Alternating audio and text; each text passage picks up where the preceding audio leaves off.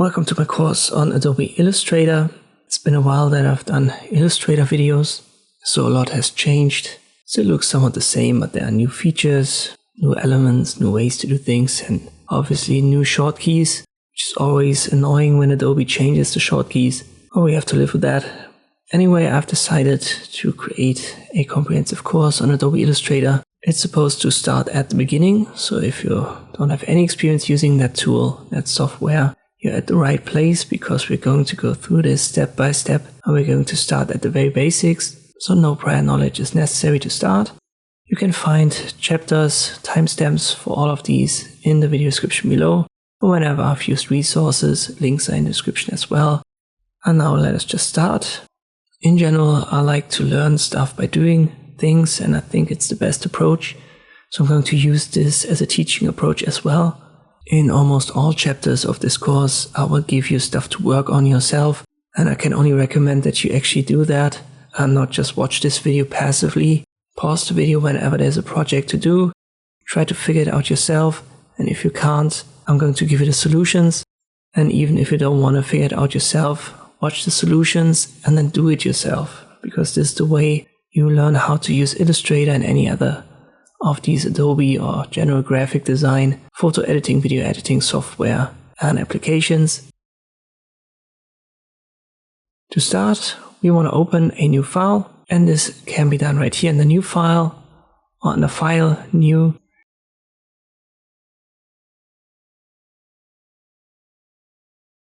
You can also use from templates, but this is about templates that I installed. Usually you want to have a new, and here are inbuilt templates that you can use, for example, for specific categories like mobile, print. And there is even an option for free templates, where you can check some of these done designs that you can then use and alter a little bit for your own personal projects. If you start at the beginning, recent should be somewhat empty, like this.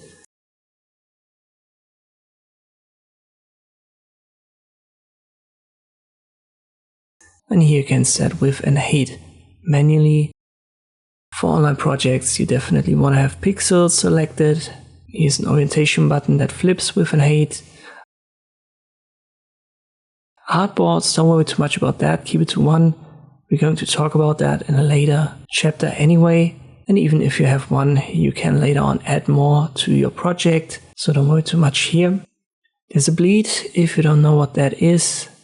For example, for print jobs, there has to be a little bit of spacing between what you want to have and what is being cut from the printed paper sheets. So it's a good idea to have a bleed when you want to work on print jobs. It's for top, bottom, left, right. Advanced options allow you to change the color mode. CMYK is for printing, and RGB might be the better choice for online, for web projects. This one's for the highest raster effect, and keep the preview mode to default. This is usually the best setting, especially for beginners.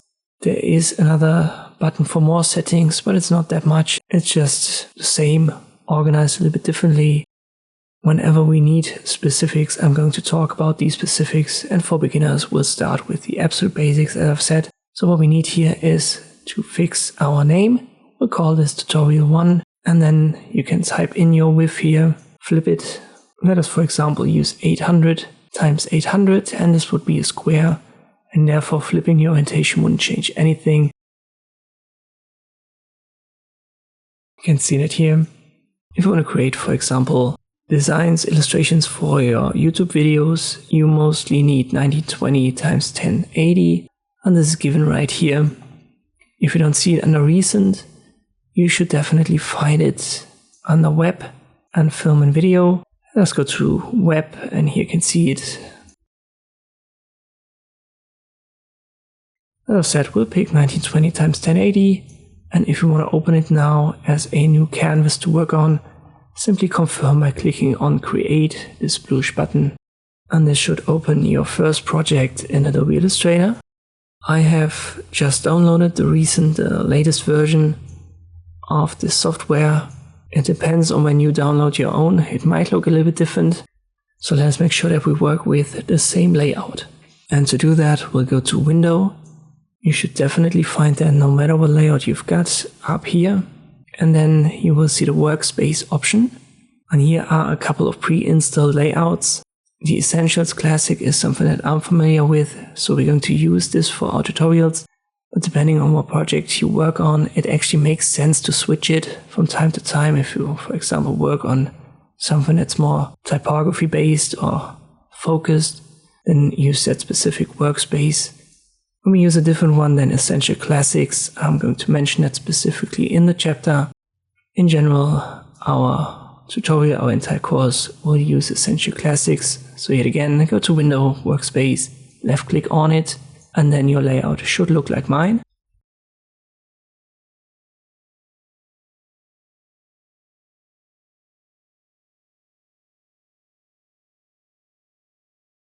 Second thing that I want you to check is under Edit, the Preferences.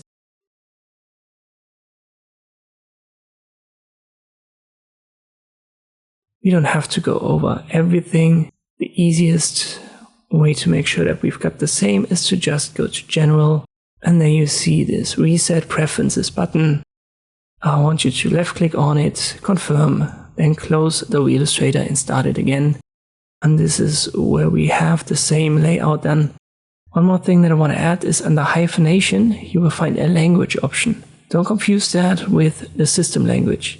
This is just for hyphenation, just for when you work with text. So if I set this, for example, to finish, and now I close Illustrator, start it again, everything is still in English. So this is the system language that was installed when I downloaded my Adobe Illustrator version. And this language drop down under hyphenation is just about this and not about the system language.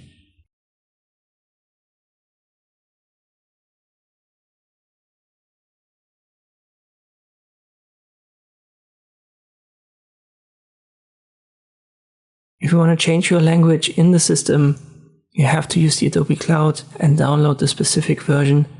In the Adobe Cloud, you can go to Settings and then set this cloud, this downloader, to the language that you want. For example, in our case, English US, and then all of the versions, all of the Photoshop, the Illustrator, Premiere Pro versions will be downloaded in this specific language first. So for you to check in this chapter is number 1, that your language is English US, if you want to use the same language. Second, under Edit Preferences, reset it to the default preferences. And third, under Window, go to Workspace and set it to Essentials Classic. And then we can dive into our next chapter. Now let us dive into actually doing something as I've promised, or as I've said. I want you to work through this course and not just give you a presentation. So I'm going to introduce smaller things here and there in every chapter. It's a good idea for you to go along with what I do here step by step. In the beginning, I'll make it a little bit slower. As we proceed, I'm going to make it a little bit faster here and there using shortkeys, for example, and all of these smaller features. First thing that jumps to the eye are these two squares right here, and you can flip them. And this is always for fill color and stroke color. You can adjust both of them here via the drop down or double click on whatever is in the foreground here. In our case, a white fill, so I make that red, and you can see the swatch up here is red as well. I change this to green. The swatch down here is now also green. For both, you also have a none function, so you can set your elements to no fill or no stroke. And this double arrow down here allows you to flip these colors. Let us just create a rectangle with the rectangle tool, left click drag, and now I give it a thicker stroke, and we can see the red stroke now. As long as this element is selected, you can change its appearance using these swatches. So when you do that, it happens in real time on your canvas.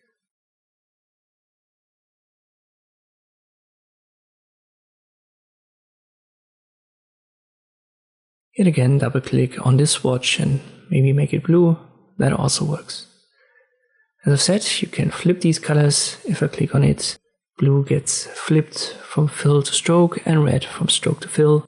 Here's the none function again. So if you want to get rid of the fill or the stroke, you can use that here. And if you get rid of both of these elements, you can't really see it anymore, but don't mistake it for it not being there. So the rectangle is there, it just has no color, so no fill, no stroke. And that's an important thing to understand. We will work in future projects, in future chapters, using such elements, such shapes that are not really visible but are still there. But before we go into these details, let us give it again a color. And here's the selection tool. Over time, it's a good idea to learn these or to memorize these short keys. It makes you use these tools quicker. In the beginning, I will always select them by hand. And for example, the selection tool would have the short key V. You can left click on every element and then drag it around. When you hover over the edges, the cursor changes depending on where you are. In this case, I can now left click drag and this resizes my rectangle. You can do that on every of these nodes or anchor points, depending on what you want to call them. Here also these little circles, left click drag, and then you can give your shapes rounded corners. Another feature that we will talk about in detail in a future chapter. Let us size this a little bit down. And for every element, you can right click on it and then you have a couple of options. We will just start with a copy and paste function.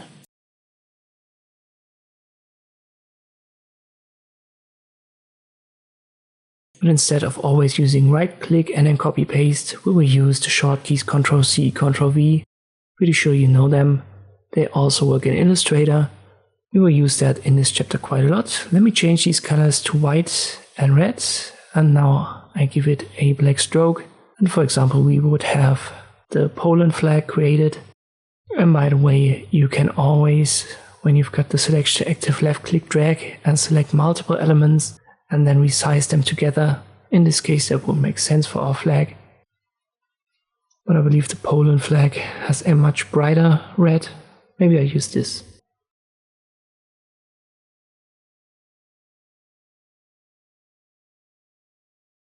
Let us select one of these rectangles, so left click with the selection tool, Ctrl C, Ctrl V. You can see here it pops up. I position it down there, select the top one, give it a different fill, I make it black. Second one I keep it red, third one I make it gold, yellowish, and now we have the Germany flag. Again, I select them all via left click drag and resize them at the same time. Let us stick to flags in this chapter. I will create some more just for practice. We'll start clean. I create a rectangle and now you can see this cursor also changes at the bottom right, but it looks differently now. And it's because this is the rotate function. So if I at this position left click drag, we would rotate our rectangle. It's relatively hard sometimes to hit the right spot. In this case 90 degrees I succeeded, but it's way easier to hold shift while you rotate, and this will make it snap to increments of 45 degrees. So holding shift helps you a lot in finding especially 90 degrees. Another way to copy shapes is to hold Alt. So you hover over them while the selection is active, and you hold Alt, it changes your cursor. And then you can left click drag a copy out of it. So it is fairly easy to do. Select an object, hold Alt. You see how the cursor changes. On this third one to create a copy. As I've said, right click, copy paste, Ctrl C, Ctrl V, and holding Alt, it all does the same.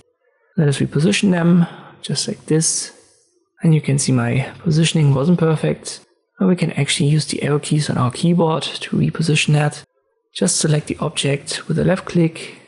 And then you can use left, right, up, down to reposition that one step, one pixel at a time.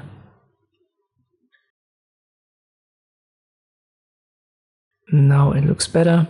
Let us change the colors.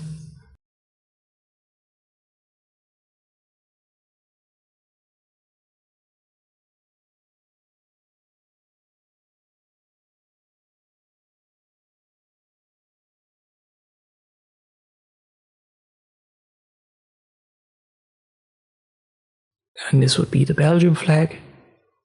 Again, I select them all and resize them a little bit.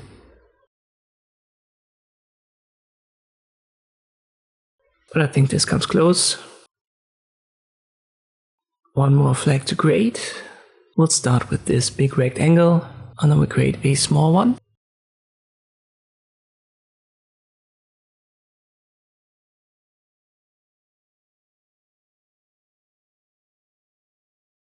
I make the small one white. I don't want to have a stroke color.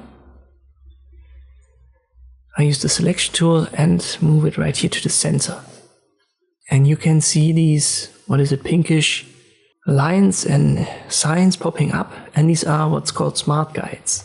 They help you quite a lot in Illustrator, but only if they are active. By default they should be, but if you can't see them, go to View and make sure that Smart Guides is checked. If it isn't, left click on it and then it will be.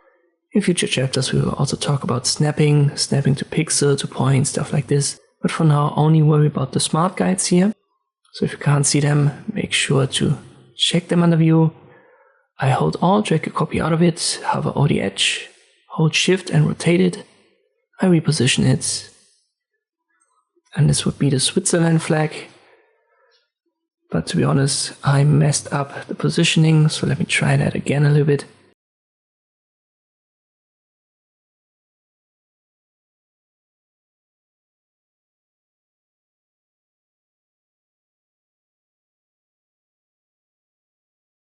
Now it looks better, and I resize them. And while you resize, you can also hold short keys, for example Alt. So if I left click drag to the top, the bottom part is automatically adjusted when I hold Alt. And when I left click drag on the right hand side, the left side would be adjusted automatically. So holding Alt is another short key to memorize, as we're going to use this quite a lot. And this would be somewhat of a fine Switzerland flag, only created via using rectangles. As I've said, I also want you to work on stuff.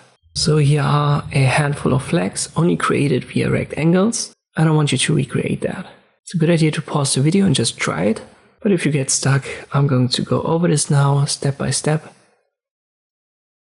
We'll start with the easiest, which is the Ukraine flag. For that we just need 2 rectangles. And then we just change the fill color to turquoise and yellow.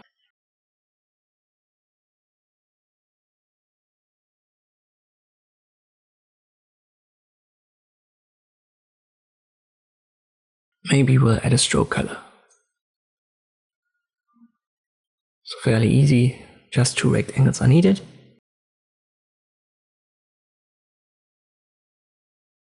The next one will start with a rectangle once more.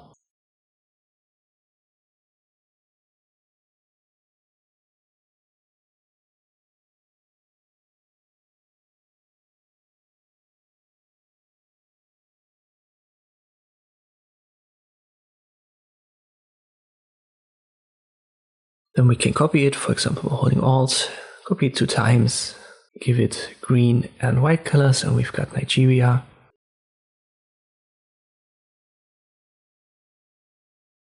Maybe we'll resize all 3 at the same time.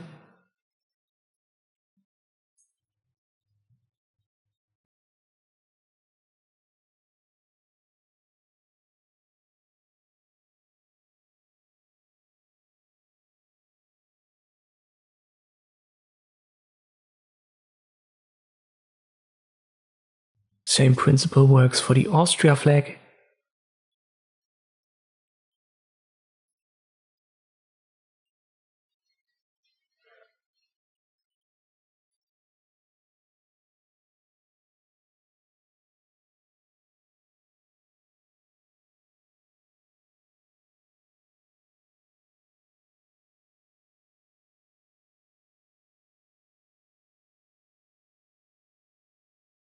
We can obviously also combine vertical and horizontal rectangles.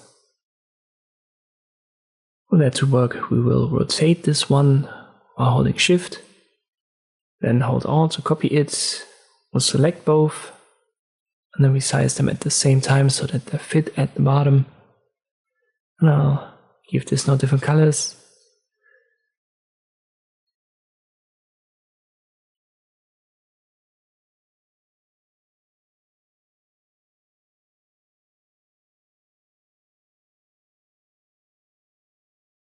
I have to be honest and say that I already forgot what country this was, but it was some African country.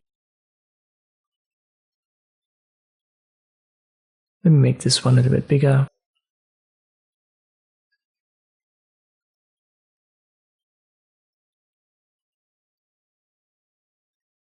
And now the final one, which is the Swedish flag. We'll start with a big rectangle for the backgrounds. It's supposed to be blue.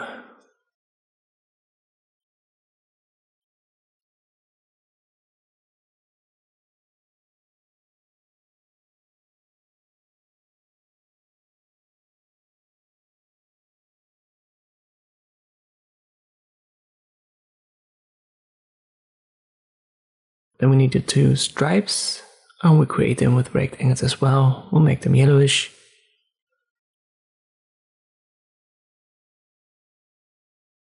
Let's just copy this one holding Alt. You need to rotate it while holding Shift.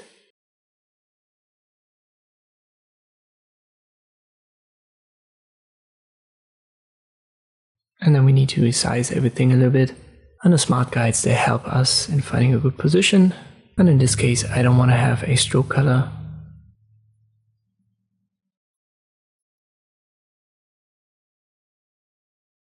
But let me resize these two elements.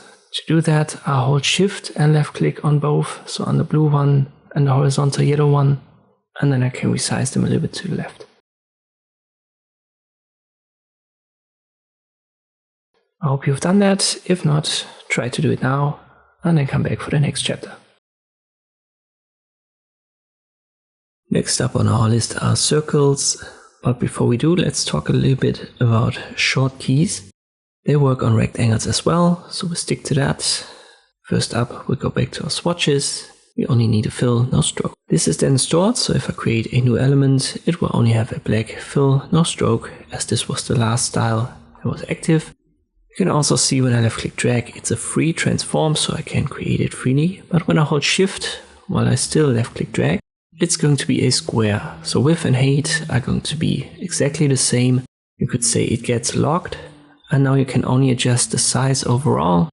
Release Shift and it's free transform again. When you hold Alt while you do that, so left click drag, it's going to change the center point. So the center point will be where you've clicked first when you hold Alt, and when you don't, this will be just the corner point of a rectangle. You can obviously hold both together, so Shift and Alt. This will make the center point the point where you dragged first and create a perfect square where width and height are the same. Then let's change the colors, and you can see this won't affect our rectangle as it is not selected.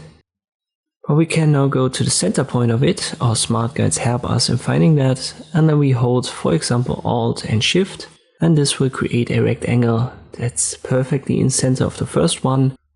These short keys are very important and you will use them quite a lot. Don't worry too much about memorizing them, it becomes second nature once you've worked your way through a couple of projects. One more thing to add is you can shift click on objects. This means that you just hold Shift while you left click, and this will add parts to your selection. So if we have two elements here, two rectangles, I can select them both by holding Shift and left clicking on them, and then I can move them around at the same time. So it's the same effect as having them selected with a left click drag, but sometimes you can't left click drag due to stuff that's in the background. Holding Shift and left clicking is your better option then. I will mention that when I use that in this course. So yet again, it becomes second nature when you use it and when you hear it often enough. So let us create some logos, some flags. First up, we'll create a rectangle.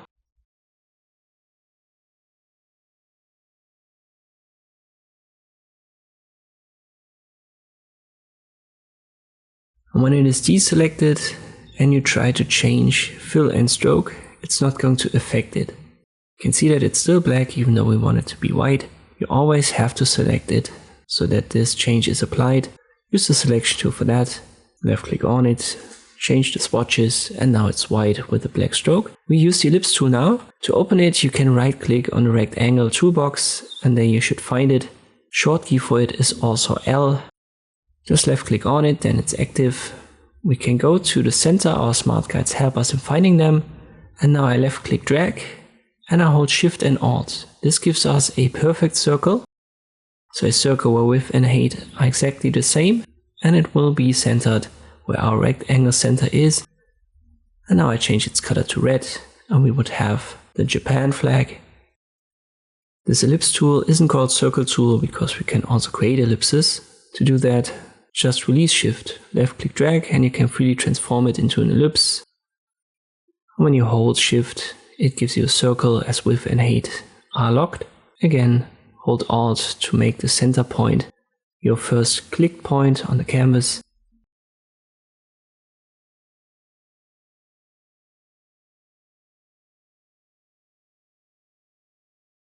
As I've said, for the Japan flag, we'll find the center of the rectangle. We can also left click and it opens this menu where we could put in numerical values for the circle and then confirm we are OK.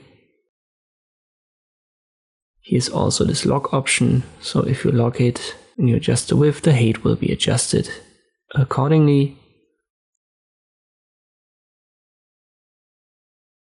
Same exists for the rectangle tool. Just left click, type in your values, and there's your rectangle. But let's get back to our Japan flag. As I've said, hold Shift and Alt, drag it, there you go.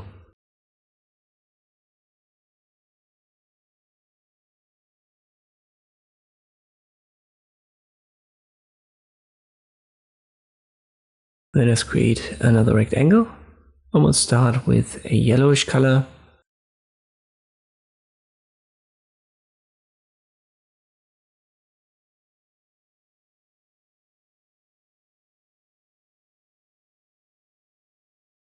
And by the way, I've mentioned you can also change the colors right here via the swatch.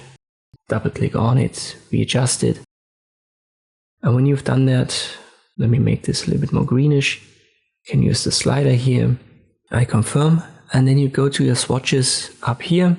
This has not changed the swatch, so these swatches, they always stay the same. You're simply adjusting the big swatch down here under the tools, and the swatches in the top menu are for selecting. They're always like this by default. Let us make this yellowish, and now you can see I've had my rectangle selected, so it changes the color. I don't want that. I want to have this color for my ellipse. Therefore, I press Ctrl Z, deselect the rectangle, use the ellipse, and now I change the colors. My rectangle stays yellowish. Now I go to the center, left click drag while holding Shift and Alt. Now I flip the colors and I get rid of the fill. I want to have this purple stroke and I increase the stroke a little bit more. And this would be an example for a shape, an ellipse with only a stroke and no fill. As far as I can tell, this is the flag of the University of Reno in Nevada. At least that's what the internet told me. Same goes for rectangles, left click drag, it only has a stroke, no fill. If I make this yellowish, you may be familiar with this, but if not, let me add a simple text, and don't worry, we'll use the type tool in detail in a future chapter and I'll go over all of the details. In this case, I just left click on the canvas, type in national, enter, and then geographic. And I'm pretty sure you've seen this logo.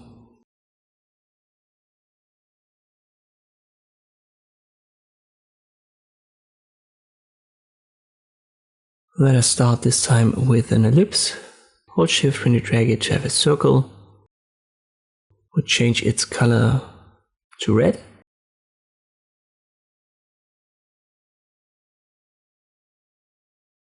Now I hold Alt and drag a copy out of it, and I size it down holding Shift and Alt. This remains the relationship between width and height, so we'll still have a perfect circle. Change its color to black, put it in center.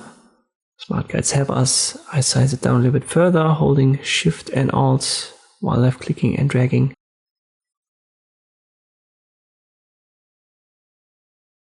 And now I make the fill color white. But I still want to have it a little bit smaller, something like this. Now I use the rectangle, I go to the center, and now I just hold Alt. So not Shift, only hold Alt, left click drag. This should be fine. I give it a bluish color.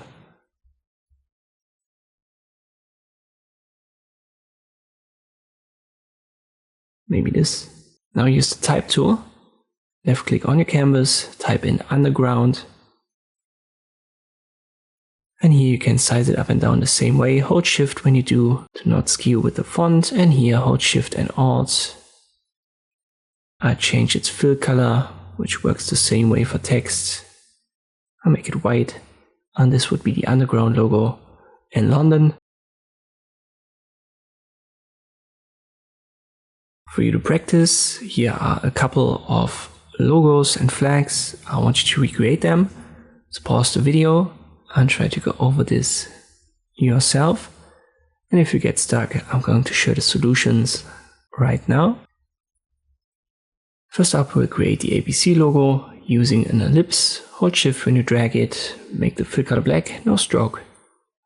Use the type tool, left click on the canvas, ABC. Hold Shift when you size it up and make the fill color white.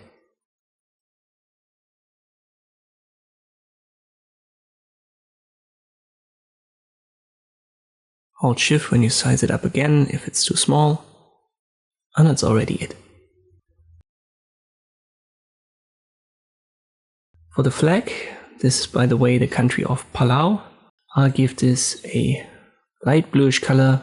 Use the ellipse tool, hold Shift. When you drag that, make it yellowish. And it's not in center perfectly in the flag. It's in the vertical center, but horizontally you should drag it a little bit to the side, to the left.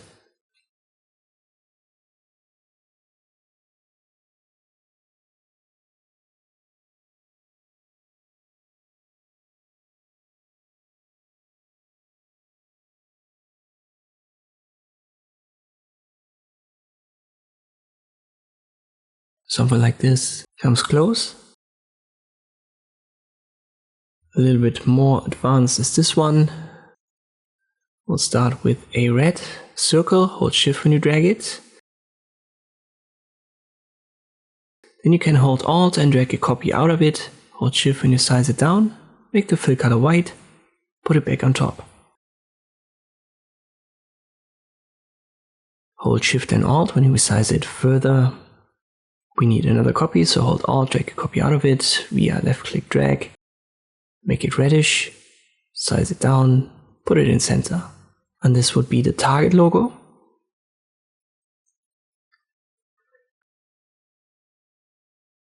And the final one might be the most complex, and I've added some things that I just glanced over in this and the last chapter. So don't worry if you haven't gotten it yourself. We'll start with a circle, hold Shift when you drag it. Then we need a rectangle. Just left click drag, make it white. Position it on top of the circle, make it a bit smaller holding Shift and Alt. From the center position on, we'll drag these small circles. If you remember, these create rounded corners. We need a copy of this, so hold Alt, left click drag one out of it, make it black.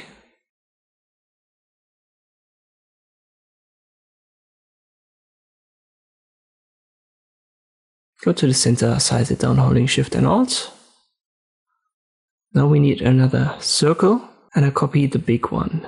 We could create one from scratch, but I hold Alt, left click drag on the big one, size it down holding Shift and Alt, make it white. But now it's behind our rectangles, and to bring it to the front, we'll right click on it. Then we'll go to Arrange, and then left click on Bring to Front, and now it's on top. We position it to the center. We need another circle, make it black.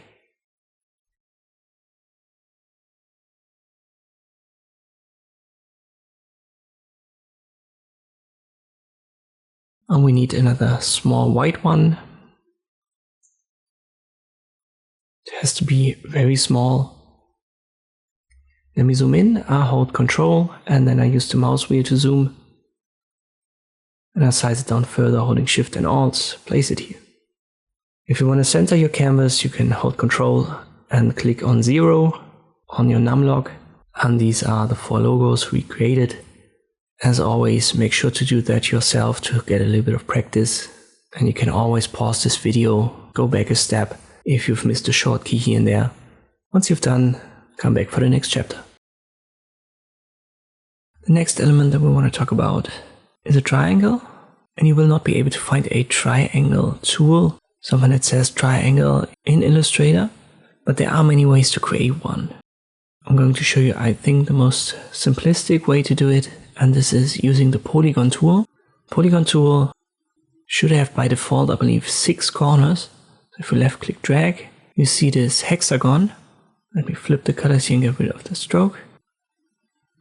But you can adjust the corners, and you can easily do that by left clicking, dragging, and while you hold, you can use the arrow keys up and down. And this will add or subtract corners. 3 is the lowest, so you can make it a triangle and then go up to basically hundreds. But as I've set for 3, the lowest, you will have a triangle. You can resize that as usual, rotate it, hold shift, hold alt, try that out. But if you just want to transform it, let go of all the extra keys and just left click drag. The art style will be stored, so as we have only 3 corners now, every polygon that I create will only have 3. And here again, you don't have to use left click drag, you can also just left click on the canvas and this menu will open up. Here you can add corners, it's simply called a sides in Illustrator, and the radius. So if you make that 5 for pentagon, we've got that, 3 gives us a triangle. Let us actually create something with it. How about we start with a simple logo using triangles. I'll hold shift when I drag this, then I'll hold alt to take a copy out of it. I reposition it and then hold alt to drag another copy out of it.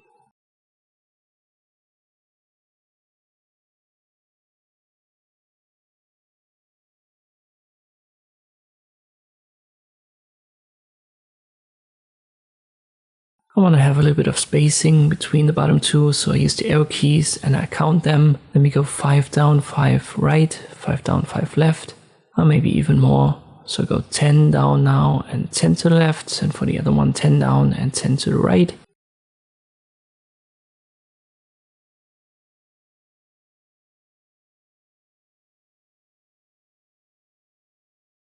And now it looks somewhat fine. And finally I put another triangle in center. To do that, hold alt, drag a copy out of there, then rotate it holding shift, reposition this one. The smart guides, they help me in finding good positions. And now I give that different colors, and I may have to reposition the top one a little bit.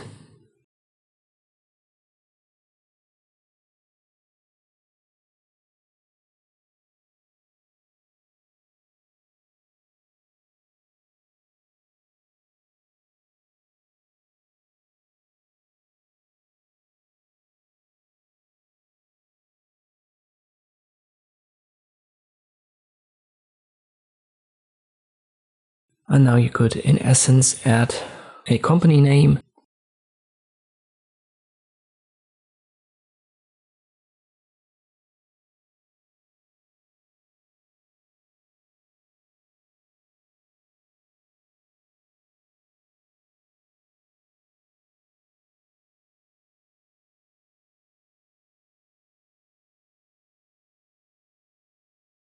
By the way, shift clicking here also works for deselecting stuff. So if I selected all the text and all of the triangles, and then I hold shift and I left click on the text will be deselected and all of the triangles are still selected. I will rotate this again, holding shift, and then I reposition the text. And we would have a simple triangle logo for bank, maybe an insurance, something like this. They typically use very simple shapes, mostly triangles, circles, squares. We'll start again, once more with a triangle. And you've seen this little circle again, so we can also create rounded corners for triangles.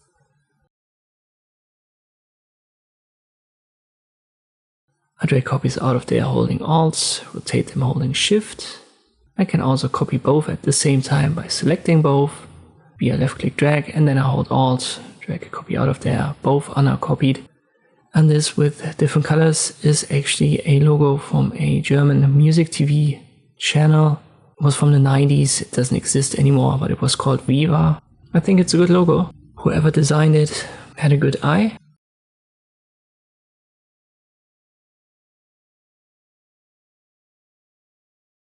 For you to practice, I've got a couple of projects here, and don't worry if you can't create them right away.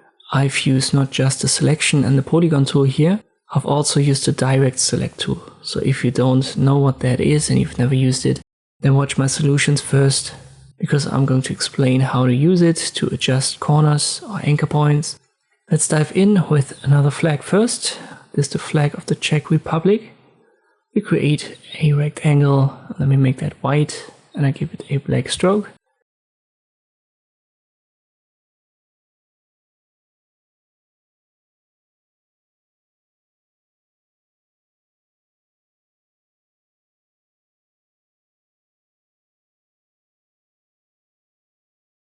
We create another rectangle. Let me find the center. Should be right here. We need a different color for the bottom one. This should be red, if I recall correctly. And now we want to have a triangle using the polygon tool. 3 corners, stay active here. I rotate that holding shift by 90 degrees.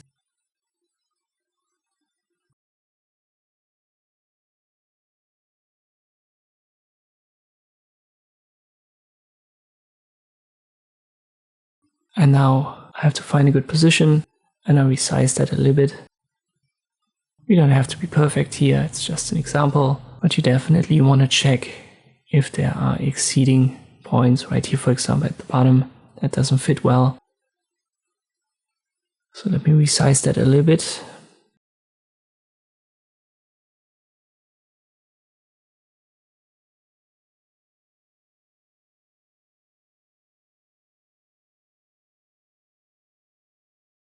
It should be right here. We need a different color for it as well. This should be bluish, and I believe the red in the flag is a little bit darker. So let me fix that. Maybe this one looks better.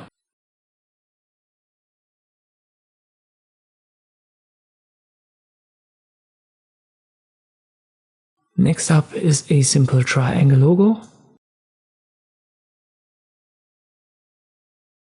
And here we're going to use the direct selection tool. So far we've just used the selection, but there's also a direct selection, which is the white cursor right next to it in the toolbar. But first up we'll create a second triangle. I give that a different color.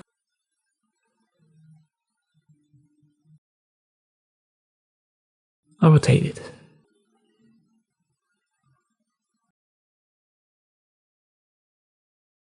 I'll put this corner to the top, and now I want to drag this corner right here to the bottom. But that resizes the top corner. That's not what we want, and we can use the direct selection tool for that.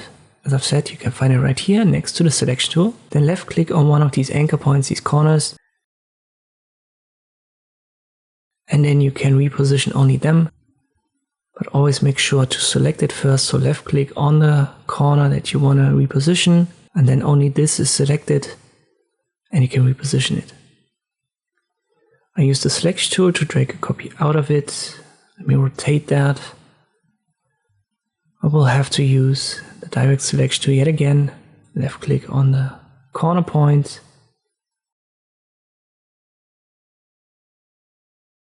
At the bottom as well. I give it a different color. And I give the bottom one, the big triangle, a different color as well.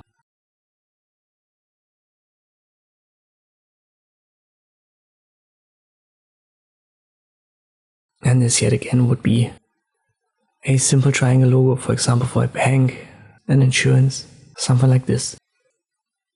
So to sum it up, for the selection tools, the regular selection tool, it selects the entire shape, the entire element, but the direct selection tool, it can be used to select individual anchor or corner points. Let me show this again, and we'll create somewhat of the Mitsubishi logo. We're not going to be perfect here with the tools that we've learned so far, but it will get close. We'll start with a triangle, should have a reddish color.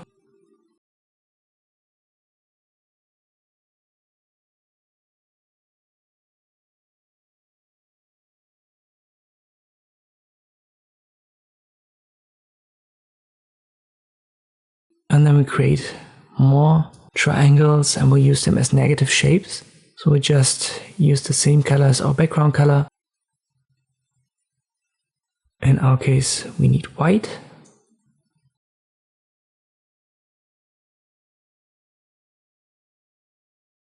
And then we'll position it on top of the red one, and we'll use the direct selection tool to readjust our corner points.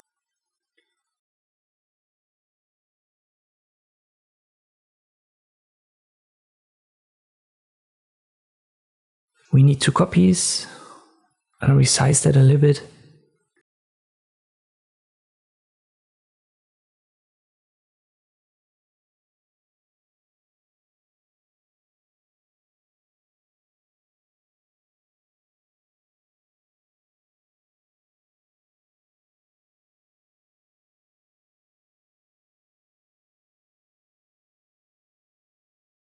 And there you go. As I've said, it's not perfect, but we're getting close. Finally, let us create a logo with rounded corners and only a stroke.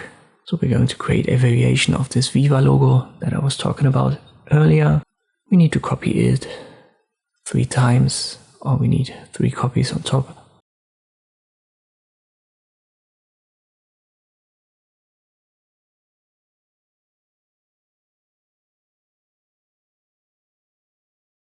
And I'll have to rotate it here.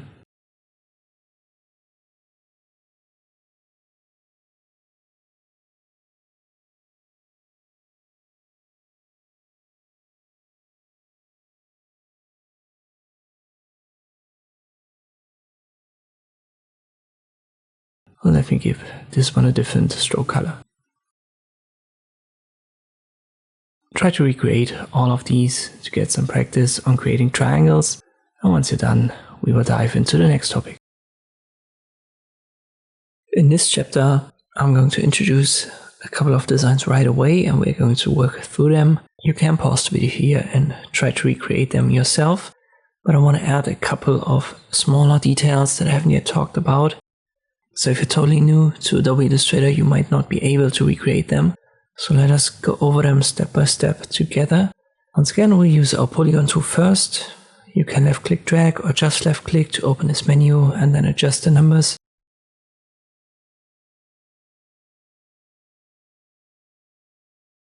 Left click drag and use the arrow keys to adjust the corners. Let me use 8. I'll make it reddish. And now I use the text tool, I'll hold shift when I size this up. And this would be a simple octagon. So a very minimalistic UFC logo. Let me do it again. This time I left click drag and use the arrow keys down to have 5 corners. And this would be a pentagon.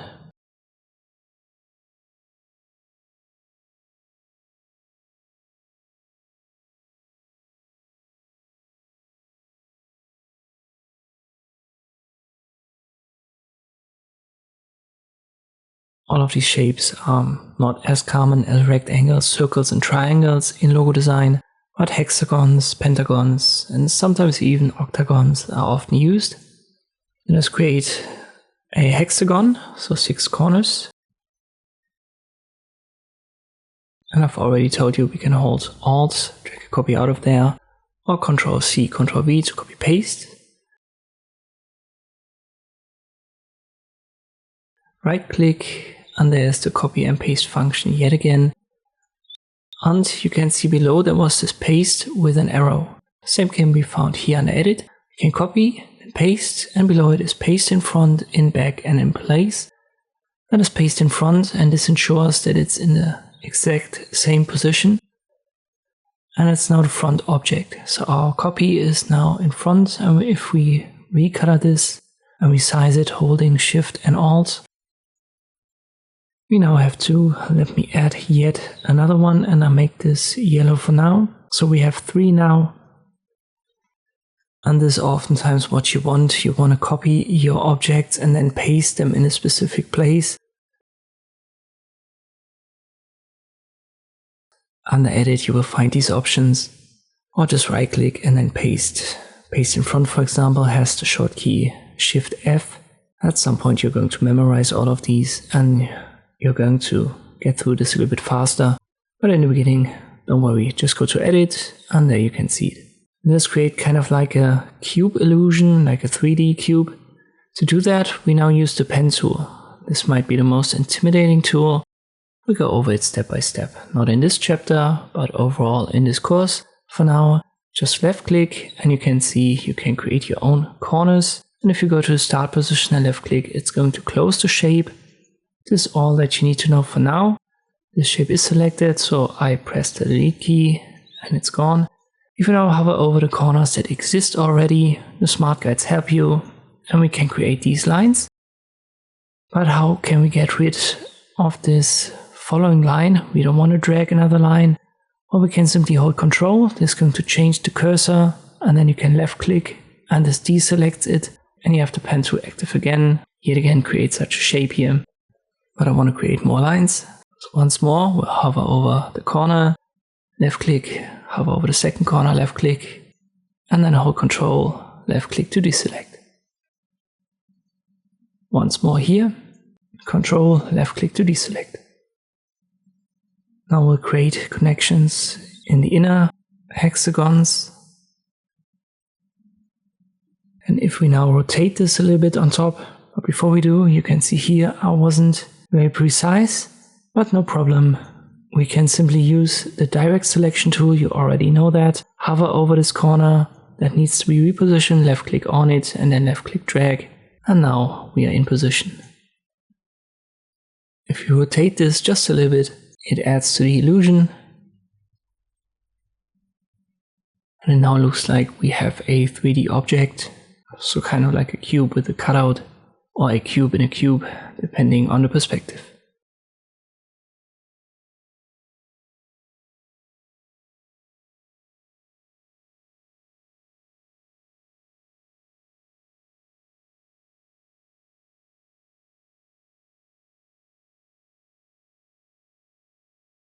Let us start yet again with a polygon, 6 corners to a hexagon. I hold shift when I drag this. I don't want to rotate it, I hold shift when I do.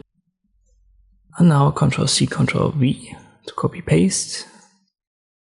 And I can reposition this and you can see it's going to snap to these specific corners. As we have the smart guides active and snapping is also active. Here you will find yet again a triangle. And if I copy paste this yet again, we will find a second one right here. It's also a little bit of a basic principle in graphic design. We'll oftentimes use certain shapes to create different ones. In this case, we've used a hexagon and we could derive triangles from it.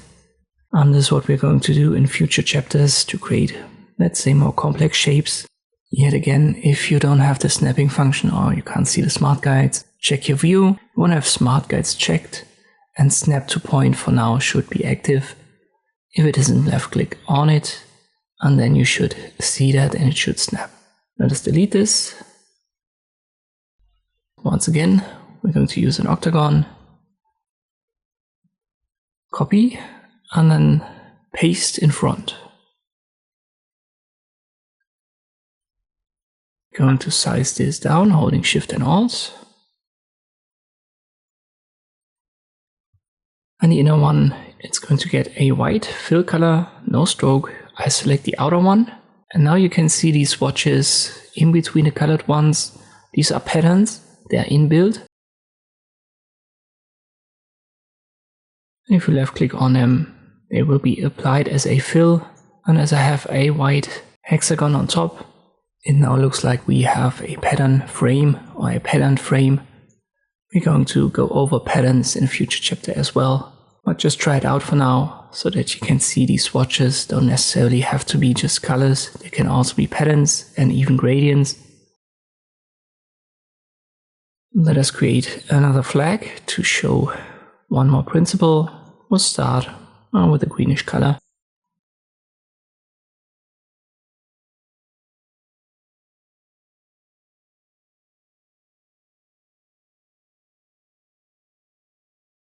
Then I use the ellipse tool, hold shift to create a circle. I'll make it bluish. I'll use a darker blue. I'll put this in center. The smart guides help me.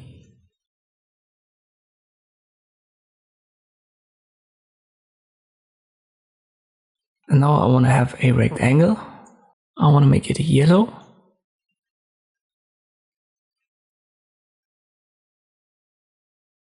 Then I rotate it. I'll hold shift when I do and put it right here.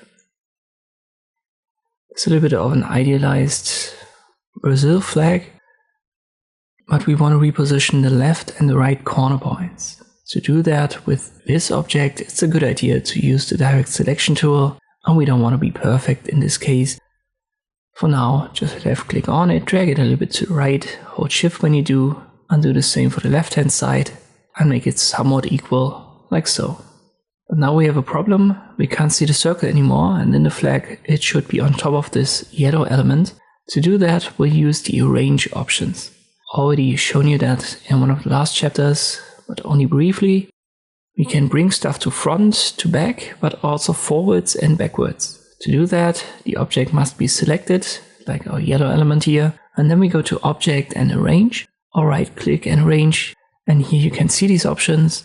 To front means to the front position, to back means to the lowest position, and forward and backward they only go one step up or down in this hierarchy.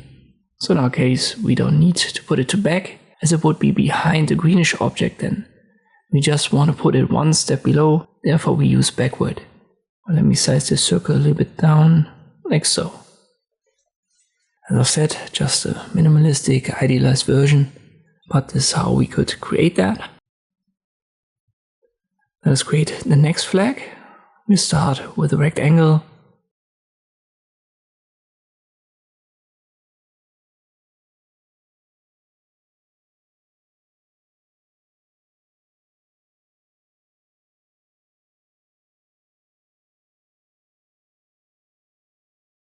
And now we use the pen tool.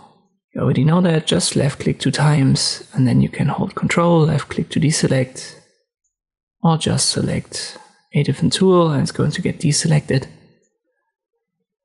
We want to select this line and then give it a stroke. We want to make it white and then increase the white. Maybe even to 100 in this case.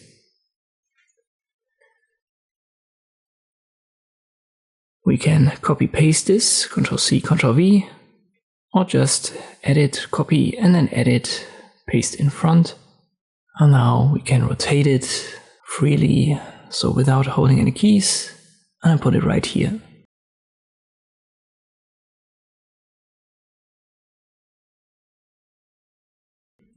And this would be the Scotland flag. And here's another principle. We didn't create triangles, but we can see them now due to the negative space. So there are oftentimes many ways to create the same results. In this case, instead of using triangles, we'll just use the rectangle and lines. But this method has a little bit of a limit. Let me show you this in the next example.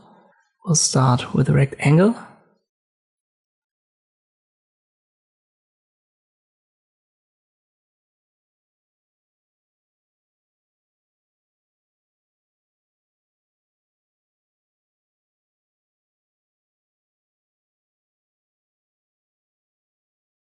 And now we need lines.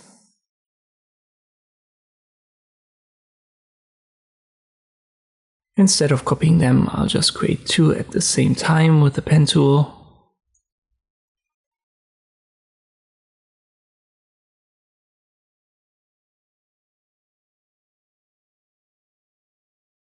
And then I hold Shift and select both with a left click. So this would be the Shift select that I was talking about earlier. And we'll give this a yellowish color for the stroke.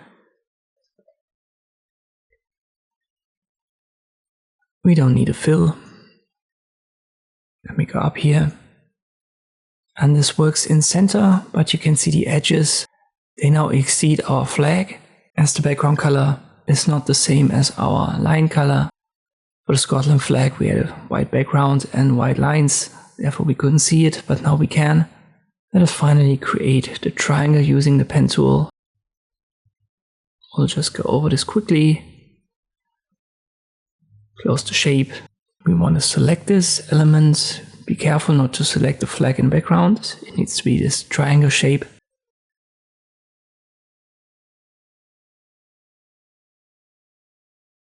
I'll flip the colors, we don't need a stroke, and I'll make the fill black.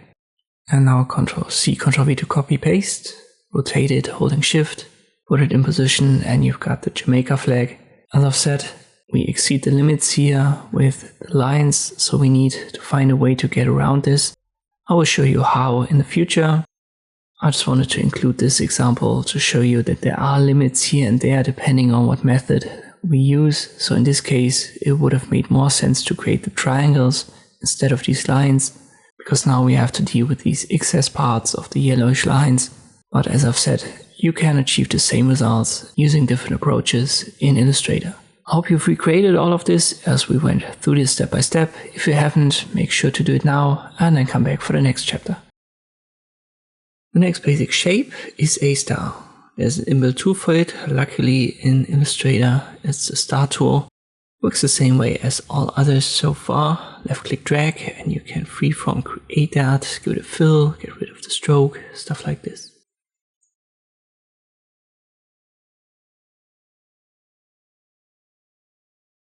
Let me delete it, left click drag, and now I use the arrow keys.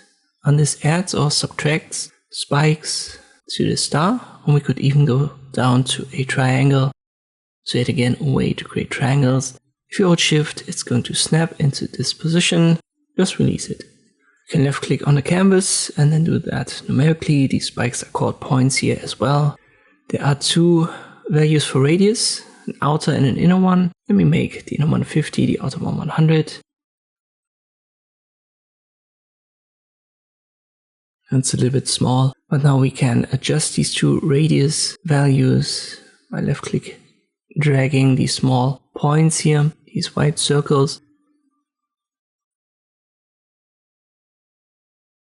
There's also an option for adding spikes now, right here, up and down with this slider, but it's really too small. Let me select this one again. You can select it with the selection tool and then adjust it, or use the star tool again.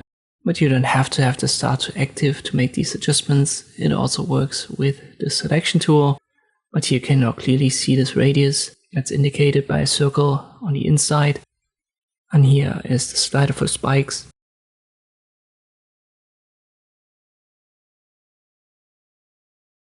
There's also this little circle, which is for rounded corners.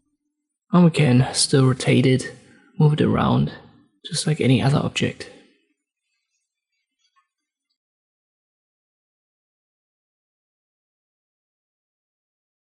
Pretty straightforward. I'm just going to give you a couple of examples for you to recreate.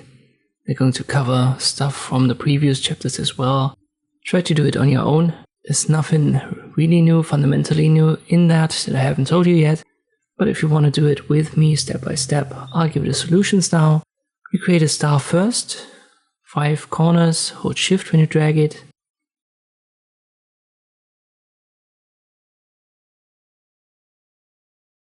For this one, we want to have a stroke and a grayish fill color. The stroke is blue. Let me go to like 20.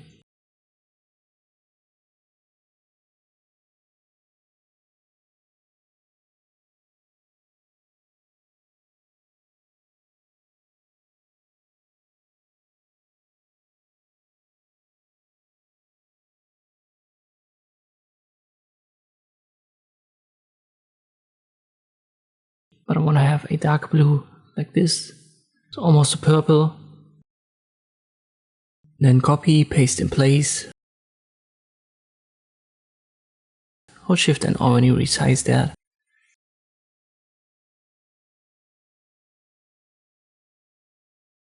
Get rid of the stroke and give it a bluish purple fill. And this would be kind of like the Dallas Cowboys logo. It comes close.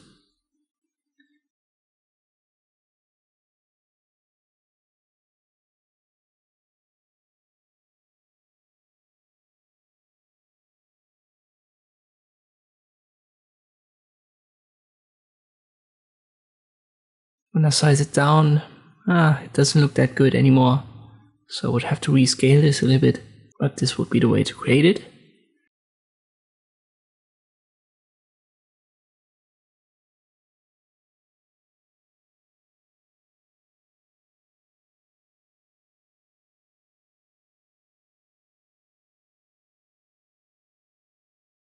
Let us create some flags. We'll start with a rectangle. Let me give that a red background.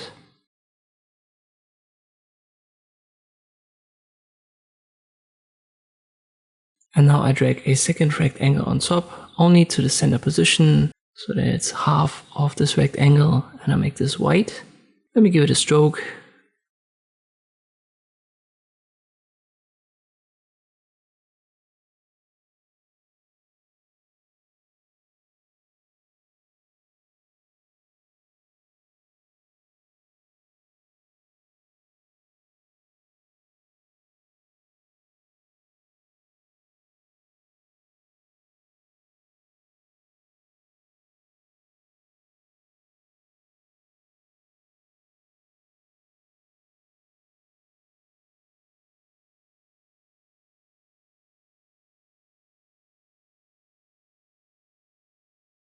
And then I create yet another rectangle, and I hold Shift when I do that to have a square. But that wasn't correct positioned. Let me delete this. And I try again right here. And by the way, I zoom holding Control, and then I use the mouse wheel. Let me make this bluish, a darker blue. And then I put a star in center. Hold Shift when you create this star, and I give it a white fill. And this would be a US state flag. I don't believe it's Texas. Texas has this bluish part fully on the left, I believe. But it's something like this.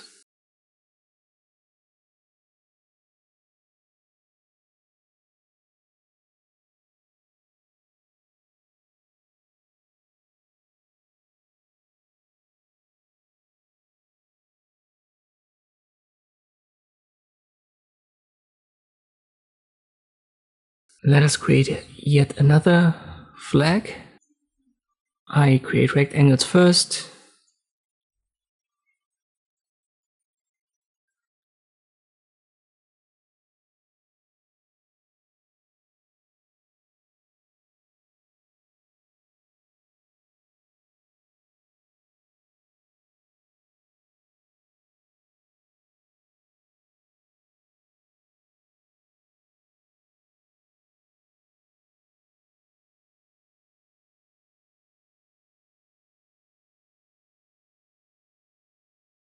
Hold Alt when you drag copies out of there.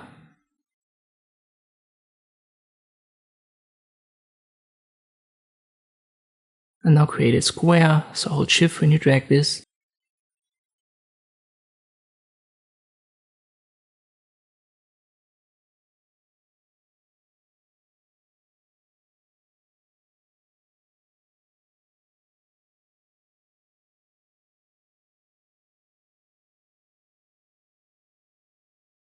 We have our basic outline, but we want to add a triangle.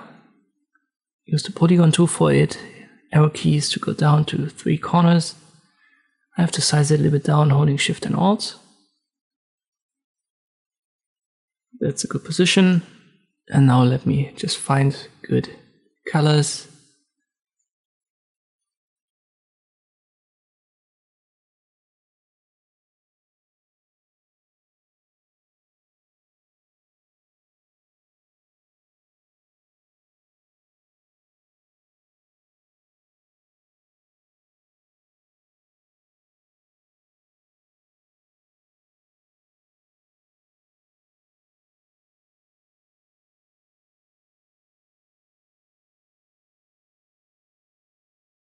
And this would also be a state flag.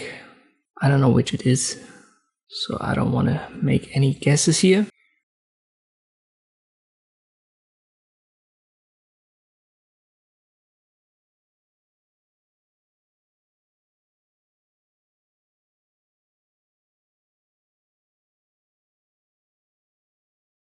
Let's create the Cuba flag.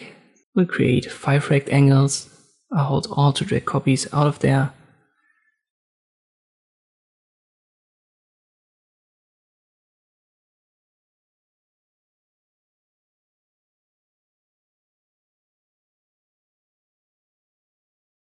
And I resize them all together a little bit to the right. Now we need a triangle. But first let me recolor them and give them an outline.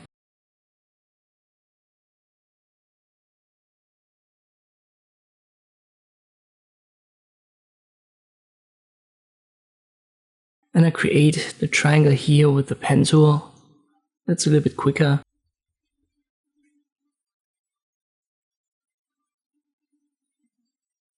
Let me start at the top left. I go to the center position. The guide indicates that, the smart guide. And then I go to the bottom left and I close my shape. Give it a different color and now add a star.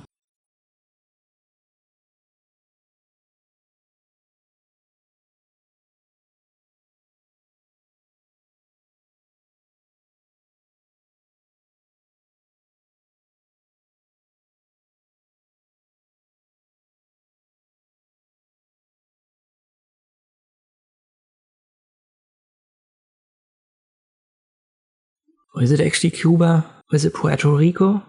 Let me check that. Well, Google tells me this should be Puerto Rico. For Cuba, these stripes would be bluish as well. But this is not supposed to be a geography lesson. It's about recreating that. Make sure that you do that to get more practice. In this chapter, the star tool was added. So definitely try to recreate the designs that have a star so that you have at least a little bit of understanding of how to use that tool. Let us come to the next basic shape. We have almost explored all tools in this toolbox. There's still a flare tool. I'm going to talk about that later on. It's not used to create basic shapes. Therefore, we are going to just forget about it, at least for now. But there is one more tool that creates a basic shape. You can't find it in this box though. It's directly here. It's called the Line Segment tool or just the Line tool. To use it, you can left click on the canvas and this menu pops up. You can adjust length and angle here. You can do that numerically. And lines don't have a fill, they only have a stroke. So let me add a stroke color.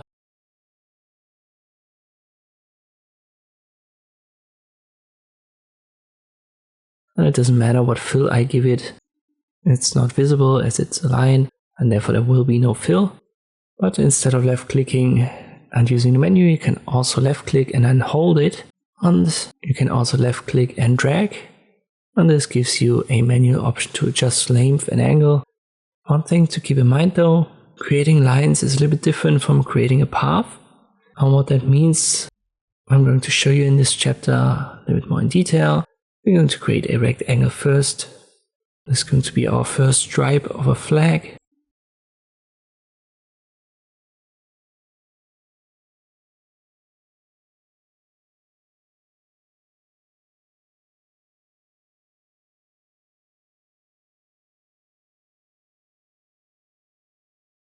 I'll copy this 2 times, give it different colors.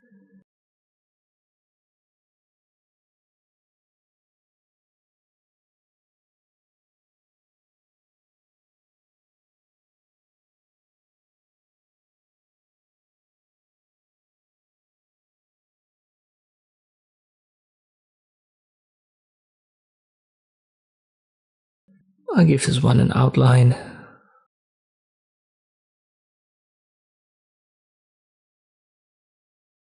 And now I'll add a couple of stars.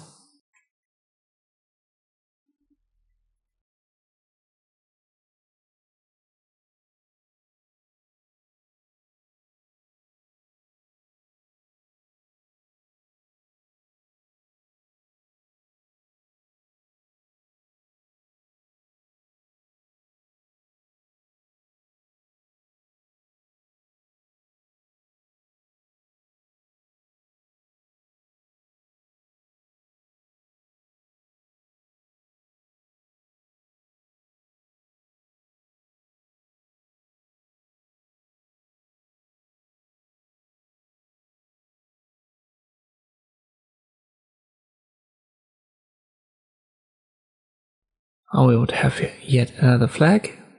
You can see these rectangles as objects, but you can also create them as lines.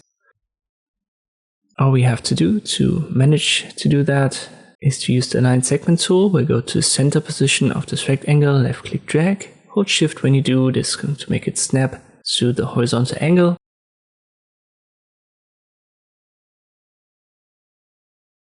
I give it a red color so that we can see it properly, and now I increase the stroke using a number and afterwards the arrow keys up and down, and you can see this would fill the same space as our rectangle before. So let me hover over the center line, hold Alt, and then I can drag a copy out of it. And let's just say we wanted to have a country. These stars should have a red color as well, I would assume.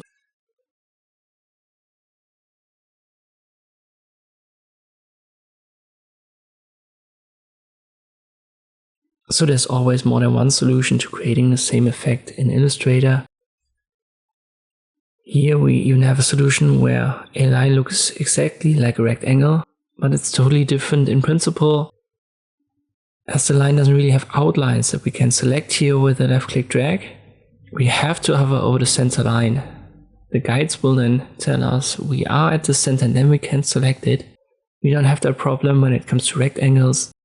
Here every part of it, the outlines, is part of the rectangle, therefore we can select that easily. And the rectangle also has a fill, while the line has a stroke. This becomes even more obvious when we use the pen tool, and this is because the rectangle is made from a path, which is basically the outline, and the line, it has a center. And certainly not an outline that is a path. But first, let us create another rectangle.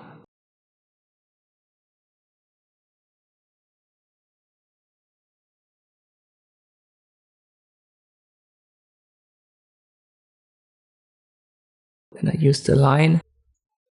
Let me give this a yellowish color for the stroke, and I increase it, let's say to 80. I need another line. I'll start down here, drag it upwards.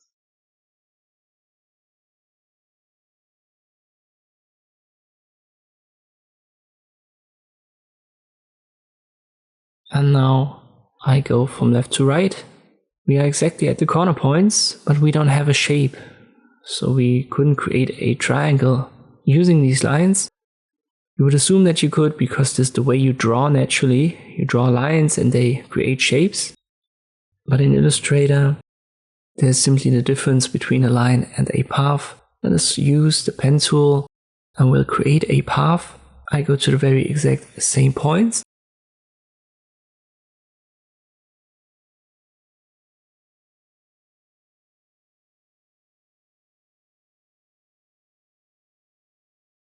And now we have a triangle. I can even flip the colors. We've gotten rid of the stroke and there's only a fill. And if I now add a couple of stars, I don't measure them perfectly. Let me just roughly do that. It's supposed to be, I believe, the Bosnia flag. And there's a very important distinction between paths and lines. You couldn't flip the colors for the lines as they don't create the shape.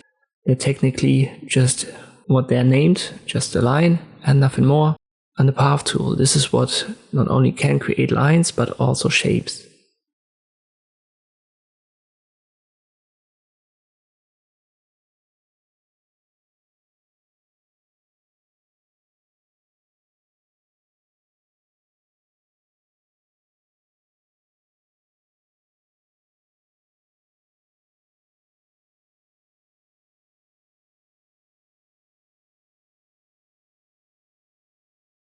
Here I have a couple of more flags for you to recreate. Try to use lines, rectangles, and also the pen tool. We're going to keep it somewhat simple. And for the final one, I have to show you a trick that I haven't shown you yet. So don't be mad at yourself when you can't recreate it. And now I guide you through that. Let's start with the Denmark flag, rectangle. We need to make it red.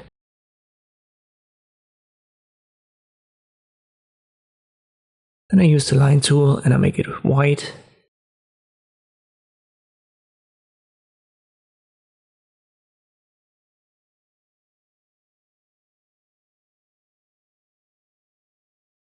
Then we go to 80, that's a good value.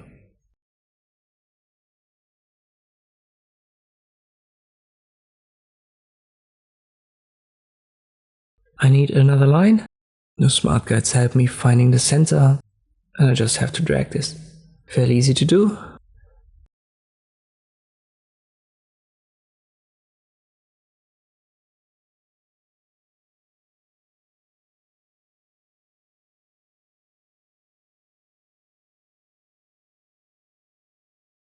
Let's start with the next one. Yet again, rectangle first, then we'll add a line.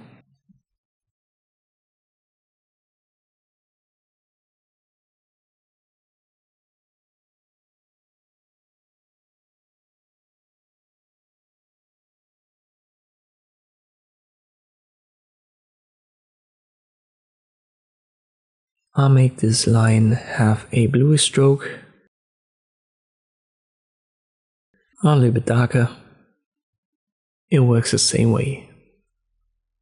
The only difference here is that I had to give a stroke to the rectangle as well, so that we have an outline. And this is because we're working on a white background.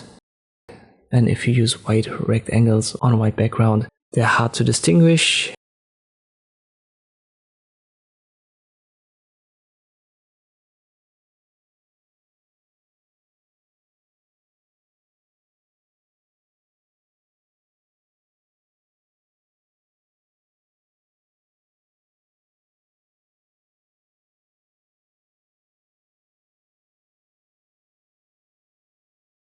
For our next flag, we're going to use the pen tool instead of the lines.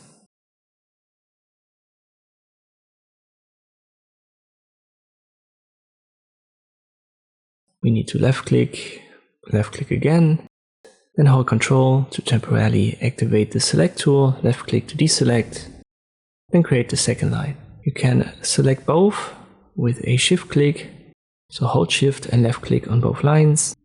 We need a stroke color. We'll make this yellowish.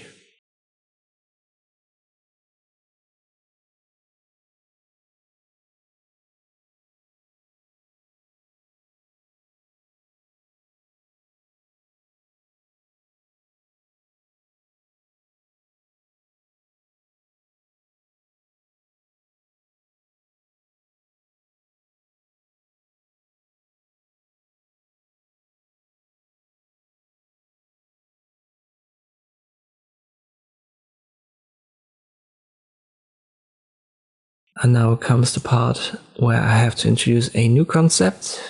It's not that hard to do, but if you've never heard it, you may want to pause the video here and there, and we do it step by step.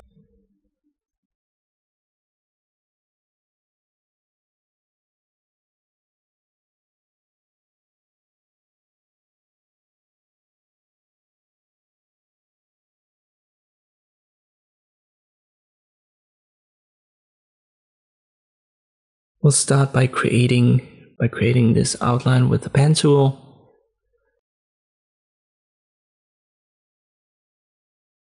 We'll give it a fill. This is what we can do now as it's a shape.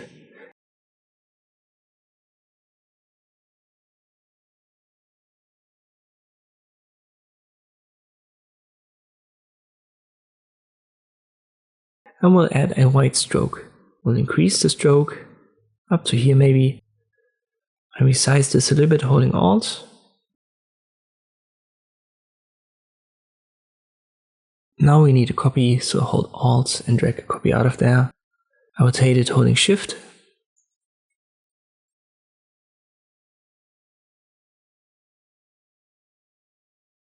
We're almost there, but you can see this overlap. It doesn't fit. So we need to find a different way to create that. There is a tool to get around it. I'm going to talk about this later on, but if you just want to solve this using the pen tool, you have to go over the outline of the cross itself. So don't create rectangles here. Actually go over the outline directly. I've got the stroke and fill color stored, so we can directly see how this cross is being built, and we don't have this nasty overlap anymore. Problem was solved using just the pen tool.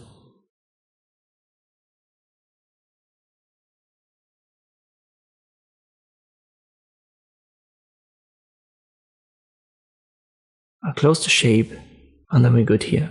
We couldn't have created this using the line tool, we couldn't have created it using rectangles. This is why we need for many tasks the pen tool. And even though it's the most intimidating tool, I would advise you to practice and practice using that and get yourself familiar with it, because it makes many things in Illustrator so much easier. For example, this year we were able to get rid of this overlap easily without using additional tools and transformations, and that is why it's such a great tool. Make sure that you've practiced creating these designs, and once you're done, come back for the next chapter. We've somewhat covered the basic shapes, so the chapters from now on are going to be a little bit shorter, but doesn't mean that they're going to be less important. First up, we're going to talk about spirals. There is a specific spiral tool inbuilt. In Illustrator you will find it where the line segment tool is. Just right click on this toolbox, and then you can left click drag and create these default spirals. They have a stroke, so it's basically a line, a path, and not a shape. And via the stroke colors you can change it and increase the width. You can make these spirals longer or shorter by left clicking, dragging, and then using the arrow keys up and down. This is going to add or subtract segments. And if you hold Ctrl while you still left click drag, and you can adjust, let's call it the density of these spirals. You should still left click and hold, but then move the mouse to right and left, and you can see how this adjusts this compression. As I've said, I would use the word density for this. Just try it out and you will understand what I mean.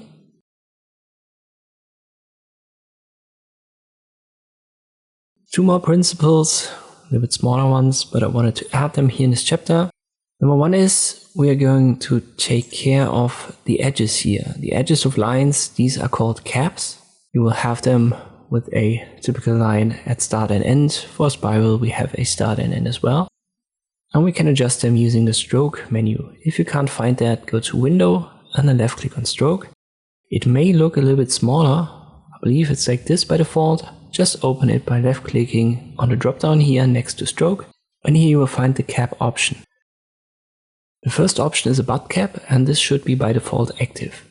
This makes the line end where the final anchor point or corner point of the path ends, but you can also use a projecting cap, which is going to make the cap exceed the anchor point. And finally, we can also make it round by using a round cap. This is just going to give it a curve, kind of like a half circle. And this is happening not just for the end point, but also for the start point. I've used a spiral. We can't really see the start point as it's overlapping, but trust me on that one, it is applied to both edges of the line, so start and end. Here once again we have an option to adjust the thickness. In this menu though it's called weight, while it's called in the top menu stroke, but it's the same, so don't let that confuse you.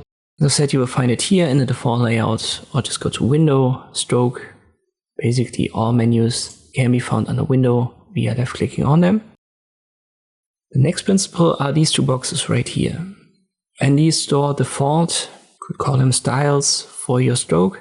So the typical stroke just has a continuous line, but you know that from experience, if you use a ball pen or a pencil, the lines look different, especially when you then think about using ink or something. And this can be simulated in Illustrator via these presets. The second drop down works somewhat the same way. So there are different, let me scroll down here. So there are different inbuilt, you could call them ball pens or pencils, whatever the name is that you want to use for it. But it's a different brush preset.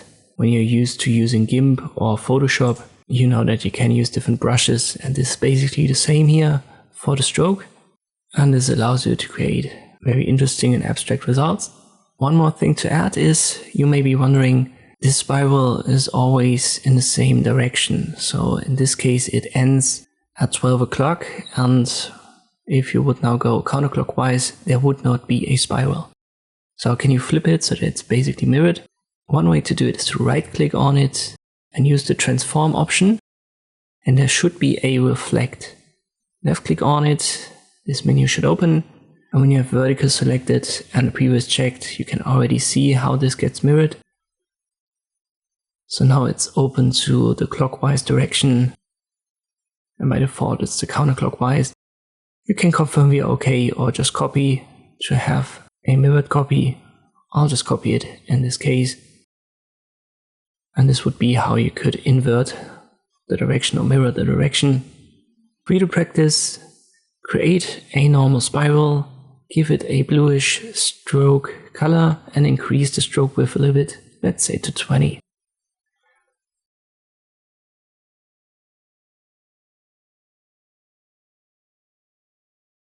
Then right click on this, use transform, reflect, make it vertical, and we'll use copy.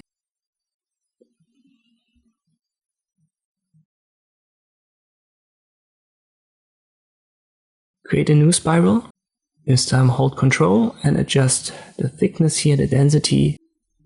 I'll go down to 10 points and I give it a greenish color.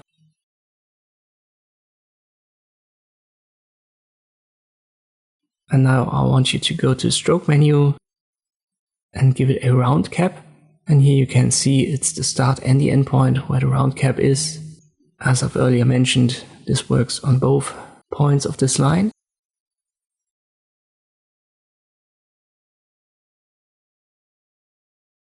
Finally, create another spiral, hold Control and adjust it a little bit up to here maybe. Give it a reddish, pinkish color, and then use a different stroke preset, maybe this one, and a different brush preset. But you have to adjust the point value here. Once you've done that, I use 10, and this should be your result. As I said, the chapters are going to get a little bit shorter now, as these are smaller concepts. Still important concepts to know, so make sure that you practice a little bit and recreate these designs. I've already talked a little bit about rounded corners, but let us go a little bit deeper here. You know this circle, you can drag it around with a left click drag and adjust these rounded corners. There is a chance for a numerical adjustment up here. So let me make that, for example, 50. You can see this gets now adjusted according to this value.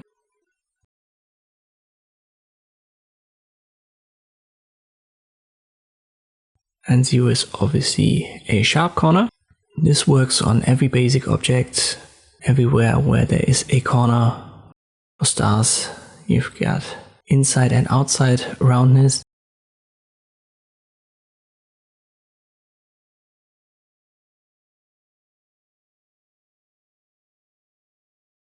For polygons, doesn't matter how many corners you add, there's always the circle. But what if you only wanted to adjust one of them and not all of them at once? All that you have to do is to use the direct selection tool, and then you can select the specific corner that you want to make round, and then you only see the circle at this corner, drag it around, and the other ones, they will remain as they are. You can see that right here. This numerical value, so this numerical adjustment, it switches a little bit then to the center position, but it's the same game. You can select multiple ones with the direct selection tool by simply holding Shift. So this yet again a shift click, hold Shift and left click on the corners that you want to select. Then they're grouped and you can drag one of these circles in, the other ones, the other corners will be automatically adjusted accordingly. Let us do the same for a star. Single selection here.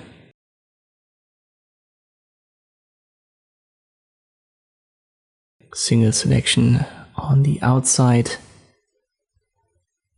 And then I want to select both right here. So left click drag. I drag this circle upwards. Both are adjusted at the same time. Let's delete this. For you to practice, start with a rectangle.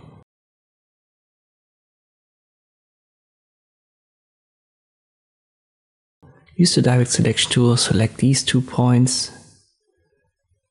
and adjust them numerically, make it 100 pixels, then select the two ones here, drag them fully in to have this roundness, so it's half a circle now. Use the Polygon tool, it's a hexagon, 6 corners. If you've forgotten, use the arrow keys up and down to add or subtract corners. Select only one, drag it in fully, select one at the other side, drag it in slightly, and then hold Shift, select these two ones, adjust them numerically, maybe up to 100. Let us use a star. Here also use the arrow keys up and down. We want to have 5 corners. Let me give that a different color. We use the direct selection tool. Only adjust the top one manually. Then hold Shift, left click drag over these two. Adjust them at the same time. Hold Shift, select these two on the outside. Drag it a little bit upwards.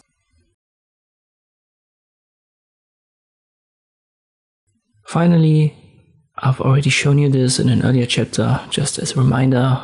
We can use, for example, the Polygon tool, left click drag, use the arrow keys, go down until you have a triangle, hold Shift to make it snap.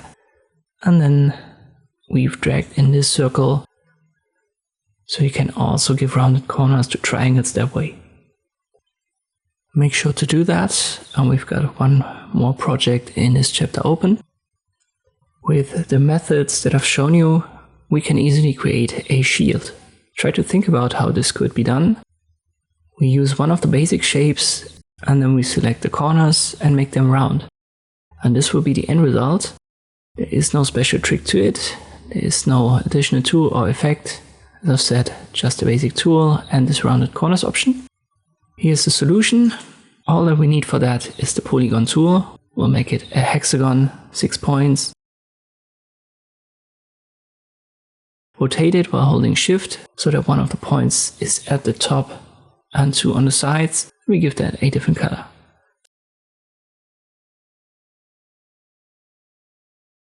Now we use the direct selection tool. Select the one on top, drag it fully in, and then select these two via a shift click, drag it fully in, and you've got a shield. If you haven't solved this by yourself, no problem, just do it now and then come back for the next chapter. You can quickly create dashes and dots for outlines in Illustrator. Let's just flip the colors. Here we have a stroke, no fill for a rectangle, and I increase the stroke width a little bit. And now we use our stroke menu yet again. If you can find it, once more window, stroke, there it is, and make sure to open it via the drop down. So if it's this small, left click on it, it should be bigger.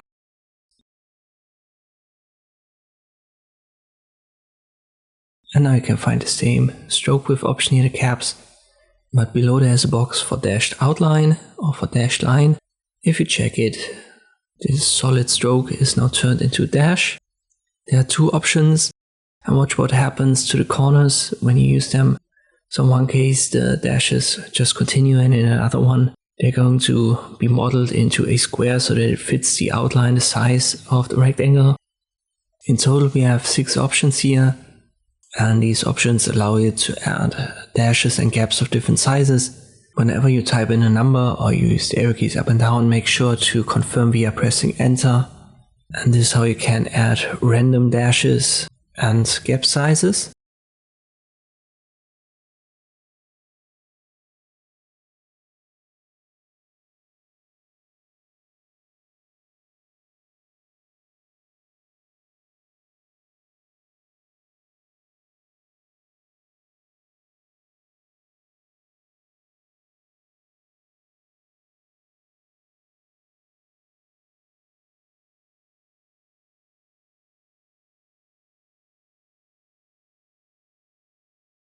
Let us go back and we make the dashes maybe like 10-11 points.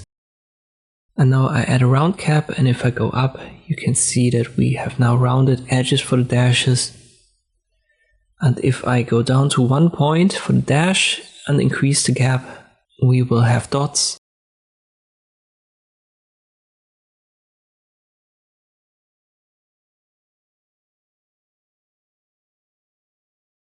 So this is the way to create dots. You need a 1 point dash, add a round cap, and then adjust the gap size according to the size of your object.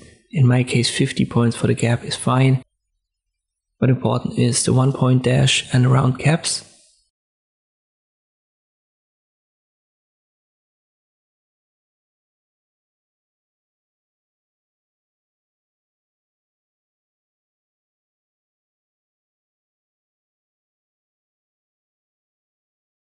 All of this can also be done to text. So if we create a simple text element, I'll hold Shift, left click, drag and size it up. I'll flip the colors so we don't have a fill, just a stroke. And now I'll check the box for dash line. And here you can add that. And you could also add dots. So once again, make the dash 1 point, add a round cap, and then play around with the gap until you can see the dots.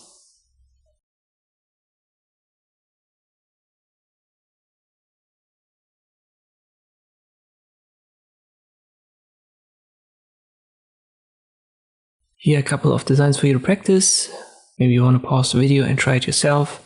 If not, just follow me through step by step. I'll explain how it's done. We'll start with a rectangle, black fill, red stroke.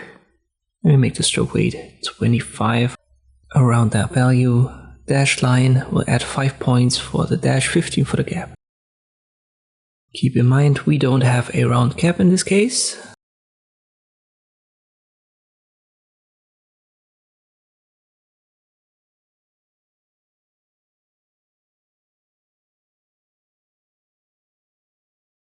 Now we create a star, 5 corners, hold Shift when you drag it, we'll make it a greenish fill yellow stroke, stroke weight of 15 points.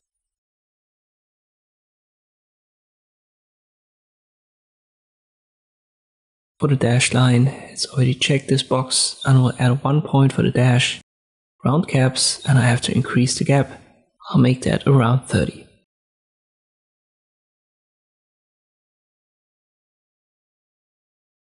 Third element is a polygon, 6 corners, so it's a hexagon. Let me pick different colors.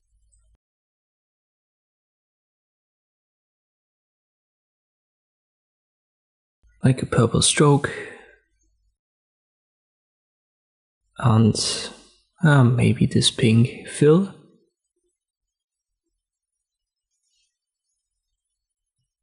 We'll go back with the cap, so we don't want to have them round, and then we randomize these values so that we have random dash sizes and gap sizes.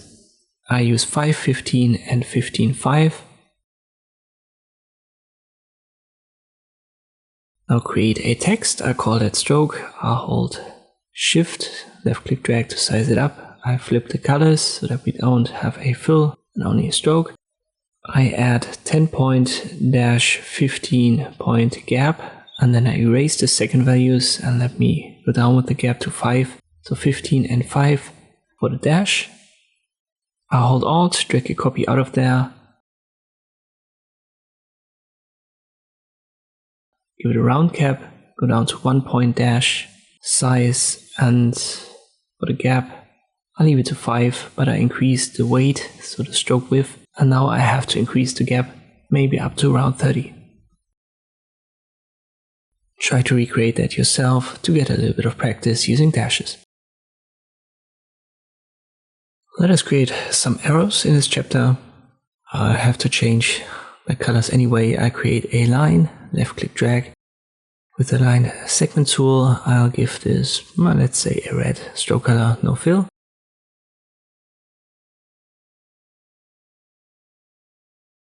Let me increase it to 20 points, and then we use the stroke menu again. And down here are 2 drop downs for the arrowheads. So they're inbuilt, a couple of presets. You can adjust both start and end point. And there are even some weird designs here, like a scissor, a hand, something like this.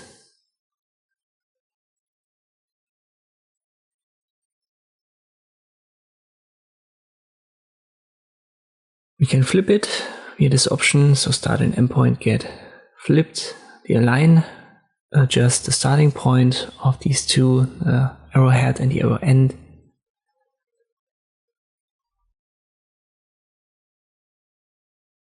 And scaling is important now. It scales only these 2 points up, and its relative values as it depends on the stroke weight. You set that to 20 points, and this is what's being used now relatively.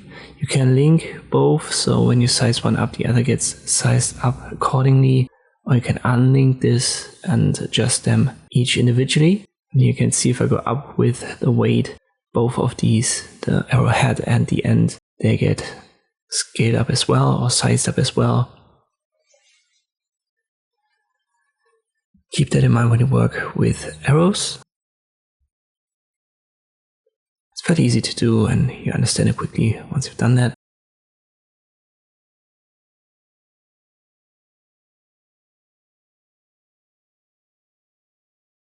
Let me show you a couple of designs. You can try recreating them yourself, but as always, I'm going to show you how it's done step by step now. Let us use the pen tool. And before I dive in deeply into its functions and the way it works, just trust me here, left click to create one of these corner points and then left click, hold and drag to create a curve. This gives you what is called a handle, and this can be used to adjust the angle of the curve. You want to have something like this. Select, for example, the selection tool and then give it an orange stroke color. We'll go to stroke and give it a simple arrowhead to the right. I'll align it to the end and I scale it down a little bit. And now if I would add Amazon as a simple text, you can see this comes relatively close to the original logo. Obviously a little bit different font, and the arrow is designed a little bit differently.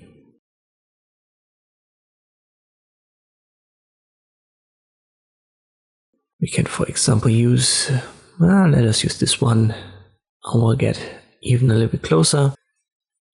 I've said it's not perfect, but you can see that arrows are being used in logo design quite a lot. So it's a good thing to understand how we can recreate them in Illustrator. Keep in mind that when you scale this now up and down, hold shift, you can see how this affects our arrow. So depending on how you scale it, then you have to readjust the weight and the scaling for the arrowhead in particular. So in this case, let me go down to 30%. It's always something to keep in mind when you work with arrows. Make sure that you add your final dimensions and scaling only after you've scaled everything to the size that you want to use it with. What I want you to do now is to create a line, give it a round cap, then add an arrowhead, size this to 75% and align it properly to the end. This would be a basic arrow.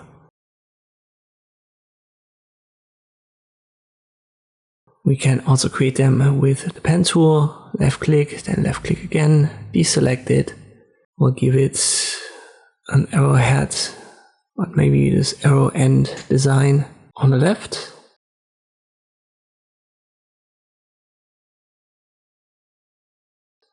And a typical arrowhead to the right. I have to adjust this a little bit. I'll make this bigger, align it properly. Let me give that a different color. Maybe something bluish.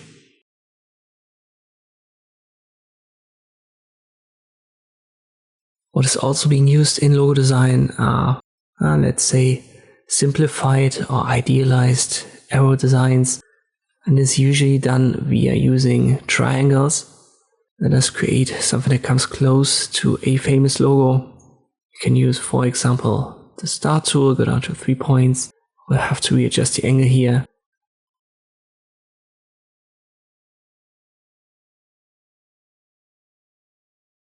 Oh, that should be good. But to be sure that we have a perfect triangle, I'll use the Polygon tool instead. I'll go to 3 corners, hold shift, now I'll rotate it, holding shift.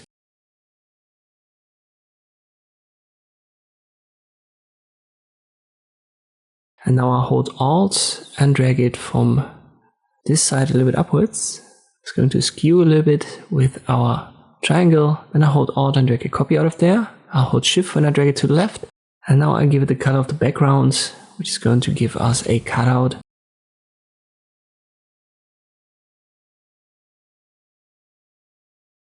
And now what remains is an idealized arrow. Let me add a star, 5 corners. I go up with the arrow keys. I hold Shift.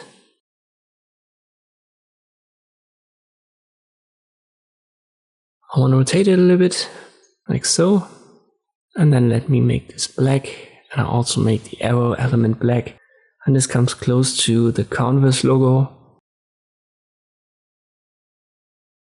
But be careful when you move it around. You have to also select the negative shape here. So this white triangle that we can't really see on this white background.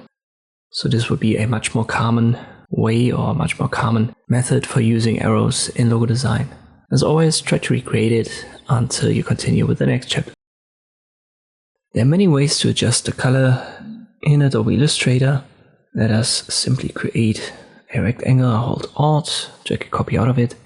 And usually in logo design, you would now find a good color combination. You've seen the basic swatches right here.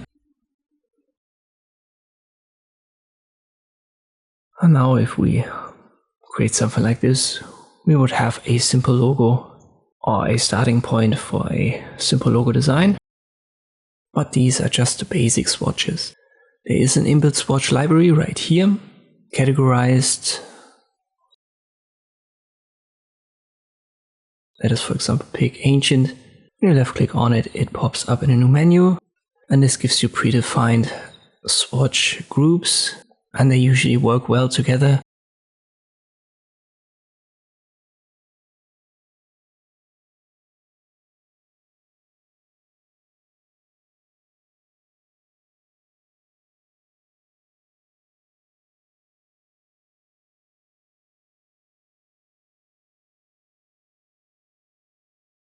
You can even import your own under other library. So if you found something on the internet, for example, you can import that here. For total beginners, I would advise you to use exactly these libraries as they give you, as I've said, something that works well together. It's pre-selected and you will not run into problems, but you can obviously adjust this manually. For example, under using the color menu, can be found right here, or window and color. The simple menu RGB is for red, green and blue channel. You can adjust each via the slider.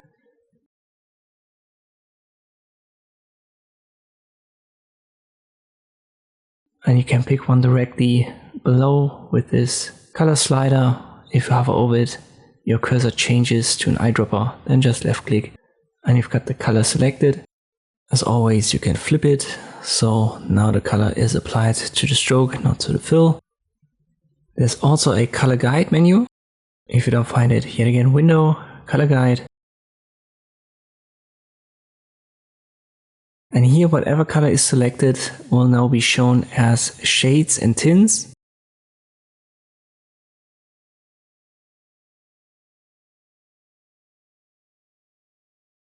So if I pick maybe red, you can now see it gives me different colors. And the additional colors besides shade and tint for the specific color depends on what you've picked in a dropdown. The dropdown above it allows you to pick, for example, complementary, primary, analogous color combinations, and this then changes the grouping below in this grid. There are also more advanced color theory principles, but this is also a good way to find a good color and to adjust colors that you've already got. Because if you just use one color and then adjust the second one via a shade or tint, you will not run into problems with this color combination. It should work. I've already shown you can double click on this big swatch right here, and then you get this manual adjustment. You can add a hex code below or even use this mode for color swatches. I usually use the color mode if I want to adjust something manually, and then I use the color guide, play around with tints and shades. And if I've got no idea what to use, I try out one of these inbuilt libraries and check if there's something that interests me.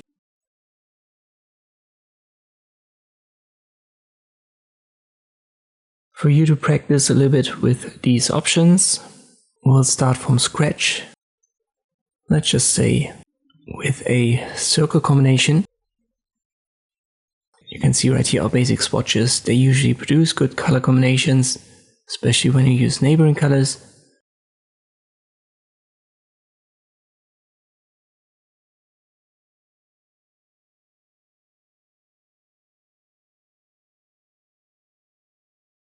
Let us copy this one. So this is the first one that I want you to recreate.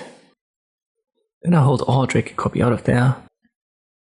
And now I want you to use a library for the second circle combination. Just open it here and then pick scientific, analogous. I will use the first group, like a red and orange combination. And this comes close to a MasterCard logo design. Third, I want you to open your color menu. And then play around with these colors, pick maybe a bluish one, and then adjust the red color channel for the second one also, but this time adjust the greenish color channel.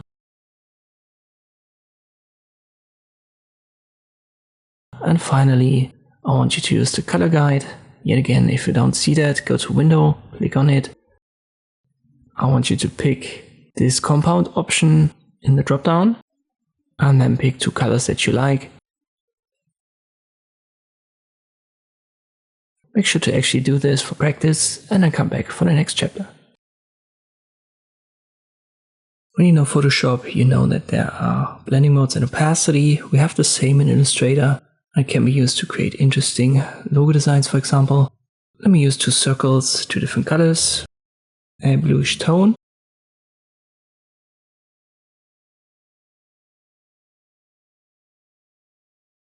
But now I select them both, use the transparency here. If you can't find it, Window, transparency, left click on it.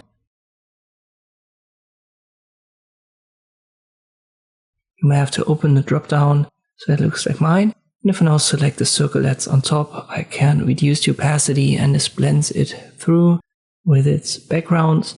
And that's what the blending modes basically do. They only do that to specific colors. So not the entire element. If I, for example, use multiply, only the overlap changes. And the rest keeps its color. On this I can create such simple logo design effects that are actually pretty common.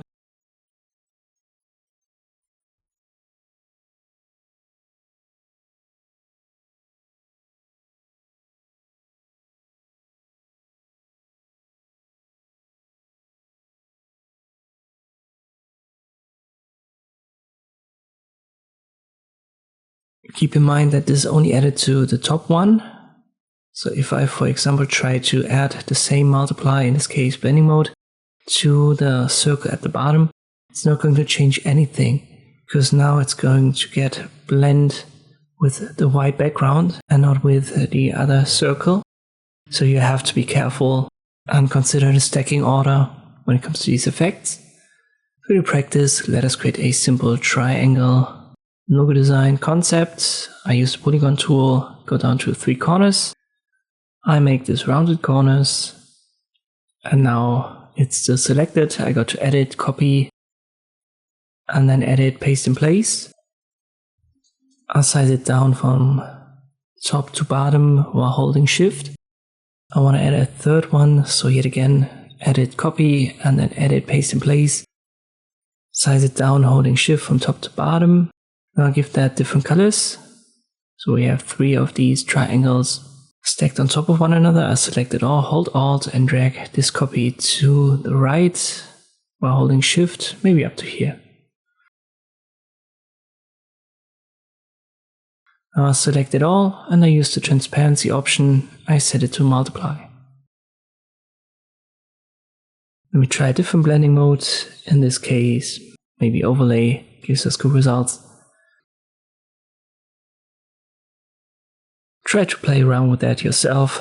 As always, only practice makes perfect, and then come back for the next chapter. There is a blend tool inbuilt, but be careful to not mistake it with the blending modes. It also blends objects, but it's in a different way. Let's, for example, create two rectangles, totally different shape, and I give them different colors.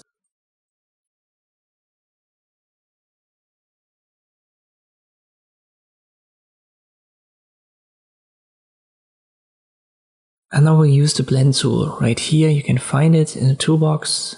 Left click on each, and then it blends shape and color.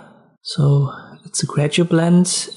And if you hold Alt and left click on an object, this blend options menu will pop up. And here you can define the specified steps. Let me make that 50. I confirm, left click again on both objects. And now we have 50 of these gradually blending rectangle shapes and colors. Specified distance, let me set that to 1 pixel. I do it again. And now we have almost a gradual transition, you could say. You can find the blending options under Object Blend once more. So if Alt left clicking on our object doesn't work, it can be found here. Here are also some more advanced options. For beginner, I would just advise you to not get bothered by it too much. What's important though is the expand. You can also find expand up here under Object. And expanding it is important because the shapes, the steps that are generated by this tool, they are seen by one object, you could say, by default in Illustrator. So if we want to deal with them individually, we have to expand that first. If you use this option, just make sure Object and Fill is checked. And now if we left click on it, we can ungroup it right here and then drag these individual steps out of there. Let me delete that and we'll do it again, maybe with a star and a polygon.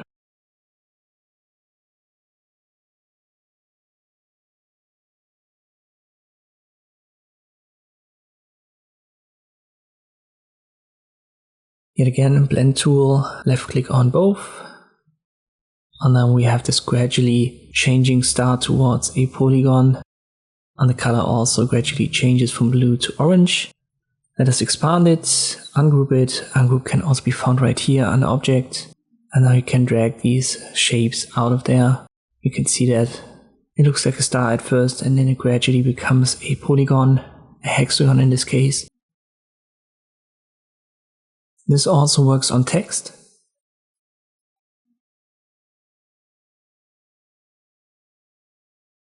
Oh, I misclicked here. Let me delete this and I use the type tool again, left click. Let me call that blend. I hold shift when I size it up. I hold Alt and left click drag to copy it.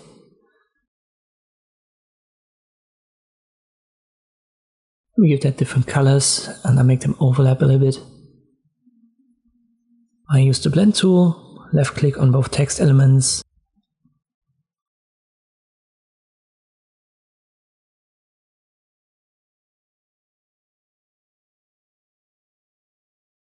Let me go to expand, then I ungroup it, I drag the top element out of there, make it black.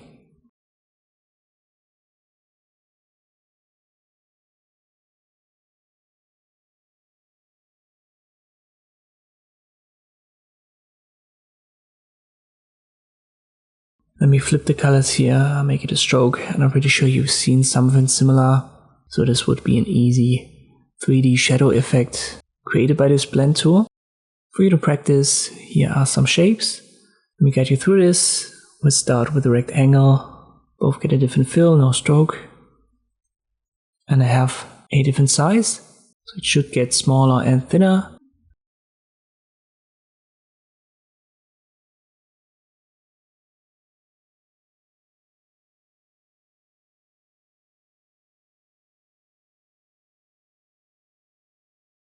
Use the blend tool, hold Alt, left click on it. I make it 25 specified steps, left click on each. This should be your result.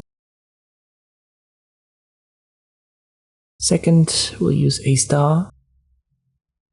We'll stick to the star, but we'll use different colors.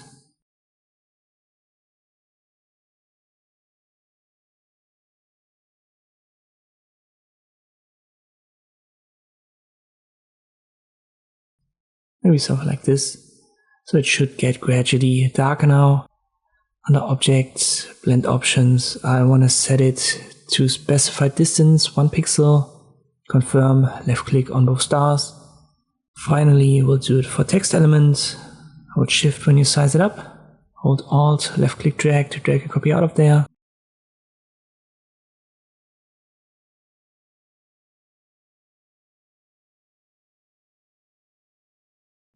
We use a different fill color for each, maybe something greenish this time.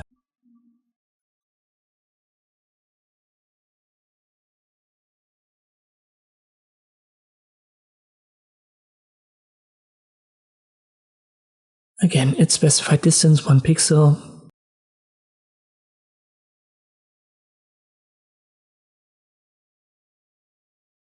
Now we have to expand it.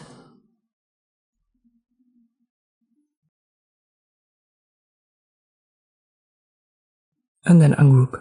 Drag one of these elements out of there, make it black, put it on top. And flip the colors. As you can see, you can create interesting effects with it, but it's totally different from the blending modes. A tool that you're going to use a lot is the Type tool. When you right click on it, you've got more options. We're going to take care of the basic Type tool first. Left click on the canvas and then you can type something in to create text. And this is then an element that you can resize and transform, just like rectangles, triangles, and all of these other elements. So you can left click drag.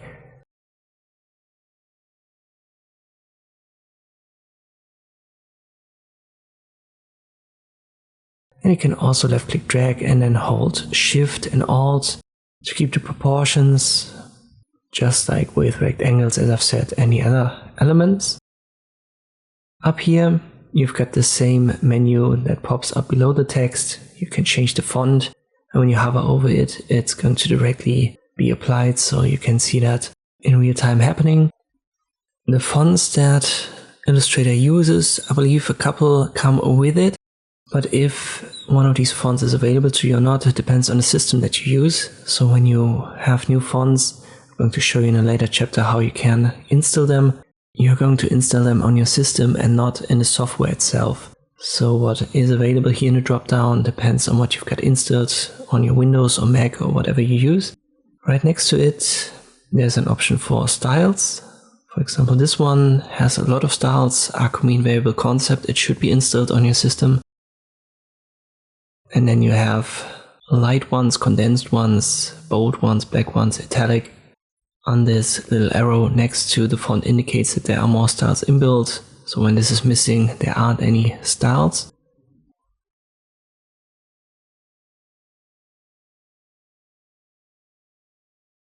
Then you've got the font size right here, and it can also be found up there. You can use an inbuilt size or just left click in this window and then type it in. If you want to have something bigger, let me make that 300. Points is the default unit for it. And if I resize that, you can see it gets adjusted. So this numerical value is now 545. Let us add a second line. You can quickly adjust any text element by using the Type tool and then left clicking on them. And then you have this blinking line that indicates that you can add more text. Just press Enter and type, for example, more text. Right next to paragraph, we can change the alignment. So by default, it should be left align, but you can make it center or right. There's also an option for bullet points.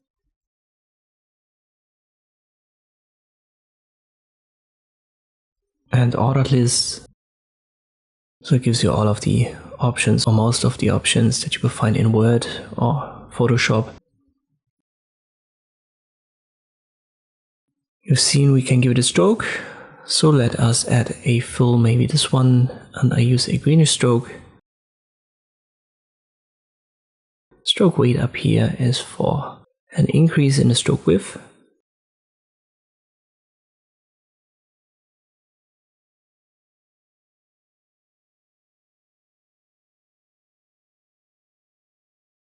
But we've got more options. If we go to Window and then Type down here, you can select a couple of more menus. We're going to go over all of them, but first let's check the character option. So left click on it, it should pop up. It's detached from the other menus. You can drag it here. And again, you've got the font, the style, size, but you also have this option for spacing between the letters. And above is the spacing for the lines. For you to practice these basics, try to recreate what I've got here.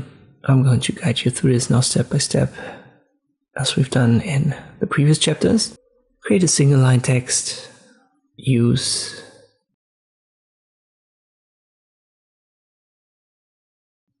Arcomean variable concept as a font. It should be inbuilt, and make it light italic. For the size, we'll go down to 100 points.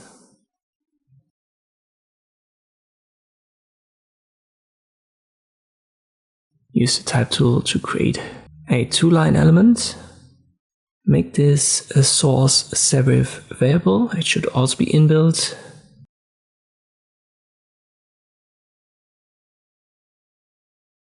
Align it to the left, make it a bold style, and increase the font size to 150 points.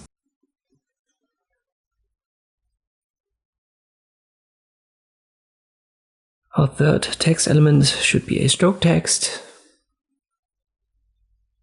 Pick a font that you like.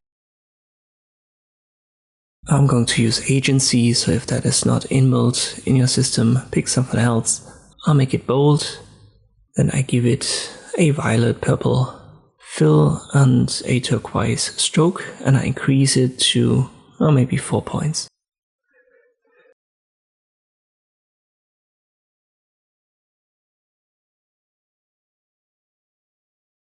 For the size, let us keep it to 150.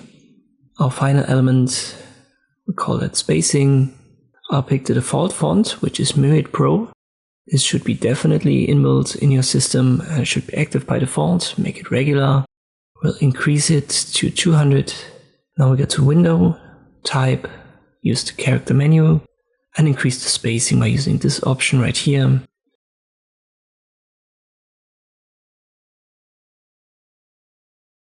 But let me set that to 200. Make sure to do that to get some practice and then come back for the next chapter. We've created text in the last chapter, but there's also a limit to this text. So if I wanted to, for example, put it on a circle, we can't really take this and then put it on a circle and transform it in such a way. But we have type on a path tools for that, the regular and the vertical, and they're relatively easy to use.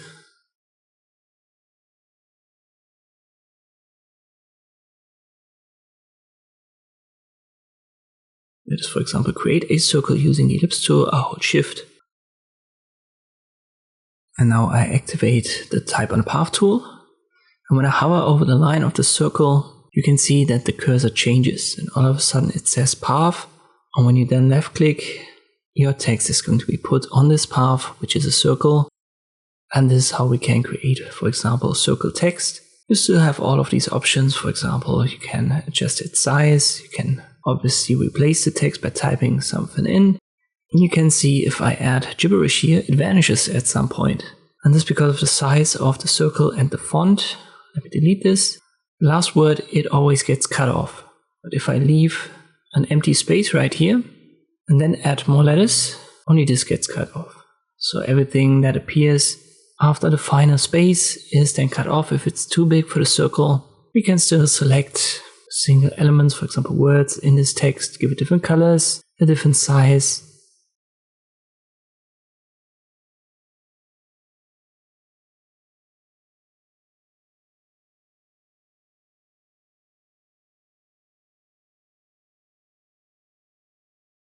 And we can also use our characters menu under type, so window, type, character, and let me increase the spacing. Or actually decrease it so that we don't have a cutoff. So you can still do all of that to text. It's just a regular text element. Nothing has truly changed. It was just put on this path. If you now use the select tool and you select this path, you can see these 3 long lines, and you can left click drag on them. It can be a little bit harder to select them. You have to watch your cursor. When you hover over them, over these long lines, your cursor will change, and then you can left click drag. First line here is to cut off text or bring it back. And the second one is for the position. So if I left click drag here, I can readjust the start point. I have to readjust the closing line here to bring the word back the last. You know what, let me close this bar here, we don't need it. I hide the bar, and now we have our third line here. I left click drag and now put it inside of the circle.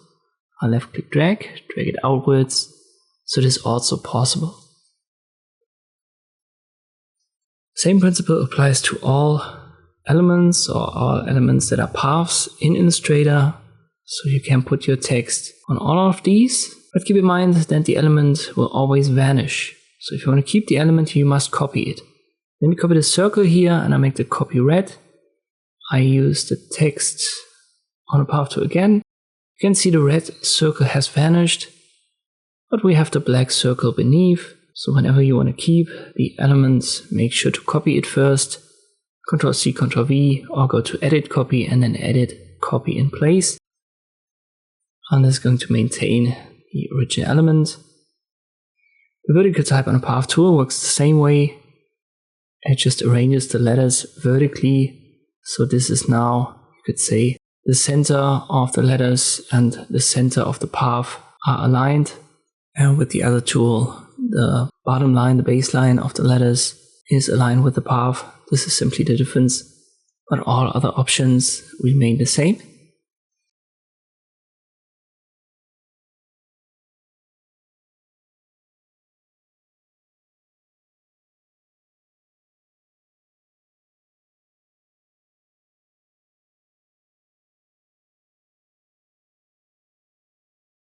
As I said, it works on all elements. So if we create a rectangle, use the same tool, hover over the path, left click. We've got it now positioned on this rectangle.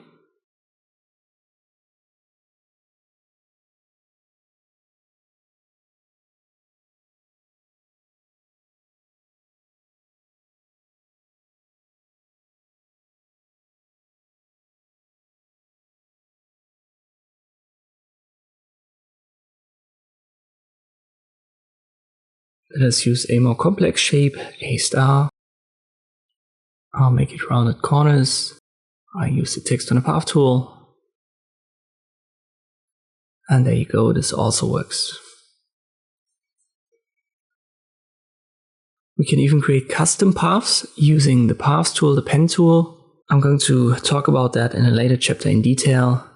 So don't worry if you're not really familiar with it. I'm just going to swap the colors here. I use the text on the path tool again, hover over it, left click. So you can even create these custom shapes, these custom paths, and use this effect. For you to practice, here are yet again a couple of examples. I'll guide you through all of them step by step, but if you don't want to have the solutions presented, I'll work your way towards it. Pause the video here, try to recreate them yourself. Now I'll show you how it's done.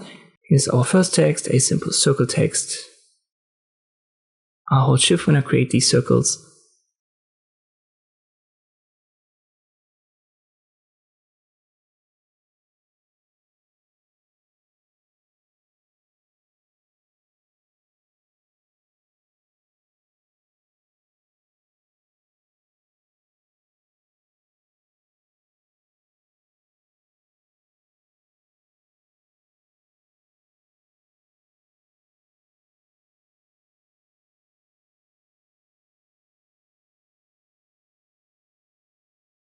Second element, the difference is that I've used the selection tool and then I've dragged this bottom line inwards to have the text inside of the circle.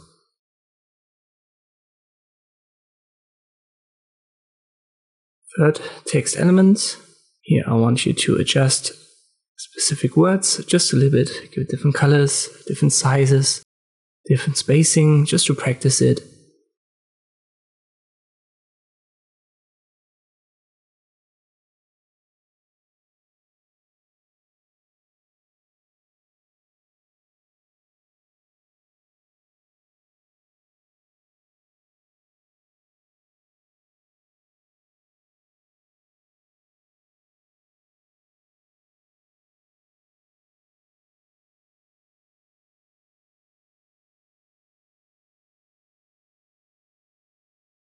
Then we use a rectangle for our next text element. I use edit, copy, edit, paste in place. You can also use paste in front.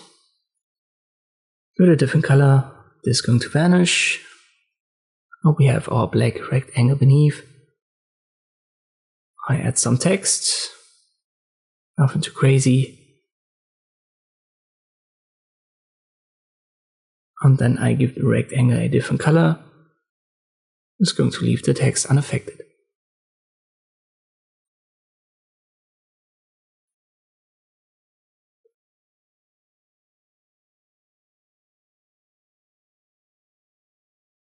Now I use the star tool. And I use the vertical text on path.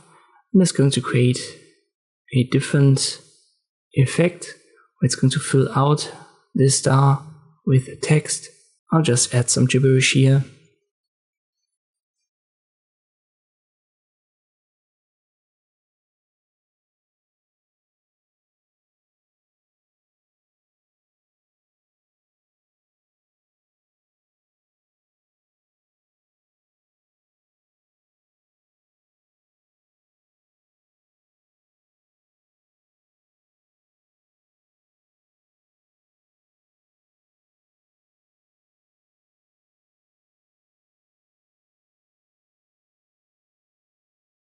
Keep in mind that when you swap the colors now, it's going to swap the colors of the text.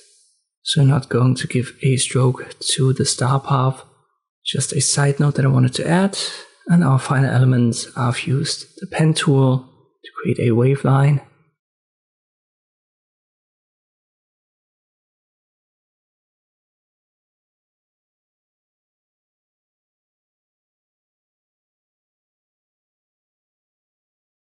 Here I swap the colors and then I use type on a path.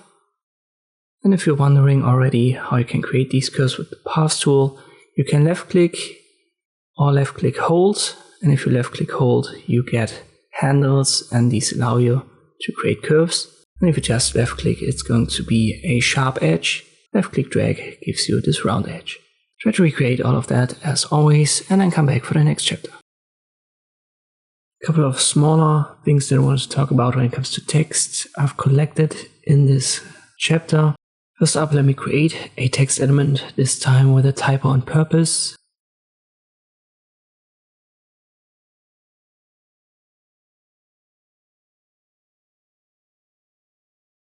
We have the type menu on top.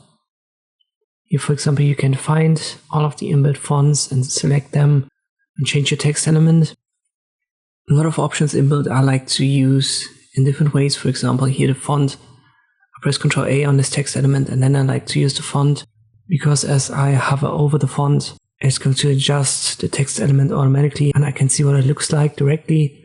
So this is what I prefer using. Just make sure that you've got the element selected. So when you've got it deselected, use the type tool, left click on it, and then press Ctrl A to have it all selected. Then you can adjust the font.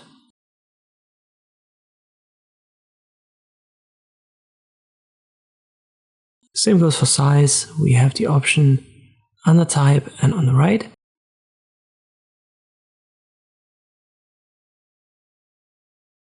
The glyphs, I believe that's the way you pronounce it.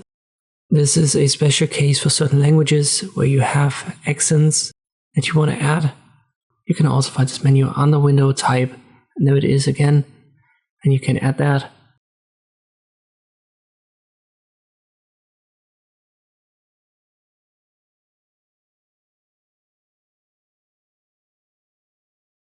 You can change the case, so uppercase, lowercase, and then there's title case and the default sentence case. Sometimes that's helpful. And by the way, I go over all of the stuff that I'm omitting here when we need it.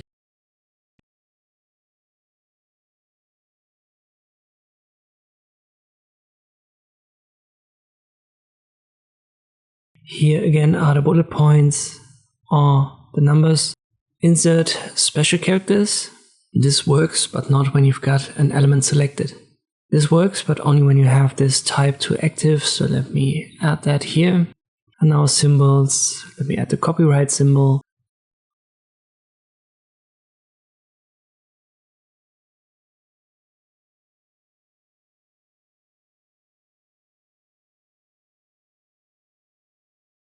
These are the usual ones that you need. Don't mistake that for a specific symbols menu, which is also inbuilt in Illustrator. We go to Window, Symbols, and here it is. There's a library inbuilt with lots of them, but these are more, you could say, icons. So not specifically text-based symbols. If you want to use them, you can just drag and drop them. For example, this one, left-click drag. And then you can treat this as an element like a rectangle, for example, and size it up holding Shift. As I said, an entire library is inbuilt in Illustrator by default, and you can add that here. It's a little bit different from these copyright trademark symbols that you can find under Type.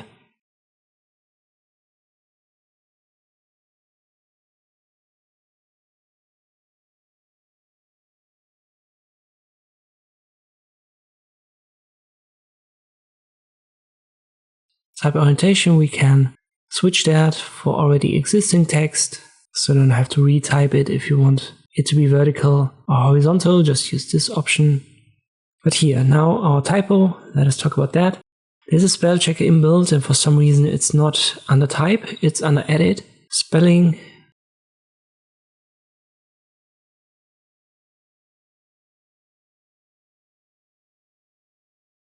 And here you can check the auto spelling, and now this is underlined to indicate that there's an error. And you can go to check spelling to have the menu just started, and it runs through the text, highlights what might be a typo, and then it gives you a couple of suggestions. In my case, I want to have text, so I confirm via change, and then I confirm via done.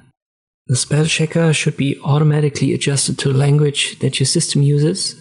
In the intro chapter, I showed you how you can change the language. If you don't want to have English, make sure that you've got a different language installed when you install Adobe Illustrator, and then the spelling should automatically work for this specific language. By default, the auto spell check is off, so let me uncheck this again. As I've said, it's just a collection of smaller tips when it comes to text. Try them out yourself, and then come back for the next chapter where I will give you another project. You can install a font in Adobe Illustrator, but it's not really inside of the software itself. You have to install it on your entire system. I've talked about that in an earlier chapter. But let me guide you through this. We can, for example, go to a site called thefont.com. Let me switch to the English version here. And then pick one of these. Normally, they are free to use for personal projects. Let me, for example, use this Colag here.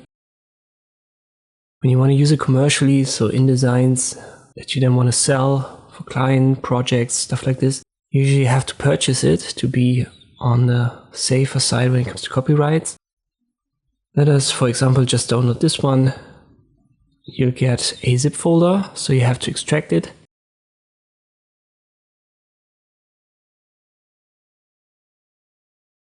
Once you've got it extracted, you've got an unzip folder, double click on it. And here's either OpenType or TrueType. Both should be valid for your system, at least when you use Windows like me. I open one, and then you can install it right here. Click on install, and then it's installed on your entire system. Let me check the TrueType. I install it, and it tells me we already have it, so I don't have to install it. Again, it's OpenType or TrueType. Both should be valid. And let's get back to Illustrator. It was called Colag, so let me find it.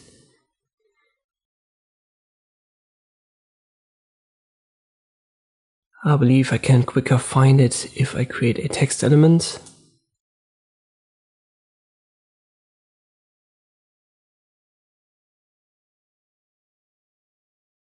But now here it is. So Illustrator found it directly.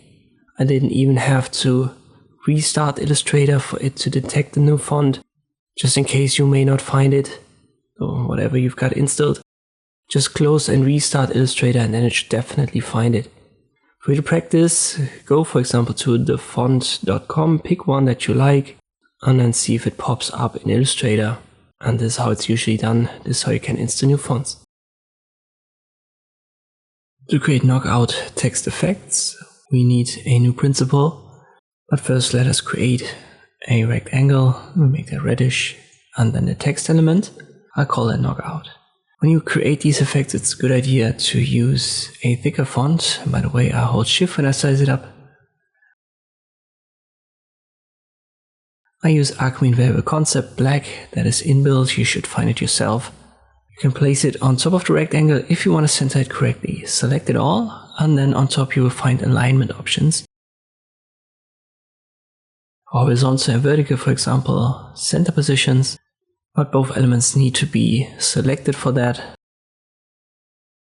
So make sure that you left click drag over both. Second principle, we need to use the Pathfinder tool. But for that to work on text, we first have to expand the text. Because right now it's a text element and we want to expand it so that it is more like a shape, more like the rectangle underneath. So therefore we go to Object Expand, Object and Fill are checked, I confirm. Now select both. Pathfinder can be found under Window, it's the Pathfinder menu. And here you will find the second option, which is minus front. Again, both of these elements are selected, and then the text is in front, the rectangle in the back.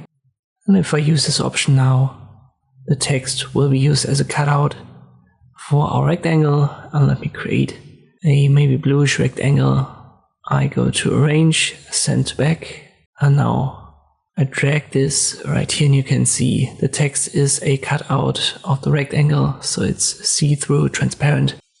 And this is the principle that you can use to create these effects. For the practice, here is a simple example. I'll guide you through this. We create a polygon, a hexagon, 6 corners. I'll hold Shift.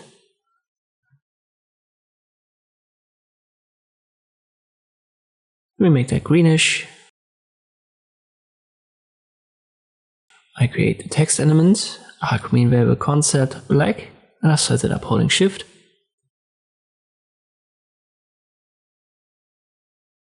Don't want to have it too big. Something like this. I select both, and now I align it to center vertically and horizontally.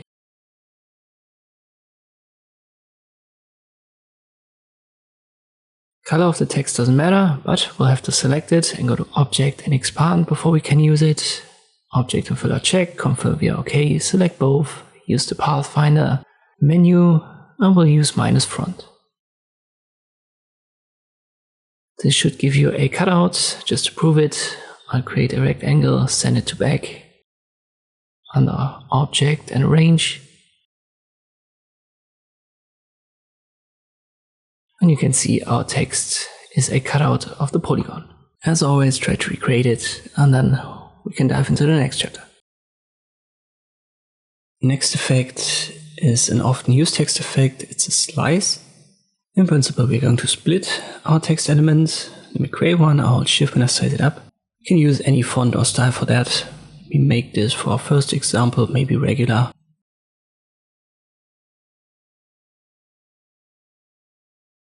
There's a text element. To work with it as a shape, we need to expand it under Object.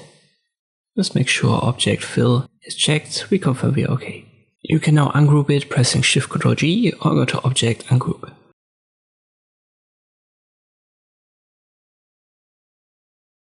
Next up, we'll create our slice line. To do that, I use the pen tool, left click again, and then close the shape outside of the text. Something like this should be fine. But let me give it a different fill so that we can see it properly.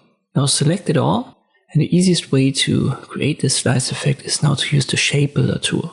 We haven't used that tool yet. Shift-M is the shortcut for it, and I'm going to go over the details of this tool in a later chapter. Just follow me here step by step. It's actually pretty easy to use. Everything that's selected is now detected as a shape, and we can hover over that and then either create it as a shape or delete it as a shape. Just watch the cursor, there is a little plus sign, and when you hold Alt, this sign turns into a minus. So when it's plus, you're creating the shape. When it's minus, you're deleting it. For example, I want to get rid of this big red element. So I hold Alt, cursor is minus sign, then I left click, and it's gone.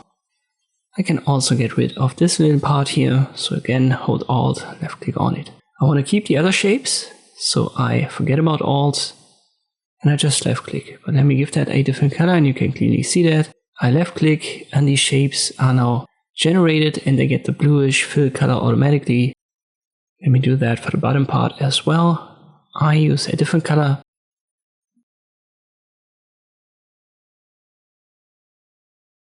When you forget a little element, for example here, just reselect it, use the Shapebuilder Tool again. In this case we needed this mint green color, and I left click on it.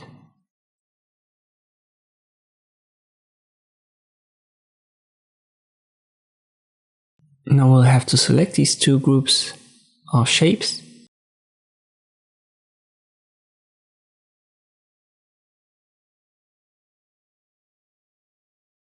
Now I've got this one added to the selection and I need this one on top, so I hold Shift, left click on it to confirm, and I hold Shift and click on this bottom part of the D to get rid of it in our selection, and now we've got what we need. You can now press Ctrl G to group it, or go to Object and Group. Same for the bottom element. Oh, but there's a little reddish part, we don't need that, let me delete it. Again, Object, Group, and now you have these two parts of the same text.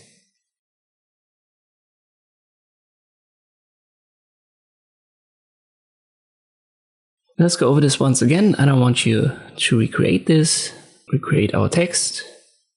This time I'll make it bold.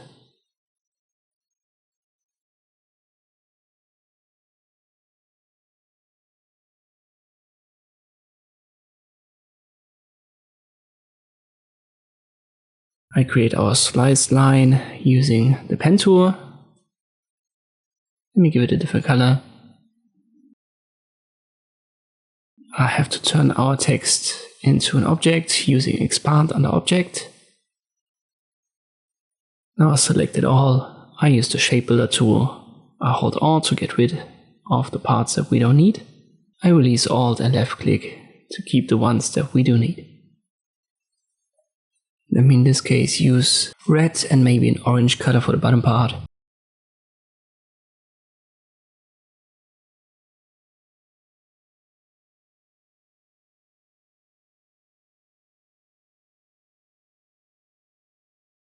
Now we'll select, let me select the bottom part.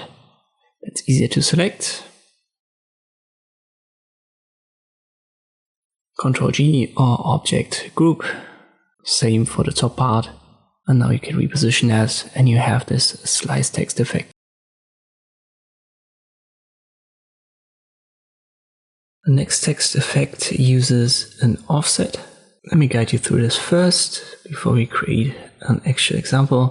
I'll shift when I size this up. Now I want to copy it and paste it in the back. To do that, we use Ctrl C and then Ctrl B. For paste in back, it's Ctrl B.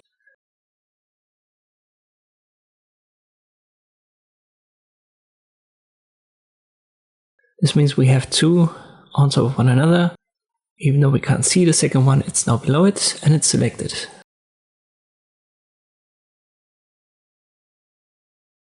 Let me make that red. It's below the black one so that we can't see it. I go to Effect, Path, Offset Path. And now we can see it because now it's 10 pixels bigger. Previous checked, and I can go up, down, and you can see it. You can adjust the join. Let me stick to middle, and I confirm we are okay.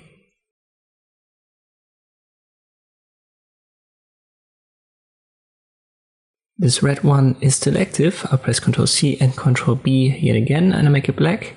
Offset path once more. This warning message might pop up. Just confirm it. And now we've got a black offset for the red offset. And you can do that time and time again to create more and more and more of these. It's always the same process. Ctrl C, Ctrl B, change the color, and then use the offset under Effect and Path. Now here's the project that I want you to recreate. It only uses black and white colors, and it uses two offsets. Process is the same. We use Shift to size it up. Then Ctrl C, Ctrl B. Switch this color now to white. This is for the text in the background. We go to Effect, Path, Offset Path, 10 pixels, Ctrl C, Ctrl B. Change the fill color to black. Effect, Path, Offset Path, 10 pixels. and this should be your result. As always, try to recreate it, and then I've got another text effect in the next chapter. As I've mentioned a couple of times, we can create the same effect in multiple ways. For example, we could create a drop shadow effect manually. We have this simple text element here, and now we would have to copy it, Ctrl C, Ctrl V, and then we would go down with the opacity. You can find it right here, one step above, where the blending modes are. We'll go down, I don't know, let's say to 50%. And now we need to add a blur. You will find a Gaussian blur, for example, right here under Effect.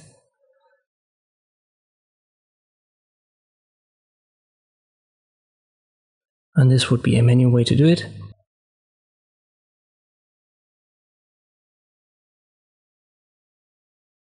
But there's simply an inbuilt function that allows you to do all that in one menu. So let me create another text element. And now instead of doing it manually, we'll just go to Effect, Stylize, and there's the Drop Shadow menu right here.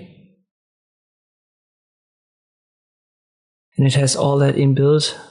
Let me set the mode to normal. But you can even blend it with the background. Here's the opacity, diffuse that. Offset X and Y for the position. I've dragged it around, but here you can do that numerically in X and Y axis, and here's the blur.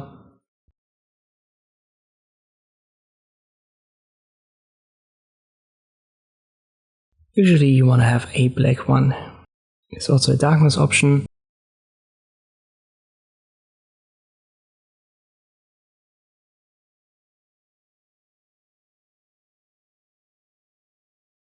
And there you go, the effect looks somewhat the same, and this works on any font. So let me just pick a random font here, and I'll show you again. My advice to you would, whenever you can create things in multiple ways, try them all out and then pick the one that feels natural or easiest to you. In this case, there's a reason this menu exists. It makes it a little bit quicker and easier to do, I think. Two more type tools. These are called area type tools. Let us go back to the pen tool and create a path. I flip the colors and we've already used type on a path. So this arranges the text on the path itself. But what if you wanted to cover the area below the path? And this is what these area type tools are for. I'll create another path, swap the colors. And now below this curve, we want to have text, and we can use the area type tool or vertical area type tool for that. Once it's active, hover over the line and then left click, and then this area is being filled. When you activate this tool, you can just regularly select this text, give it different colors, sizes, fonts. So this is still adjustable.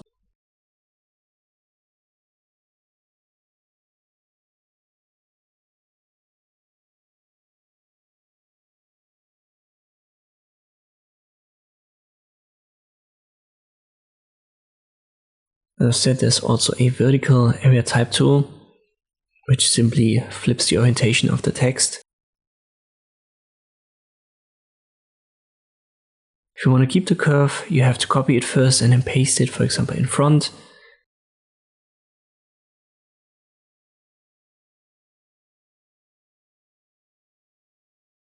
Edit, copy and edit, paste in front. Ctrl C, Ctrl F would be the short keys.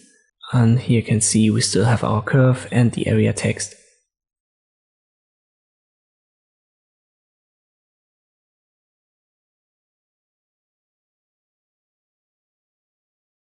Finally, the vertical area type tool, it flips it by 90 degrees.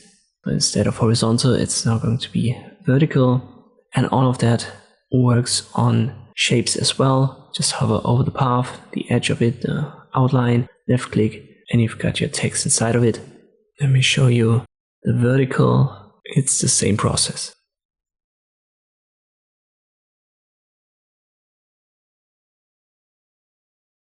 Try it out yourself. It's a good idea to create one of these curves with the pen tool and then add horizontal and vertical area text. The final type tool that we've got is something that I rarely use. Let me create a text element first. Nothing too fancy, just a text over multiple lines, some characters, stuff like this.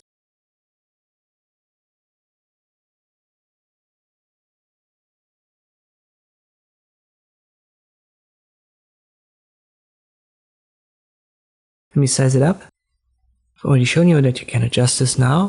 So every text element that is still a text element can be adjusted via these text options, for example, by changing the font.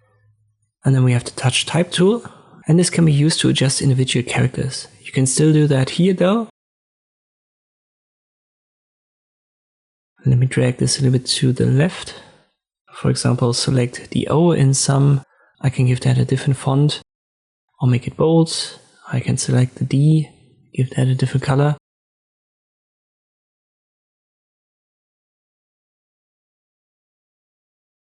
So this is still possible, but I can't really drag these individual characters out of line. And this is where the touch type tool comes into play. You can left click on one of these characters and then you can adjust only that. You can, for example, rotate it, drag it to left and right, up and down, and then change its baseline. So this is something that the other type tools can't do. For lower caps, you can also use these options right here, which makes this a superscript. As I've said, I rarely use this tool. Use cases are very limited and you can't select multiple characters by holding Shift, for example, and then left clicking, which would be a good option. So you have to really adjust these characters one by one. Always left click to select and then you can drag it around. Try it out yourself. Maybe you find more use cases for this tool than me. And then we've got some more text effects to work through. There are inbuilt graphic styles that you can apply to shapes and even text. Let me create a simple text element. And I copy it a couple of times, Ctrl+C, Ctrl+V.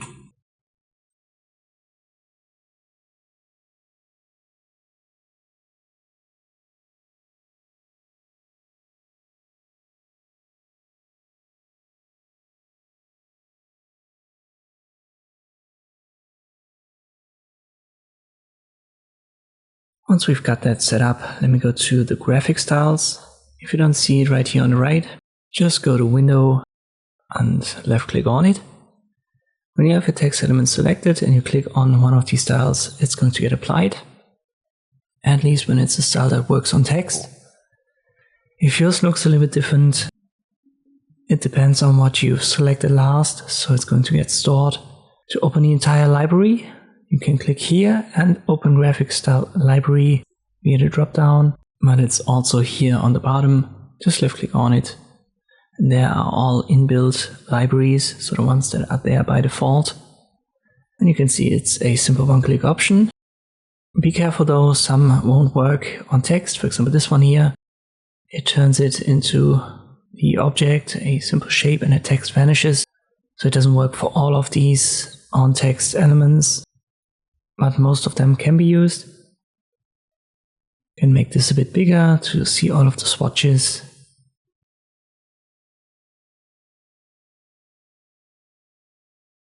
Here are specific type effects.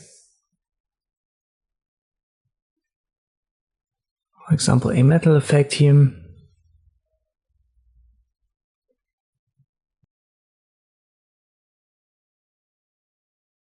A little bit of a different effect is the additive category. So here the text elements are going to get multiplied to have such effects created. So this is not really something that you want to use on text. But as I've said, most of them work. Try it out yourself. It's easy to use one-click options. You just need the graphic styles. And the text is still editable.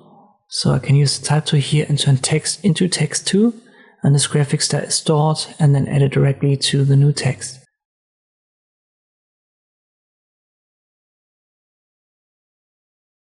So even if I change this text, for example, completely,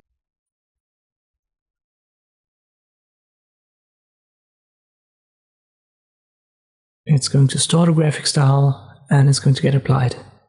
No specific project for this chapter as it's really easy to use, but still try it out, add some styles to your text and then come back for the next chapter.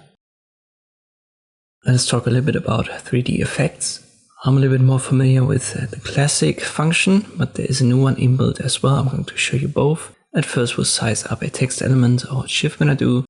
Doesn't matter what font or style you use, it works on any. We'll just go with the default, Myriad Pro regular. Then under effect go to 3D and materials. As I've said, here are the new ones, and here's the classic. Extrude and bevel is usually what you want for a text element. There are a couple of defaults for isometric, off-axis angles. You can pick them and then they get applied directly using the correct values for the angles, but you can also drag this cube right here and then you see this text element getting rotated. So left click drag, you can use numerical values.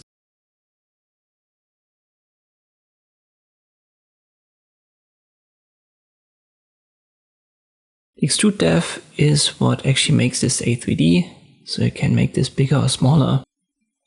For text, you don't want to go too high, because at some point you're going to have overlaps, and this is going to make the text vanish. You can reapply this effect, which is then going to be put on top of it. For specific effects that might make sense here and there, but for the regular 3D text we don't need that, so I just cancel it. As you can see, this 3D extrude now gets the same color as your text color was, in my case black. If you want to work with that, we'll have to expand the appearance first on the object and then ungroup it. You may have to ungroup it a couple of times until you can't do it anymore.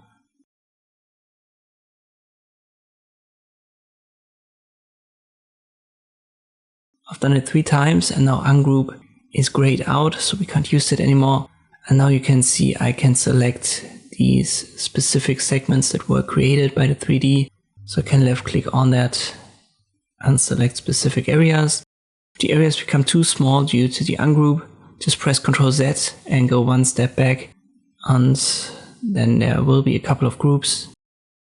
So if you don't want to have all of these smaller segments active or detached from the group, don't ungroup it fully. And here I can now recolor them one by one.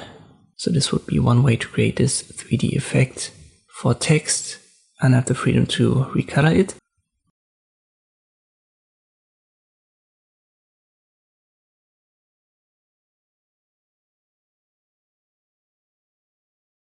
Now let me show you the new menu. It's a little bit more complex, more options. I use the same text, Myriad Pro, regular, and now 3D and materials. Looks like this. Good news is you can now directly left click and drag on the text element with this cross and adjust it. Or you can use numerical value sliders for the 3 dimensions and perspective. Here's still a depth below, it's set to 50 pixels.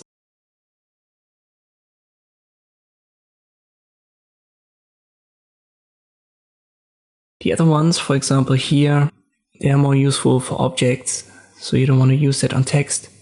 We will be coming back to that when I show you a couple of effects, 3D effects for objects. Here we still have our defaults, so isometric for example.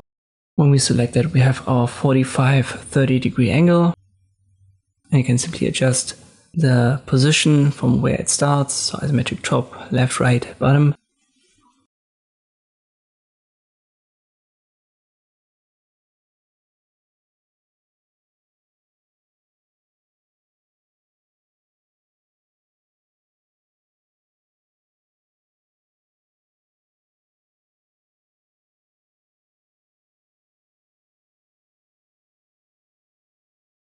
This one's still pretty easy to understand.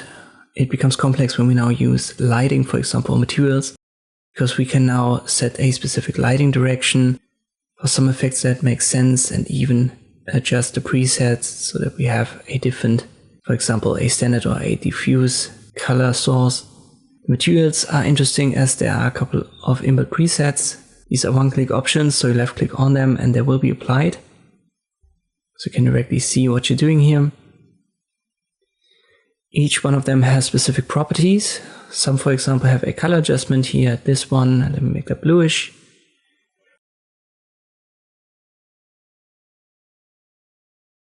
Some don't. So for some, you have to live with the color that's given in the default.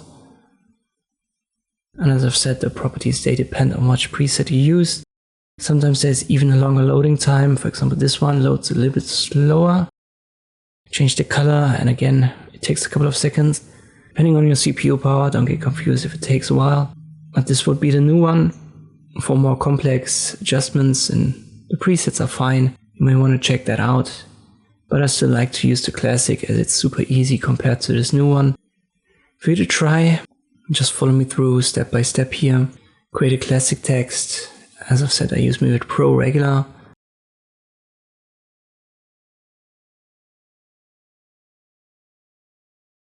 And I use the 3D Classic Extrude and Bevel, and I use -25, -30, and 15. Perspective, go a little bit up to around 60 degrees.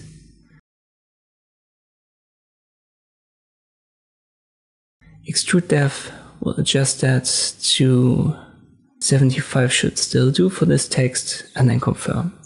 And now we want to recolor this, so we go to Object, Expand Appearance. Then we have to ungroup it, so we can ungroup it further. And now I want to select the front parts. I hold Shift and left click on them, and I give them a reddish color.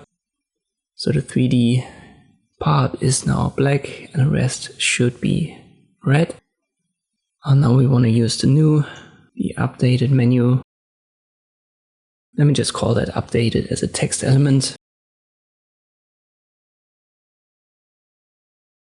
And we'll stick to Movit Pro.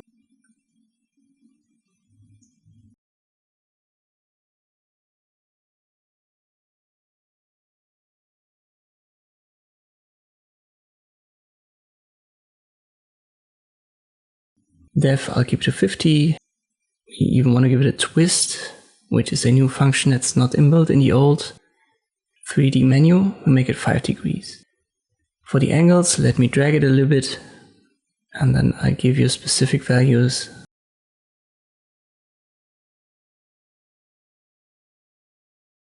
I like this. You make this 22, 10 and 12, and for the perspective, let me go to 50 degrees, and then yours should look similar.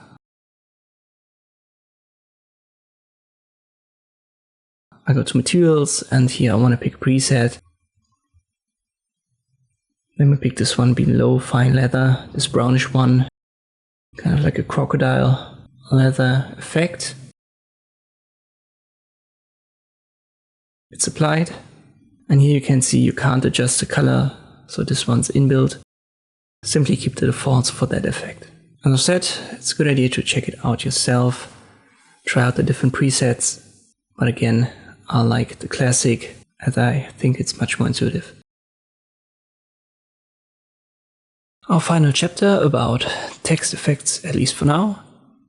We want to talk about warp effects, envelope effects, distort effects, whatever you want to call that. It all works the same way. Under Effect, Warp, we've got a couple of presets. Select one and you get that menu, and here in the drop down you have all the styles again.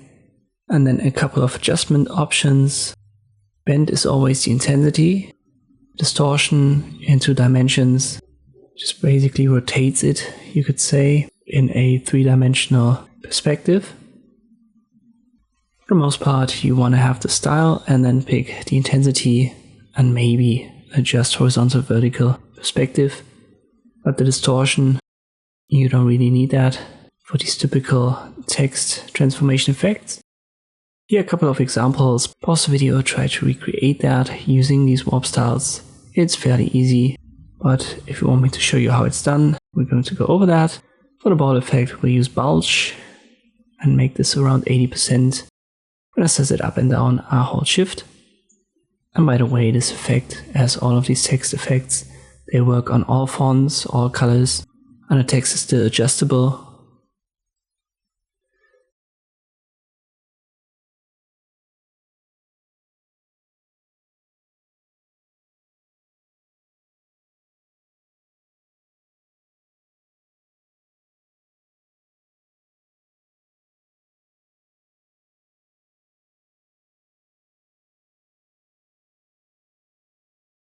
The fish effect actually uses the style called fish.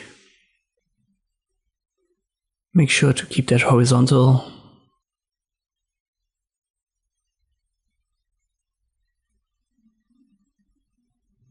Then we have a flag effect.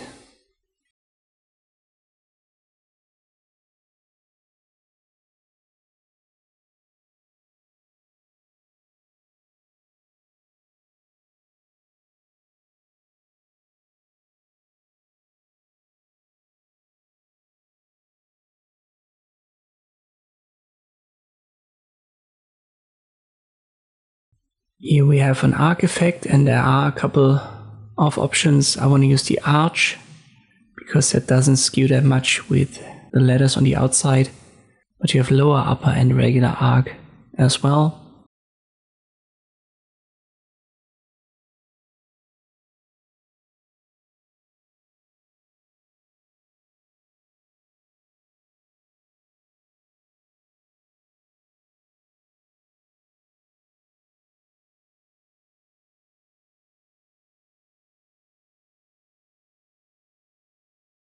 Here's a simple twist effect. Some of these look a little bit similar. For example, here twist could also be interpreted as a wave effect.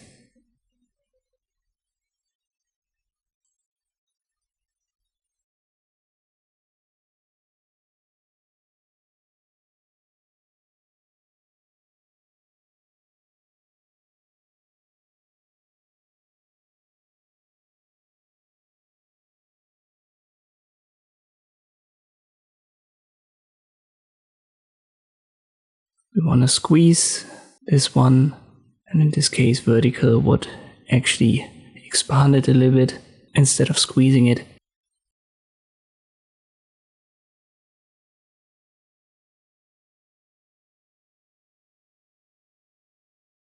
Here's the waves effect that I was talking about.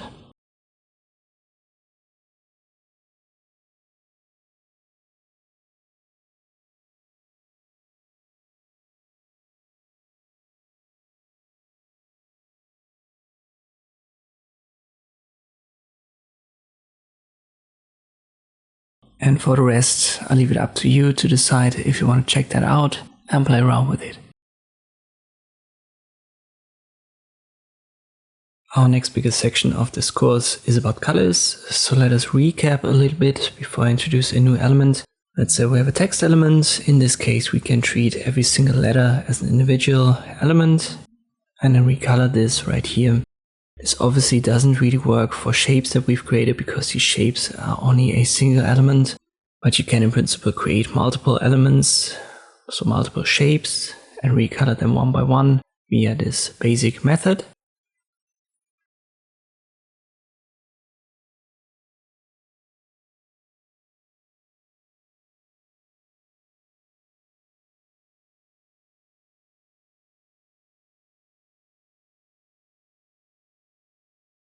But these are only the basic swatches that are shown by default.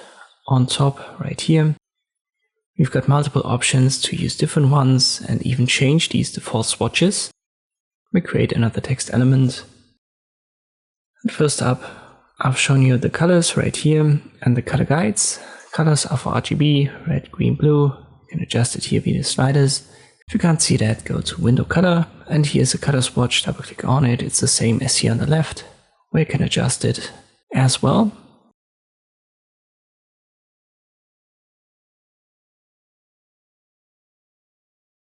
Color guides.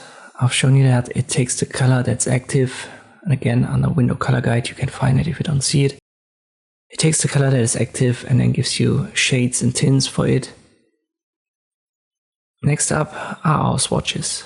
So these are the basic ones shown by default on the left up here. And we can pick them under swatches.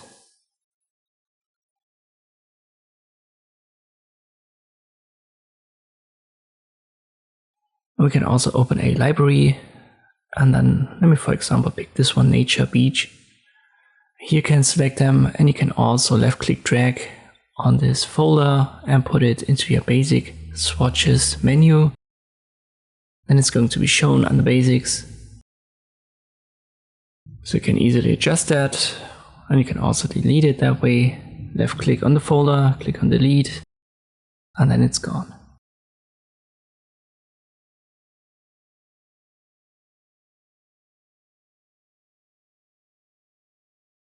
You can also edit these groups if you have a specific project to work on.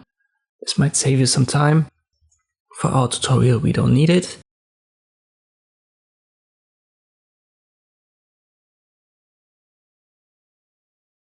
And then we have our graphic styles right here. We've used it on text elements previously.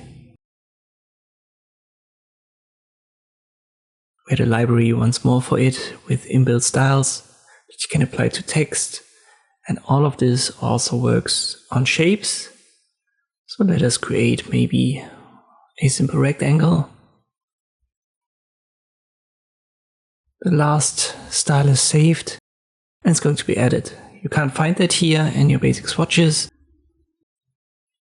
We can adjust this color like we did with the text, so under color guides.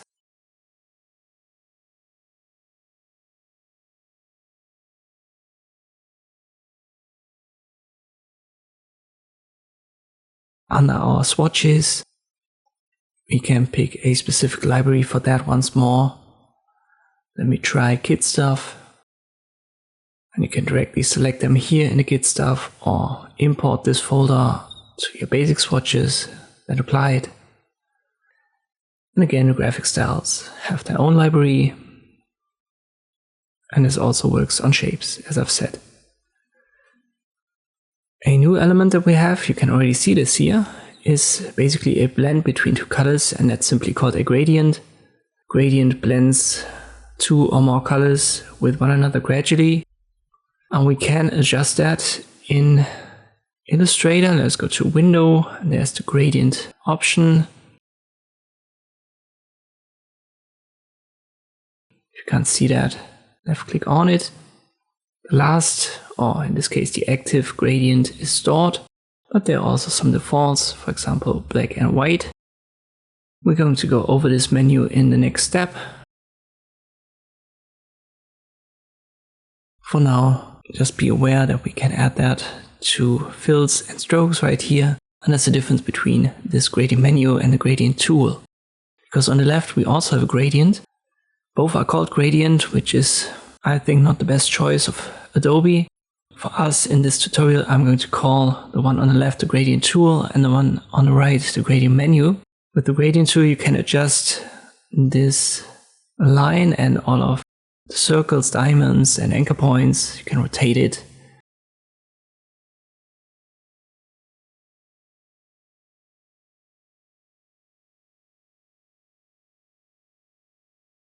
Reposition it, adjust the point where it blends. So this is all stuff that can be done via the gradient tool on the left.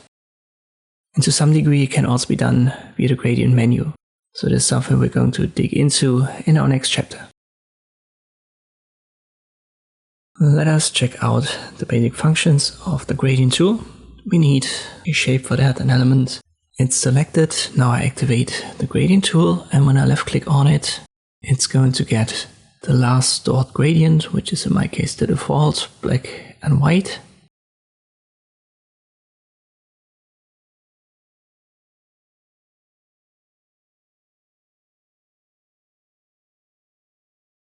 Let us do that again. I'll create an ellipse, give it a simple fill. I activate the gradient tool, left click on it, and now it's this typical white to black. Whenever there's a gradient on an object that was being created inside of Illustrator and you have it deselected, you can reselect the object, reactivate the gradient tool, and you should see the tool again. So let me select the ellipse, I activate the gradient tool, we can see it. I select both, activate the gradient tool, we can see it for both. You can't adjust it at the same time, so you can't select both of them and then have them adjusted like this. You have to adjust them one by one. First up, these circles are the colors that are used for the gradient. You can double click on them and then sample a color maybe from here, the RGB spectrum. Also use the sliders for RGB. You can use the swatches below and even the eyedropper tool on the left hand side of this menu. Same goes for the other circle. Double click on it, this menu will pop up, and you can use the usual selections here. But location is a little bit different. On location determines the position of this circle inside of the gradient. 100% would be fully to the right, 0 fully to the left, center therefore 50. If you want to add a point, you can hover over this line with your mouse, cursor changes, you can see a plus sign, and then just left click, and we've got a third circle. Let me put that to 50. Now it's in center. You can also see these white circles, and they determine the relationship between these two circles that are to the left and right of it. Usually they both get 50% of the space and then it blends, but you can reposition that. You can also rotate and reposition this line.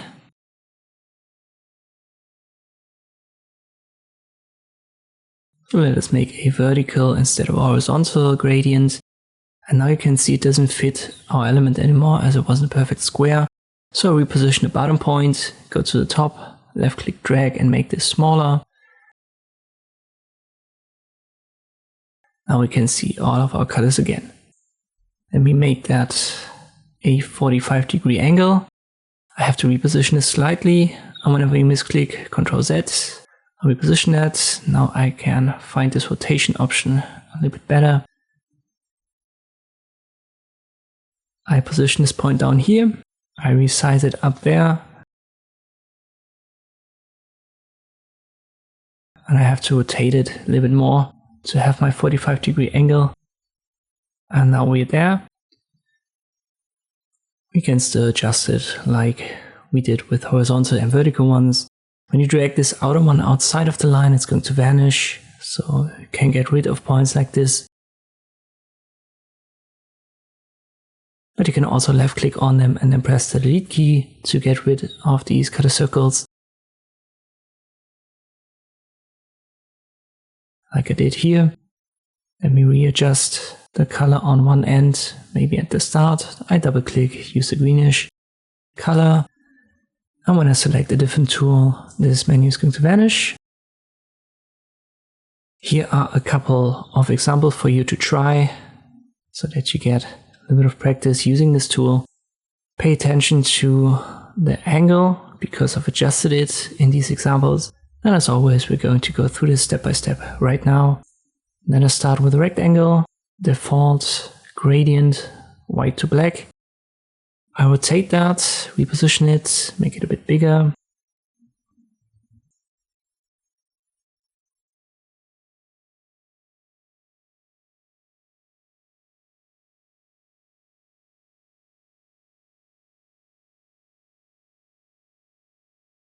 I want to have something like this. So it's a 45-degree angle. You may have seen it. Let's create a star. We'll add our gradients using the gradient tool. I use a reddish color right here, a bluish color right there.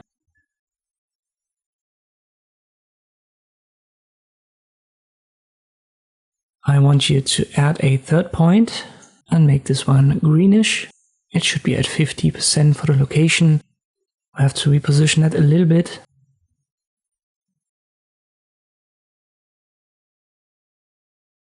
And for all the colors to be shown a little bit better, I want you to reposition these white diamond icons, drag them both a little bit inside so that we have red and blue a little bit more prominent.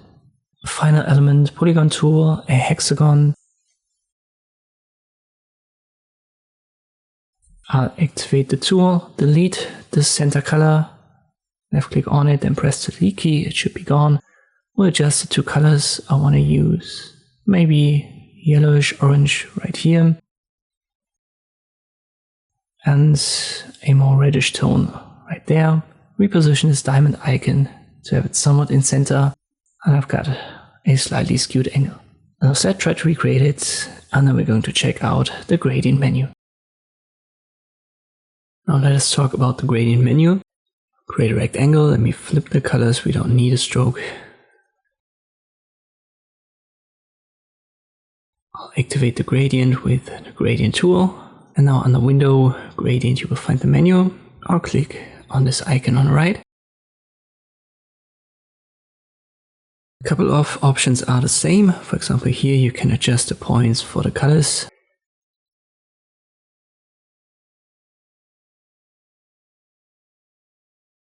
And the center for the blend between them. You can also do that numerically using location.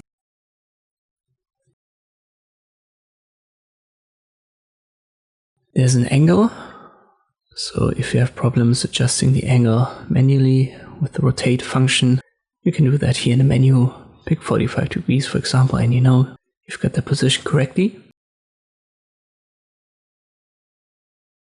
But there are a couple of extra options here that we don't have in our tool. For example, this drop down, which stores defaults.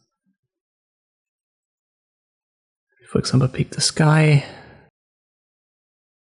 or this one. There's also a ring inbuilt. Some go to a transparent color, so some gradients involve transparency. We can add them to swatches if that's needed, so that they appear in our defaults. What you can also see here is something different. First up we had a linear gradient, and now it's radial. So this is more like a circle gradient, you could say, that starts at the center, and then it also changes the gradient tool.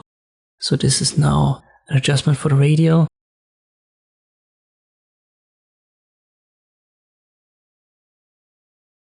We have a third option, which is a free transform gradient. So if that's needed, you can adjust the color positions here and add new points. All of this fun stuff. And to be honest, this is not really something for beginners, and the use cases are quite limited. I would say you're good with the linear and the radial for the most part, so I want to focus on that. One more thing that's important here is this swatch. So we have a fill swatch and a stroke swatch, which looks exactly like the one that we have on the left hand side in the big tool menu. And it works the same way. So if I make the stroke the foreground, I can now add a gradient to it instead of to the fill and make that bigger. And you can see the stroke now has a gradient that's different from the gradient of the fill. So whatever is in the forefront here is adjusted. Be careful, so when you apply a gradient and it jumps to the fill and you want to have it on the stroke, it might be because of that. Everything else is different, so you can double click on these colors and change them. You can sample them, use the swatches, the usual stuff. We can also reverse it right here, so that it flips the colors. And for stroke we have 3 more options. I'm going to show you them later on in one of our projects. You can apply them within, along, or across the stroke. It becomes obvious when I try that out.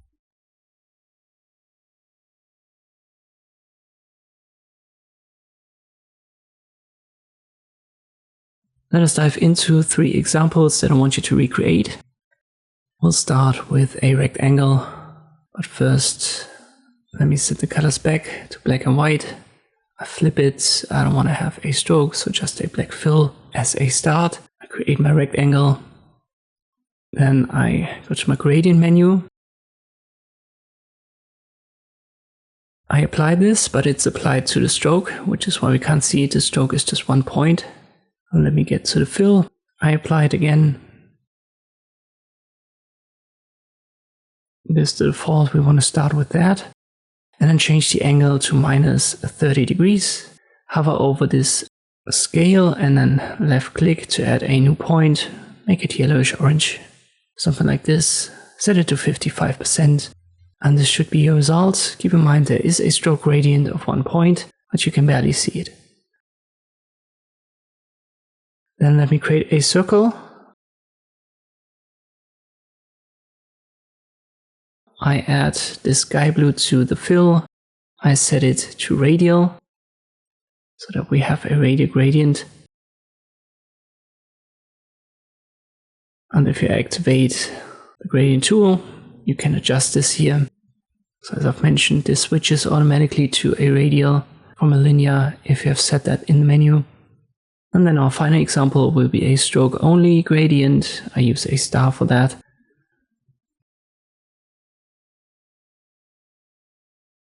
Let me set the fill to none. I increase the stroke to 25 points. and I misclicked here. I want to have that only for the stroke.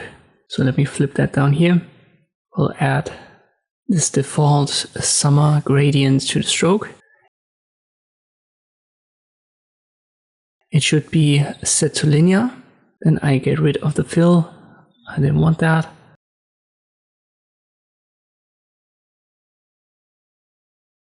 And now we can go over the stroke options. As I've said, here is an along option, and we want to have it set to across.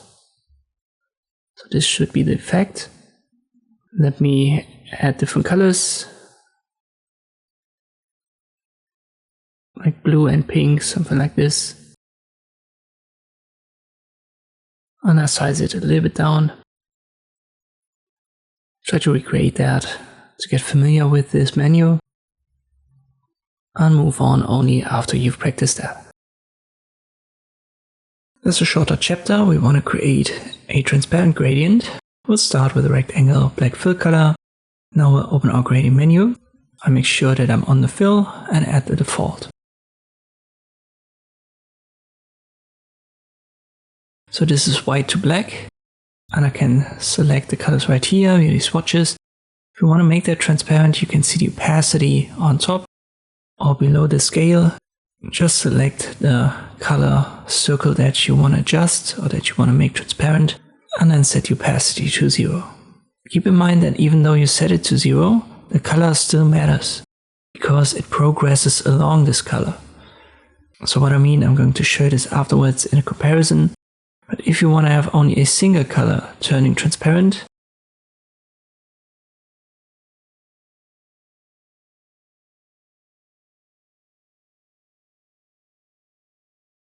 I misclicked here, let me delete this. You have to select the same color for both color circles. So I'm going to use this default red here, and I'm using the same color on the other color circle, but here the opacity is 0.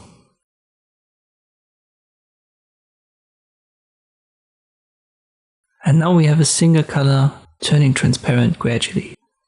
So this is what you want to do if you want to have color to transparency without any colors in between.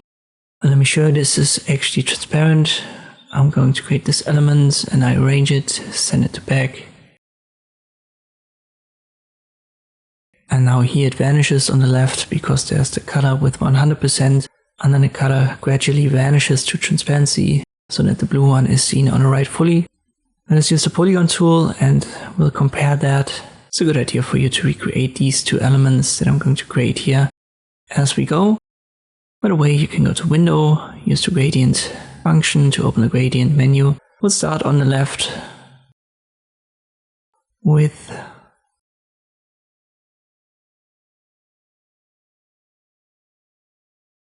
let me pick this color right here, a bit pinkish. I will set the opacity to 0, and on the right we'll keep it black. And now it is transparent on the left, but then gradually transitions towards this pinkish, towards a black color.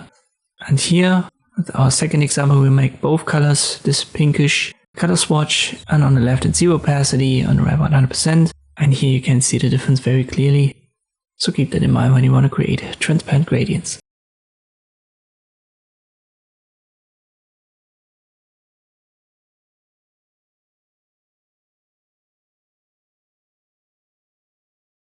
You can also apply gradients to text.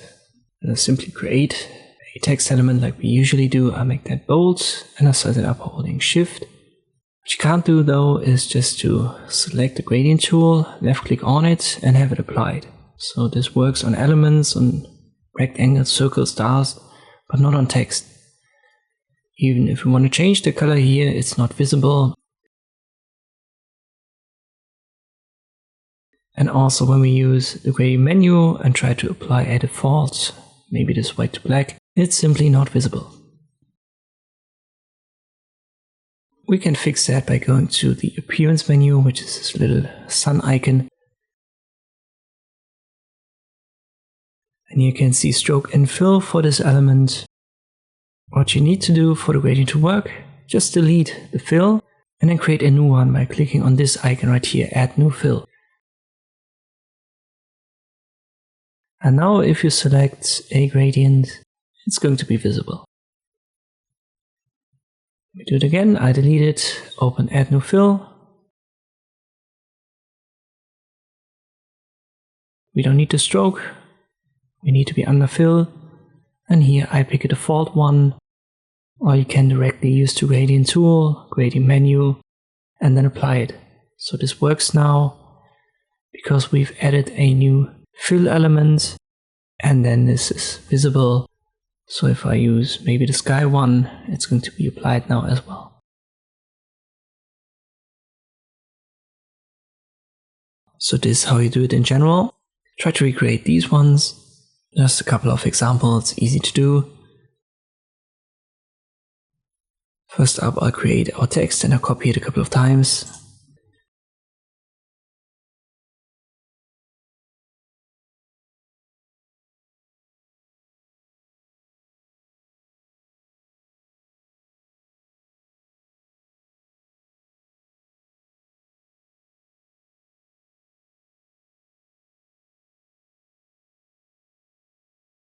First one, I want you to use the default and then change the colors. If that doesn't work in the gradient menu, you have to use the gradient tool first, change it, and then the gradient menu should work. It's a little bit glitchy here and there. I think Adobe should fix that in the future, but currently that's the way it is. I want you to pick these colors, for example, like red and yellow.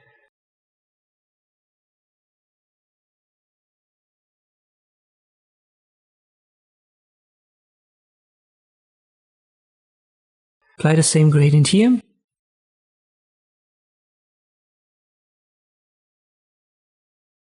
But now we want to use like blue, green, something like this, and then add a third point in the middle right here. Set its location to 50%.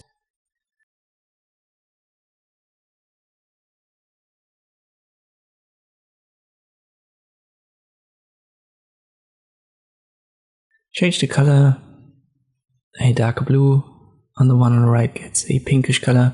So we can add more than 2 colors to a text gradient. For this one, I want you to apply a radial one. So again, we need to start here in our appearance menu. Add new fill.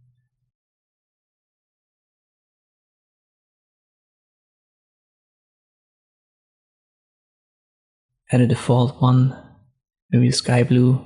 Switch to the gradient menu. And I want you to make this radial. So pick the sky, then click on radial. This also works on text. For the final element, we are going to do it a little bit differently. We've got a black here, and then we go to expand appearance on the object, and then object expands. Object fill are checked. I confirm we are okay. And now if we apply a default white to black, it's going to be applied to all the letters individually because all of these are now elements or objects. So we've turned that from a text into a shape, you could say. And therefore each of these letters, each of these shapes gets its own gradient. Try to recreate that as always and then come back for the next chapter. Let us talk a little bit more about the appearance menu. To use it, we'll create a text element. I call that stroke, size it up holding Shift, and let me pick a serif font. Maybe this minion variable concept, and I make this italic and let's say semi-bold. Appearance menu can be found here. It's a sun icon. If you don't see it, go to Window, Appearance. I've already shown you the fill right there, so you can add fill colors. And there's also a stroke, as you can see. You may not be able to delete the first one, but you can drag them around and switch the order. This is important. I'll show you why in a second, but let's get back to fill and stroke. You have your swatches. You can open the menus for them. For the stroke menu, for example, where you can adjust caps and all of this fun stuff. You can adjust the points, so the size of the stroke directly here. And right next to add fill is an add stroke option where you can add a stroke on top of the stroke.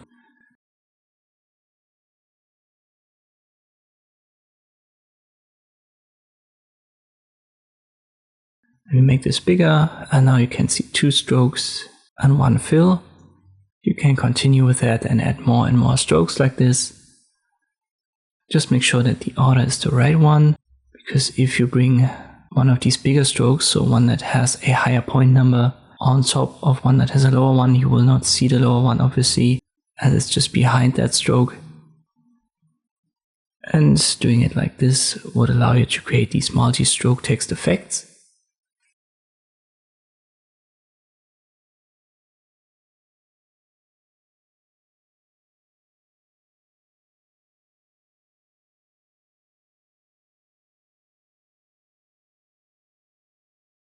There are also text FX, so effects.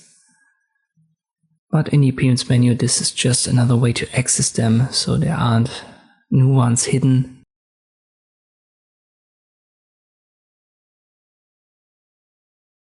Here it says FX, and it's the same menu. For example, you can use the inflate, and you will also find that right here under effect, 3D materials, inflate.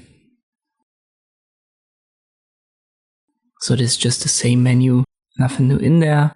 For example, here's the warp, arc. I've already shown you that in an earlier chapter. Let me close this. We'll go to effects, warp, arc. There's the same. There are also these galleries. You can open them right here. When you pick one, it should open up a new window. I'm going to go over this later on. But just yet again as an explanation, it's the same effects gallery here, photo effects gallery, that you can find in the top menu. Important is whenever you add an effect, it's now visible in this appearance menu as well, and you can access it with a left click on the name or the double click on the FX icon. And sometimes this is needed when you have multiple effects and you want to adjust only one of them instead of reapplying it. What I want you to create is a multi-stroke.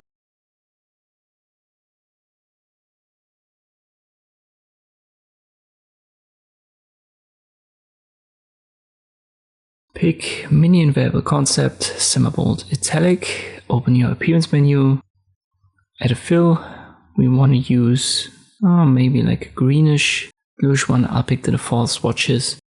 We'll start with this one, then we'll add a stroke. Make sure that the stroke is behind the fill, like this, so you may have to drag that down.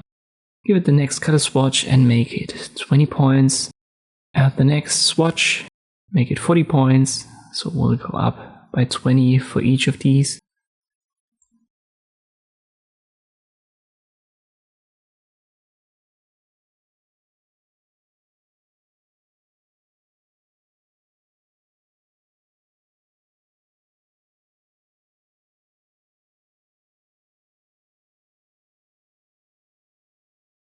And let me add one more with 80 points.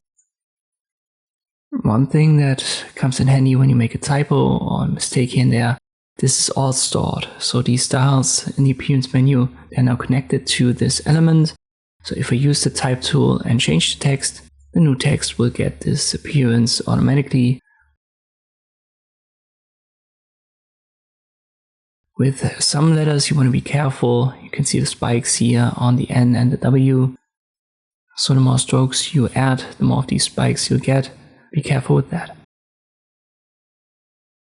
To round this segment up, I want to show you how you can add manually basically any colors, patterns, and textures to elements, text, for example.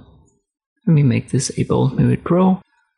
You can just Google or go to a specific photo website like Unsplash and then type in texture, and you will find lots of examples to choose from. I downloaded this one in preparation, and now I drag and drop it here into Illustrator. It's quite big, so it takes a little bit of time. But here it is. I have to size this down now. I want to rotate it. I place it on top of my text.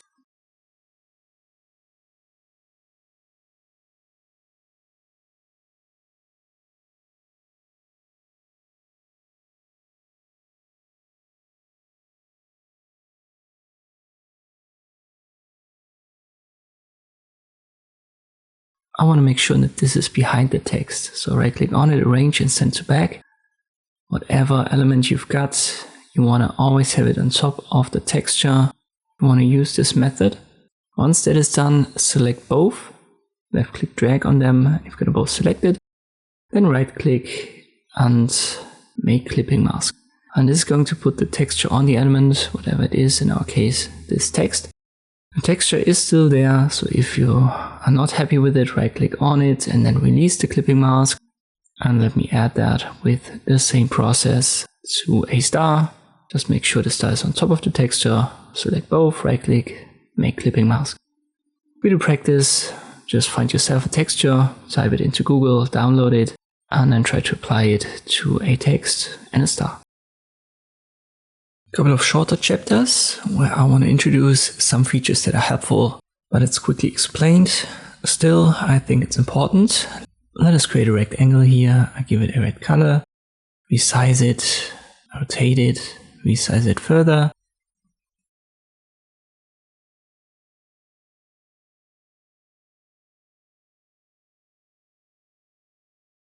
And I've already mentioned that you can press Ctrl Z to undo. This is a very important shortcut to memorize, but it's mostly Ctrl Z in almost any program, so I'm pretty sure you already know that. The opposite, a redo, is Ctrl Shift Z. You can also go to Window and open the history. And in history, all steps that I've done so far are stored.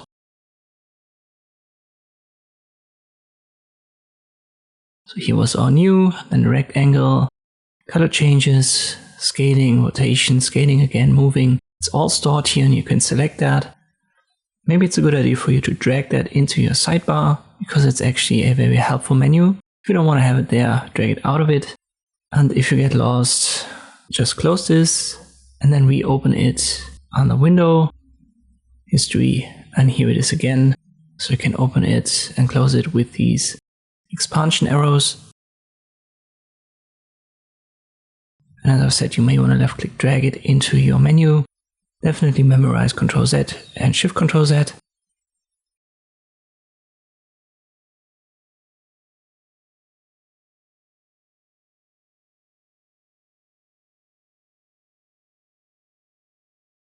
Before I forget, here are two icons. One is for starting a new document and the other one is for deleting certain states inside of your history. Try to get yourself familiar with it. The next little feature that's very helpful is the view mode. Let me create a couple of elements and I give them different features. I want to use text and shape elements, and some of them I don't give a fill color anymore. For example, here the second text, I get rid of the fill and then it's basically gone. But don't get that confused, it's still there. You just can't see it anymore because now it doesn't have a fill or a stroke. Same goes for rectangles, ellipses. Let me give that a stroke only and I get rid of the fill. So all of these elements are still there. I can even select them, or we can go to view and here are some screen modes. Don't get that confused. This is just for making this window look different. Buffet, presentation mode, trim view, pixel preview, overprint preview. This is the same. It just changes the appearance. What we want to focus on is the outline. And the shortcut for that is Ctrl Y. The outline mode, it switches to all of these shape outlines so that we can see them again. And you can always switch back from outline mode to preview mode, which is the default. We can only see the stuff that has a fill and a stroke color. But outline is very important when you deal with paths that you want to use for certain effects, especially when you get into drawing complex illustrations with a pen. This is something that's very important, so you may want to memorize Ctrl Y as well for the view mode switch. Let me create a path here. It looks like a weird shape, but when we switch using Ctrl Y, you can see the path again.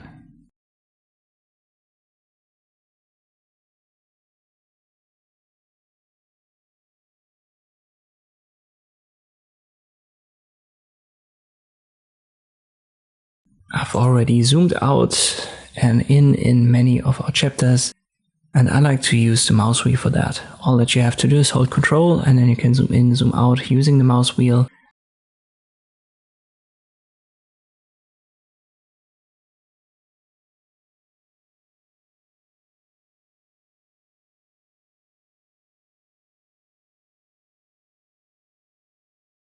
But there are other options as well.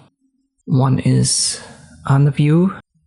You can zoom in increments.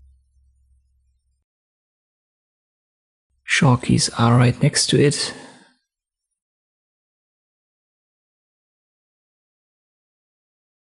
And there is also a zoom tool in your toolbox. You can left click drag, and depending on where you move your mouse, it's going to be a zoom in or a zoom out, or you can just left click, and if you want to zoom out you hold Alt and you left click. As I've said, my preference is to use the mouse wheel and holding Control. One more shortcut that you definitely want to learn is Control 0, because this switches everything back to this window fit size, so where you can see the entire canvas. It's the same in Photoshop, just press Control 0. Wherever you are, it's going to jump to this 100% view. Next small little feature that's very helpful is what's called the rulers. You can press Ctrl R to blend it in and hide it, or go to View, Rulers, and then Show or Hide Rulers, depending on what's currently active. Ctrl R is the shortcut for it.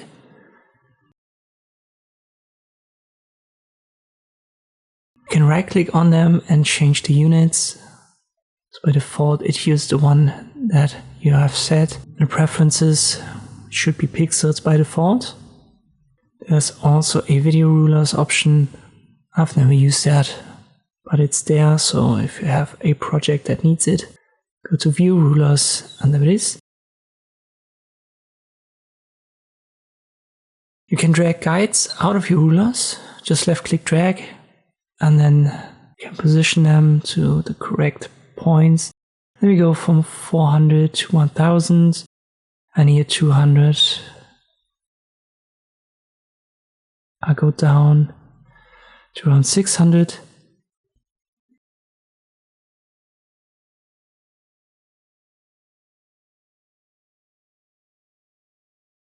And then I could use that to create, for example, a rectangle of that size.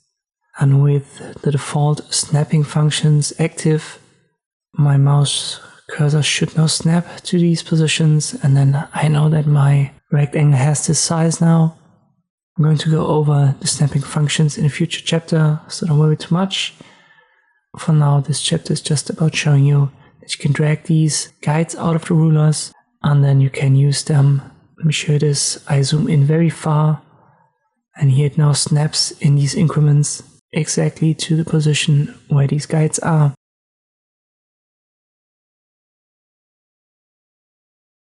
Here are the snapping functions. Once again, I'll go over them in a later chapter.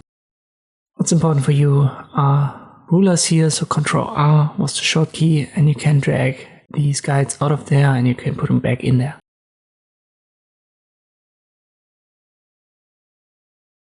Let's talk about one of these smaller tools that are nice to have. I create a simple rectangle here, and the canvas that you can see is actually called an artboard in Illustrator. And when you activate the Artboard Tool right here, you can see that this Artboard 1, you can drag it around with a left click drag. You can also hold Alt and the left click drag, which is going to copy it. And you can also hold Shift and left click drag, which allows you to select your artboards, for example both here. If you just left click drag on an empty area, you're going to create a new artboard from scratch. This option here is important. It's for the art that's on the artboard. So in our case, this element, if you uncheck it, we're going to move only the artboard and not the art. And if it's checked, we're going to move the art with the artboard.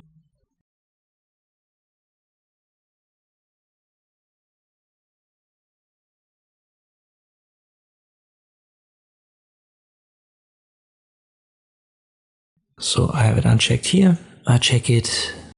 I hold Alt in both cases, and you can see I've got it once copied. with the art and ones without. You can double click on all of the artboards and adjust their appearance, their inbuilt presets. You can adjust the size manually, orientation.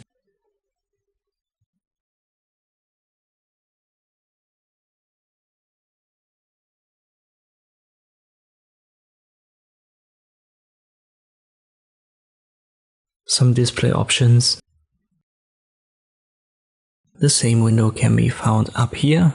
It's called Artboard Options. And here we have the orientation yet again, so we can flip it.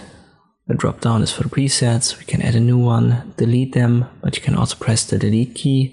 On your keyboard, just left click on an artboard to select it, then press the delete key. Now everything is a little bit unorderly, you could say. And if you want to put it in order, we have the rearrange all option here. Then we make that 3 columns, I confirm.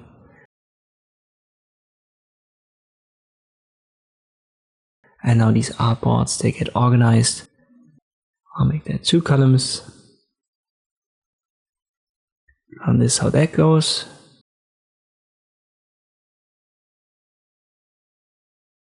You can left click on an art piece on your artboard, and if you press Ctrl 0, it's going to center this specific artboard. So wherever you are, wherever someone is active, this will be seen as the center. Let me select all, I delete it, and it will always leave you with at least 1 artboard. So even if you delete all, it's going to be 1 by default.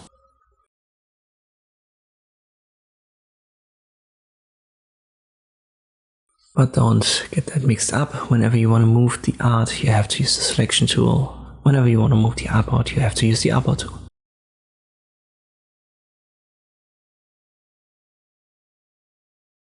This tool, as I've said, is nice to have, especially when you work on something like an icon set.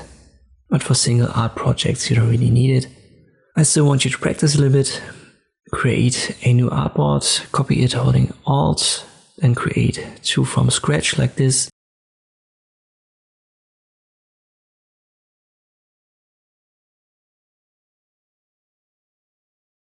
Use this plus sign to create a copy.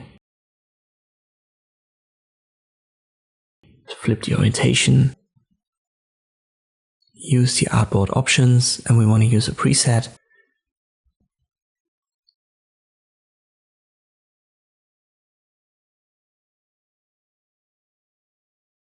Let me just pick the iPhone X. We're going to use that. Create a new one with a left click drag, double click on it. This time we're going to use an A4 preset.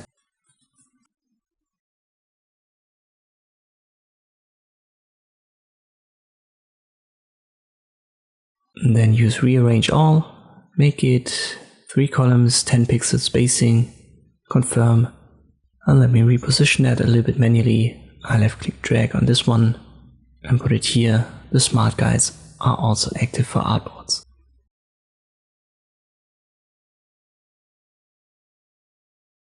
Try to do it to have this tool used at least once, and then we're ready for the next chapter. Already showed you a clipping mask, but it's worth it exploring this in its own chapter.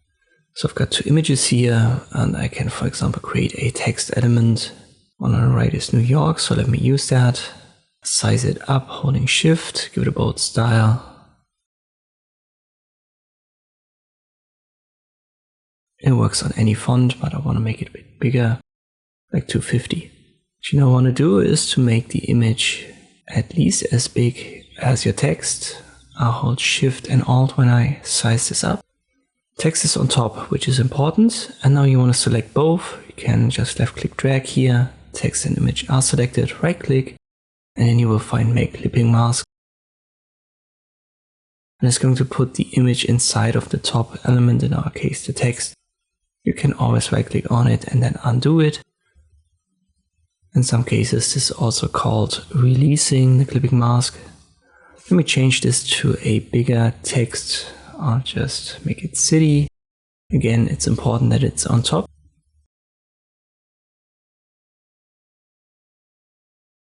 If it isn't on top, for example, right click arrange, send to back.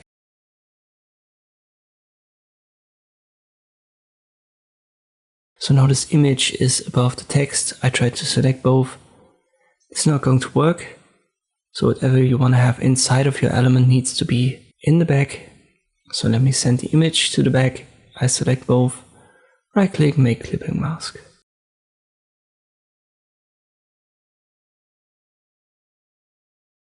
Let me delete this. You can use the principle to add abstract colors to text. I've already shown you that in an earlier chapter, but let us do it once more. This text element is on top. I resize the abstract colored background image, select both, right click, and add this clipping mask. If you can't find release or undo, just reselect it like this, and it says release clipping mask. We get rid of the text. We can add that to shapes. I'll just use a star. Once again, it's important that it's on top. Select both, right click, make clipping mask.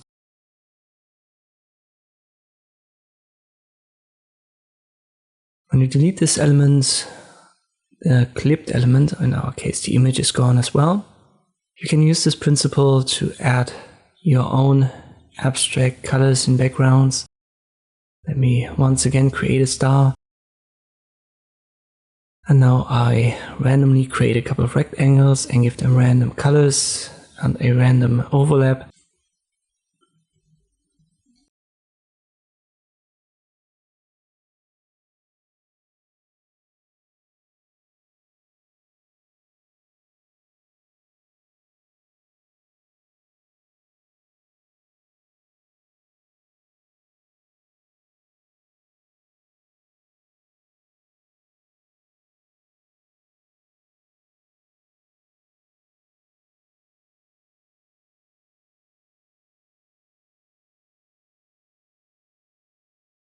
What you now want to do is to put the star on top. So you can right click, arrange, bring to front, then select it all, right click, create a clipping mask. And now all of these elements are cut off by the star. So they're basically inside of the star, and I can give that an outline right here on the top right.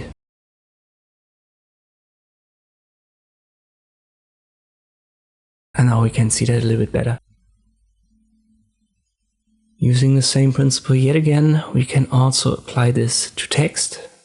So instead of clipping something to text, we're going to take the text and clip that to an element.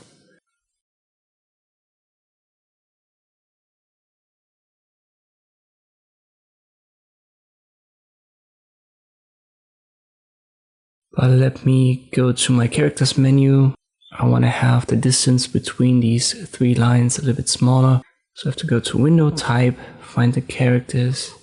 It's just called Character menu, I'm sorry, not characters. And here this option allows me to adjust this distance. I go to 60 points. Let me yet again create a star.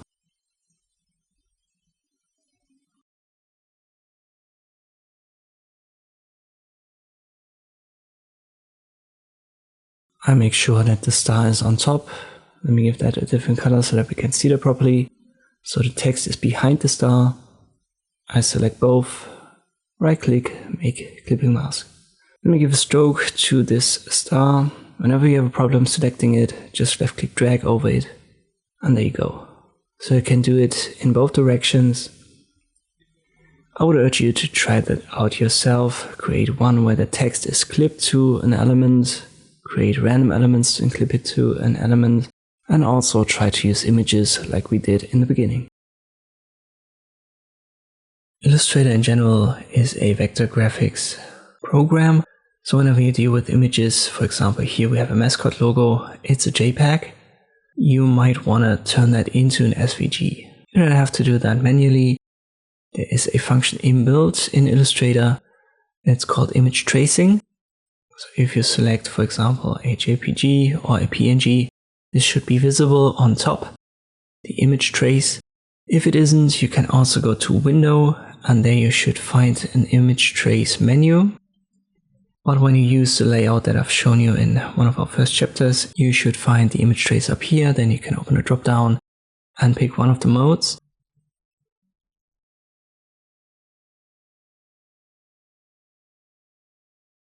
Let me just pick the default, and this should be more like an idealized black and white result. You can see that here. Then press Ctrl Z and I'll pick a high fidelity photo. This should leave us with the most details. So it takes a little bit longer to get processed, but here we are now. You can see this is the tracing results. I can expand this now.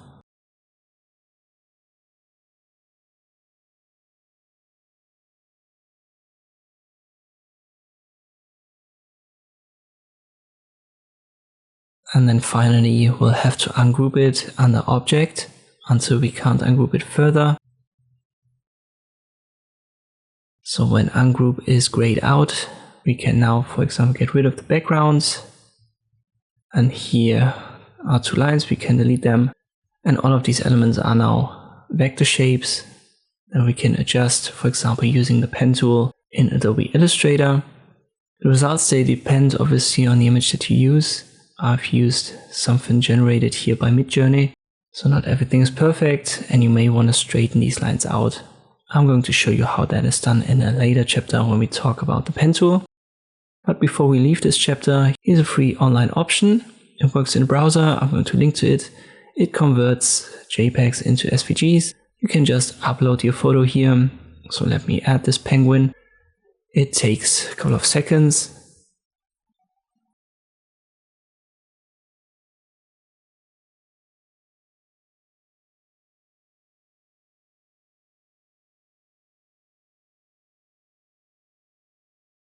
You can download it and then open it in the browser. Browsers should normally be able to read SVGs.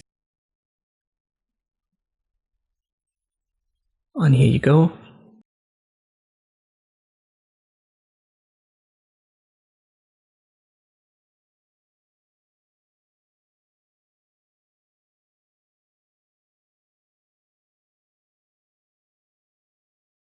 And I can also take this SVG now and simply import it into Adobe Illustrator. Let me do that. So here was the one that we've traced.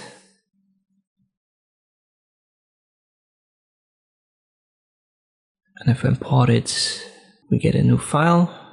Here's our SVG. And again, I could, for example, delete the background now. And this is actually a good tool. As I've said, it's free to use and the level of detail is fine. You may have to adjust it here and there. As I've said, it depends on the image that you use. Good idea for you to practice that. Use both the image tracing in Build and also try an image out on this Adobe Express tool. I'm going to link to it. As I've said, you will find the link in the video description. Final chapter for these small useful tips. It's about snapping.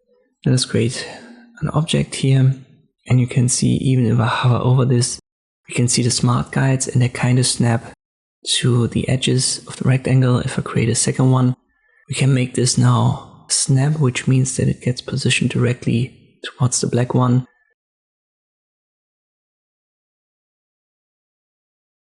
And if I zoom in, you can see this is perfect positioning. So there is no gap or anything. This works for all of these edges, and it's because the snapping is active by default. Even if I press Ctrl R to blend in the rulers, I can make these guides snap to all of the lines. Smart guides help me with that. If we go to view, here you can see snap to pixel, to point and to glyph. This is active by default and is usually what you want to have. Let me uncheck it all. So we don't have any snapping active. But there is still one active in the background, and this is smart guide snapping. So here the guides, for example, they snap, and also this rectangle, it kind of snaps to this edge.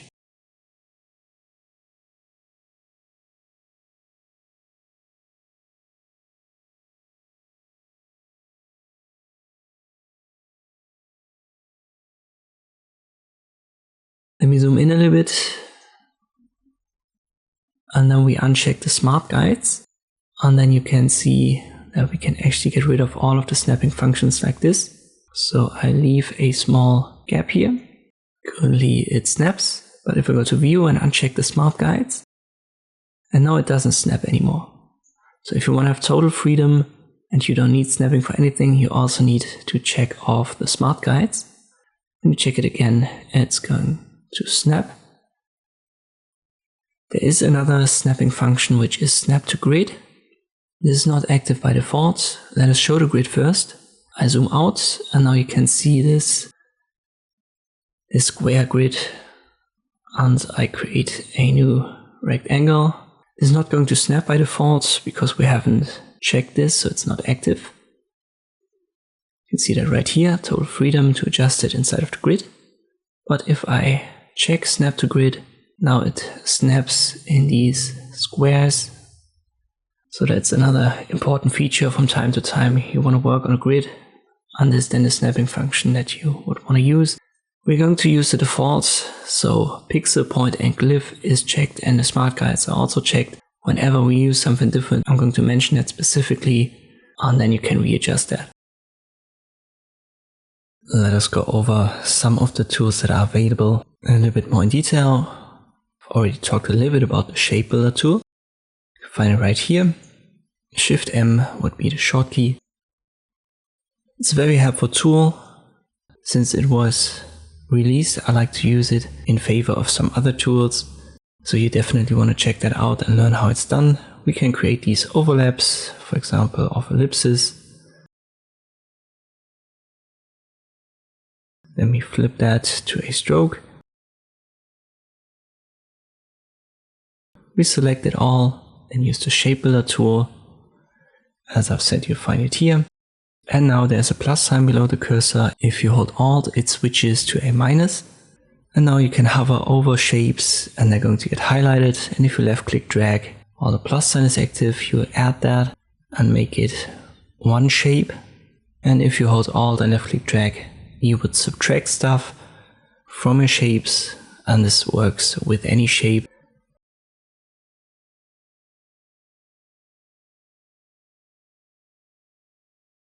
So let me create other ones, but be careful when you add text. It's not going to work right away because a text element is not really a shape, at least not when you have it created like this.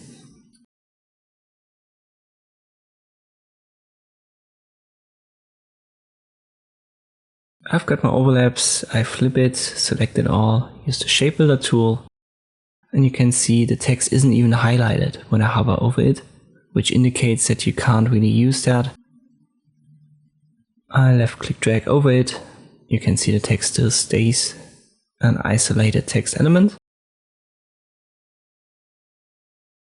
To use it, we'll have to go to Object and expand it first, and now it's treated as a regular shape. I select it again. And now it gets highlighted and I can add the T, for example, here and make this part of our abstract shape.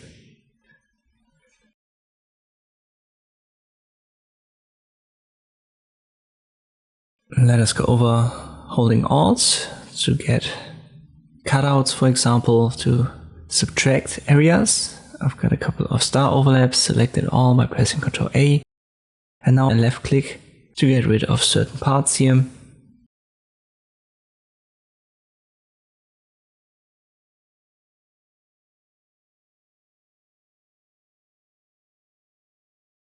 So in simple terms, the Shapebuilder can be used to connect shapes or to subtract them.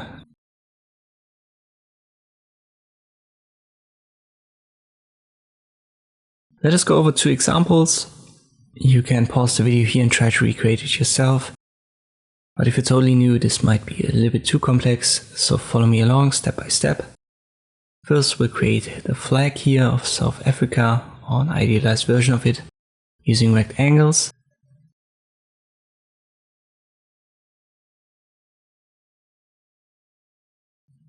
I reposition that and resize it a little bit. I hold Alt to drag copies out of shapes.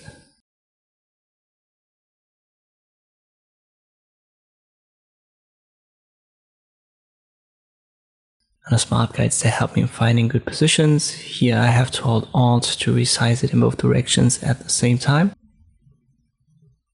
Let me give that different colors.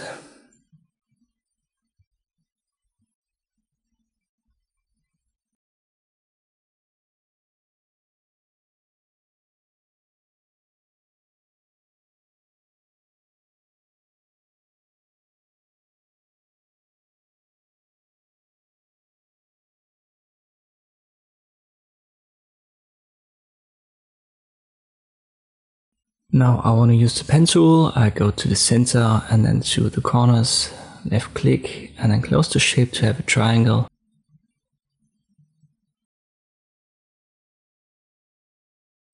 We need a couple of those. So I hold Alt and drag copies out of there and give them different colors, and then I resize them. For example, holding Alt or freeform, transforming them here at the top.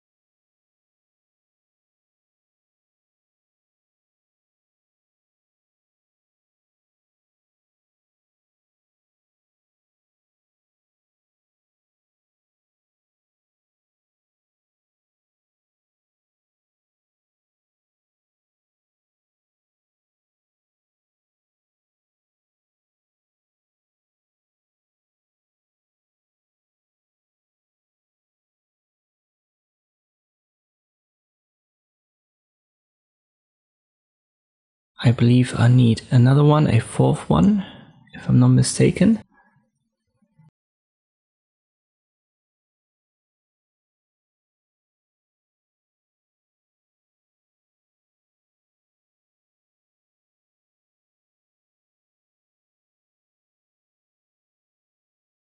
But now we should have them all. Now select it all, use the Shapebuilder tool. You can also right click on this box if you don't see it. As I said, Shift M is the shortcut. And now directly select the colors that you want to use. Let me start with red. This should be the top area right here. I left click on it. The bottom should be somewhat bluish, a dark blue. I left click on it, it gets this color directly. Then I want to use the white color for these stripes. And I have to connect them with the triangle stripes right here.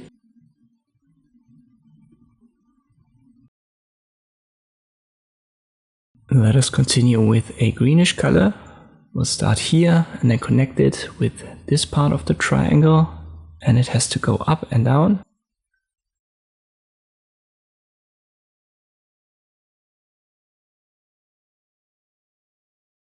But it should be a darker green, I would say. Now we need a yellowish color. For the small triangle, we have to connect these parts. And finally a black color. And this is not a perfect version, but it gets close, I think. And you've seen how the Shapebuilder tool works and how it can be used to create a little bit more complex flags.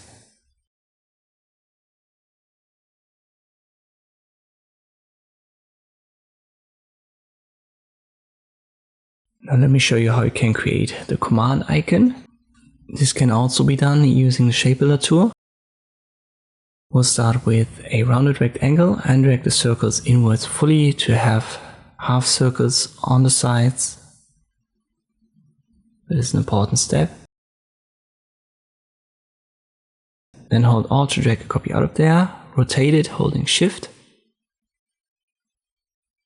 Should be 90 degrees, and the smart guides help you finding the position. Then we flip the colors here and you can see this is actually perfectly positioned. So we need stroke on stroke. Select both, drag a copy out of there, rotate it 180.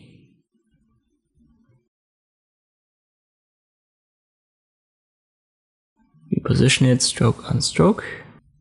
And now you can already see the command icon. You only have to get rid of the excess parts. So select it all, use the Shapebuilder tool.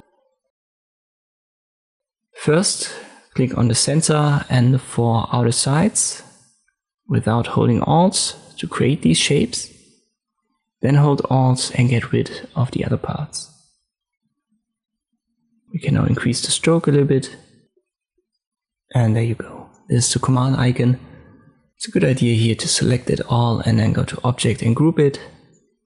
And these are the basics of using the Shapebuilder tool. As I've said, a very helpful tool, saves a lot of time here and there, and it can be used to create multiple effects.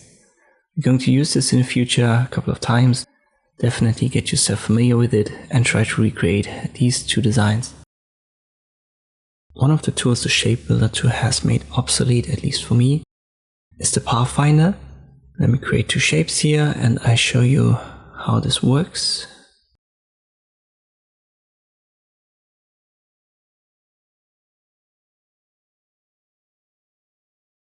We can still find it on the window. The Pathfinder menu can be opened. Shift-Control F9 would be the shortcut. If you want to keep it, just drag and drop it into your toolbar here. If you don't, just drag it out of there. And the shape modes right here, for example for Unite, would unite both of these shapes. So whatever is selected here, when there's an overlap, will be turned into one. And we can achieve the same effect using the Shapebuilder tool. So just left click drag, and there you go. Same goes for the other modes. So let me show you the difference, the minus front. This is basically a cutout feature. So it takes the top shape and uses it as a cutout for the one beneath. Let me use the Shapebuilder tool. I'll hold Alt, left click drag, and I can create this cutout like this.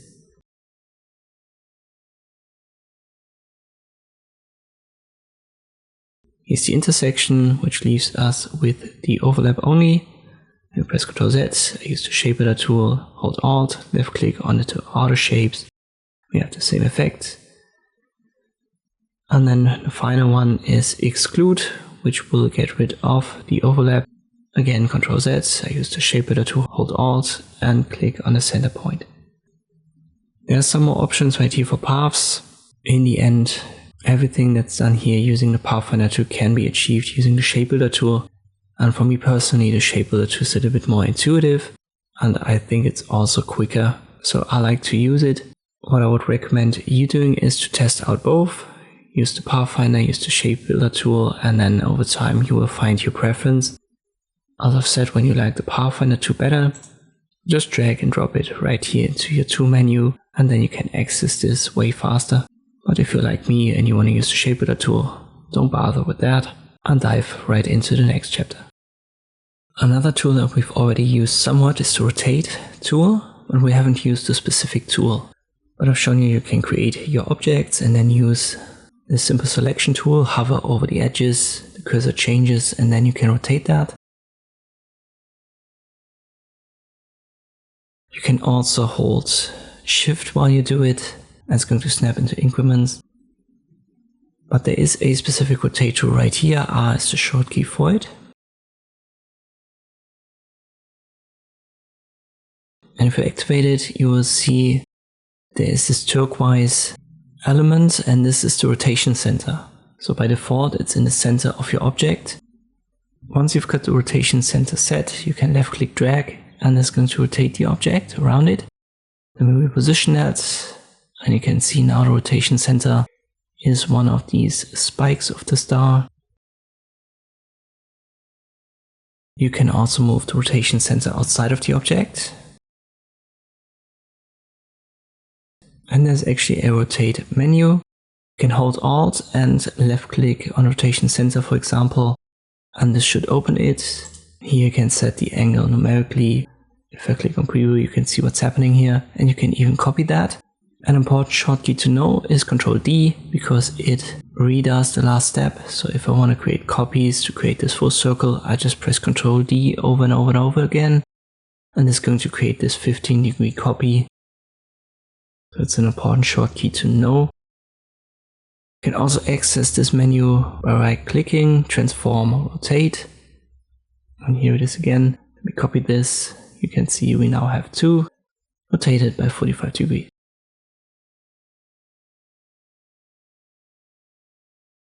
Here are two examples for you to try. First one is somewhat easy, second one involves a little bit of guesswork. I'll guide you through it as always step by step. We'll start with a rectangle. Let me give that a bluish color. Then we want to have a star. I'll hold Shift when I create that.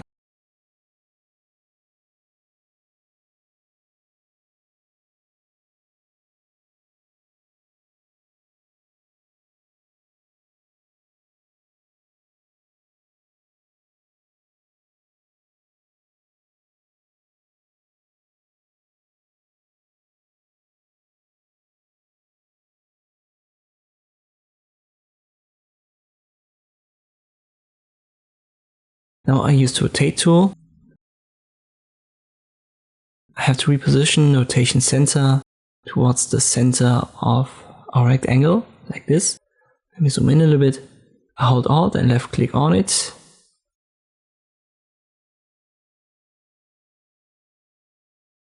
This opens our menu. Let me try 30 degrees and I click on copy and then I press Ctrl D. Let me try 45 degrees instead of 30. Again, you want to copy that. So if you just confirm, you're just going to have 1.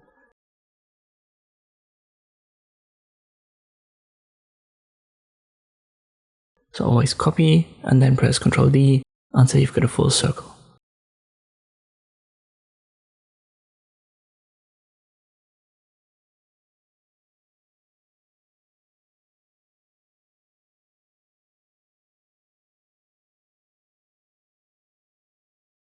Our second example, I'll create a rectangle again, start with a bigger star.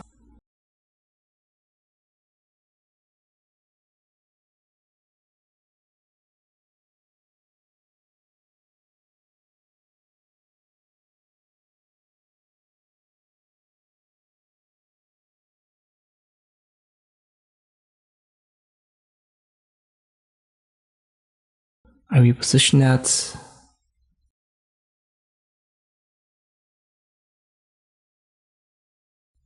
But first let me give that a different yellow tone, something like this.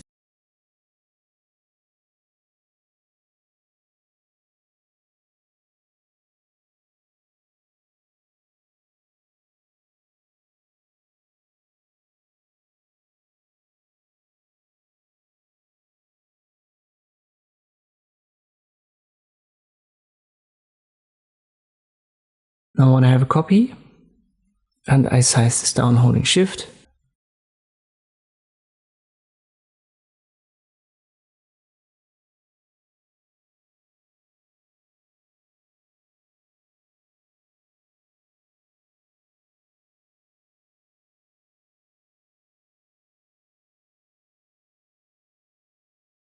And now I want to find a good position to rotate it around.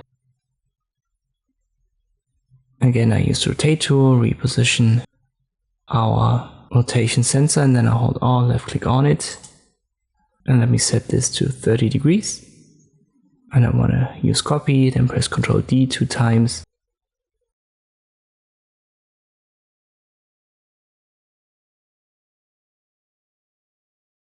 I select all 4 by holding Shift and left clicking on them, and then I rotate it holding Shift like this. I size it down holding Shift, and now I reposition it slightly.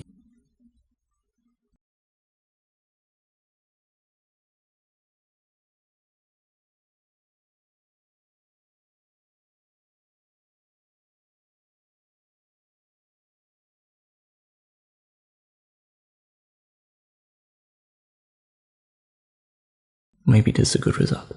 Try to recreate that to get a little bit of practice using the rotate tool, and then you're ready for the next chapter. We also have a reflection tool. You know what, let me use the pen tool here. I create a simple triangle, and you can find it where the rotate tool is. Just right click on this toolbox. And you can rotate stuff using it, but you can also hold Alt and left click. You can set a specific angle, use horizontal or vertical. And let me copy this. And as you can see, this doesn't just rotate it, it can also mirror it. Same tool can be accessed right clicking, transform, and there you find it. I like to use this option instead of selecting the tool for the most part. And when it comes to use cases, I usually use the reflect tool when I have a symmetrical icon or some illustration that's symmetrical. That way I only have to draw one side and then I reflect this one to place it on the other side. To give you a simple example, let me create this left-hand side. I need to give it a fill. Switch to black. And use the direct selection tool and I reposition this a little bit. And now all that we have to do to have symmetry is to right click, transform, reflect, click on copy.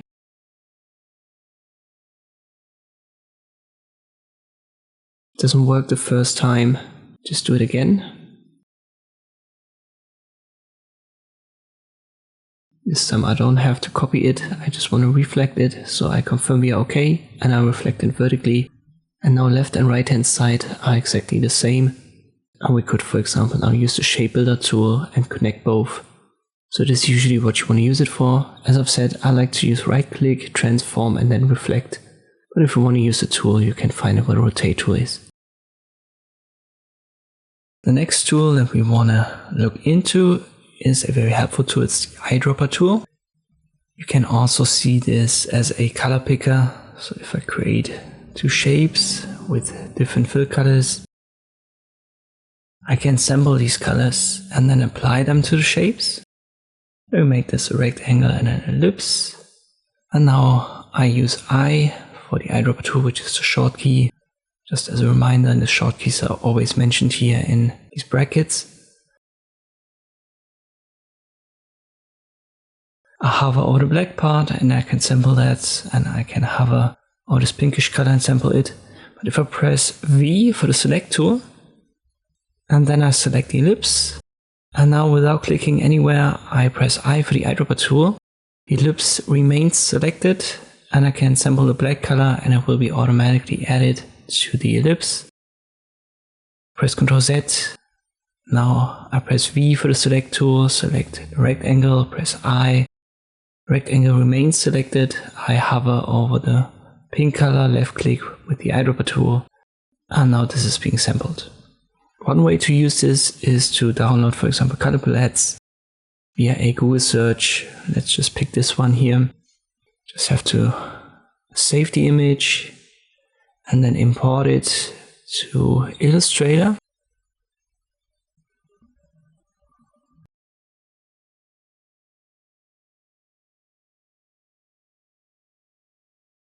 And now you can sample these colors and add them to our shapes. So V for the select tool, select your shape, then I for the Eyedropper tool, and then left click on one of these in our image and they're going to be applied. This also works for text.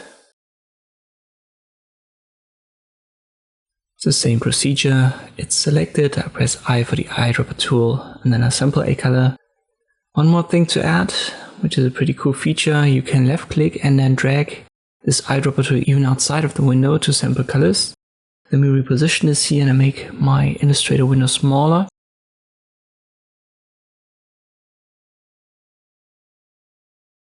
So I've got the Eyedropper tool active, then I left click, drag inside of Illustrator and drag it outside of the window onto my browser where we have some colors.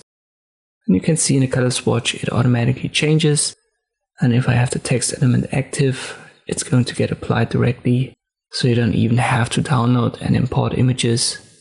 As long as they're on your desktop, you can left click drag in Illustrator and then sample them directly. Try that out yourself, import an image, use the Eyedropper tool to sample colors from it, and then also try to do it like I did here, where you just left click drag inside of Illustrator and then sample a color for my desktop. Another tool that's quickly explained is the Shaper tool. I believe it's relatively new and it's still not a perfect tool. We can use it to quickly draw shapes, but currently it doesn't understand very complex ones. It can create triangles, ellipses, rectangles, lines. But if you, for example, try to draw a star, it doesn't understand that. And even some angles it doesn't understand, so you can see that here for triangles. If I try to make this an angle, it doesn't get it.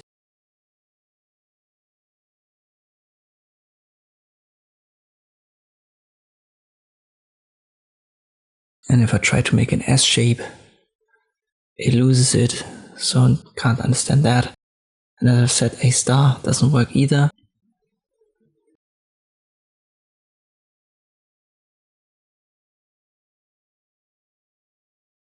Maybe it does in the future, So all of these tools, they improve over time, especially if they are somewhat AI related, I would say, where it automatically detects something and then give you what you might want to have. For now, as I've said, triangles, rectangles, ellipses, you have to adjust the angle manually, but all of these shapes can be treated now as regular shapes. And one way to deal with it is to, for example, create multiple of these, make overlaps, and then use the Shapebuilder Tool and connect them.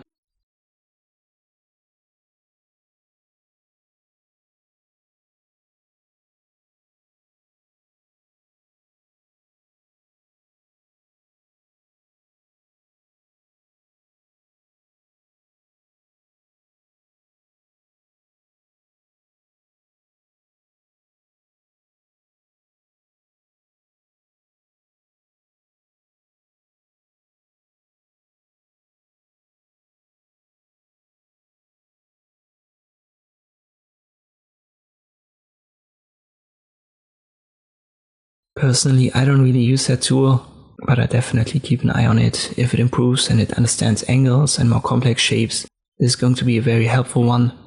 So if you watch this video in the future, check it out in your Illustrator version and maybe it has already improved and given us many more options. The next tool that's fairly easy to understand is the Arc tool. I've already shown you the pen tool. You can left click, then left click drag and adjust this angle to create curves. And this is in principle also what the Arc tool does. Benefit of the pen tool is that you can create way more extreme results and you can see directly what it looks like. With the Arc tool, we can select it right here. Usually you see the line segment tool, I believe. Right click on this toolbox and then left click drag. And you can adjust that manually as well. But you can see that the angle can't really be adjusted that easily. We can left click on the canvas and this menu opens, and here you can adjust it numerically in the slope. This is the angle. 100 in both directions would give you these L shapes or inverted L shapes.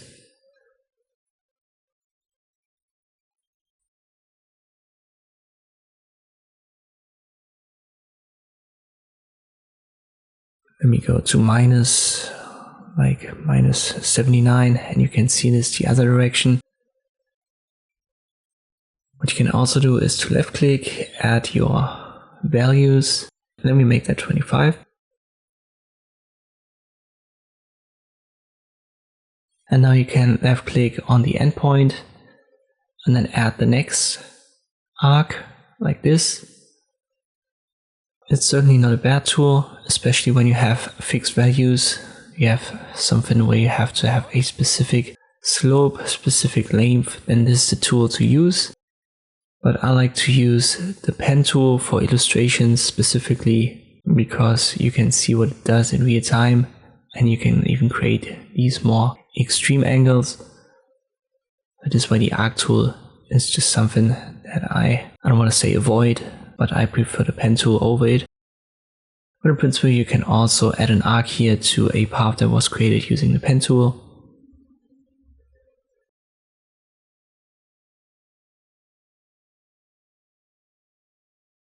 One more thing to add, there's also a closed option.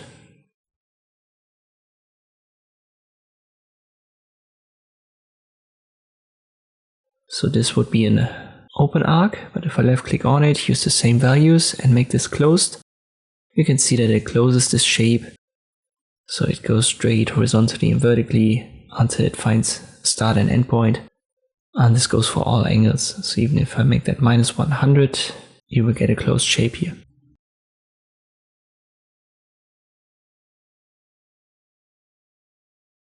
Base along is just going to be an inversion. So if I make this the y-axis, you can see this just flips it. Try it out yourself. As always, maybe you prefer it over the pen tool. Totally up to you. But as I've said, I like to use the pen tool and I'm going to go over the pen tool in detail in a later chapter. The next tool that I want to talk about is the eraser tool. It's another of these tools that are quickly explained. You can use it to erase stuff. Just left click drag.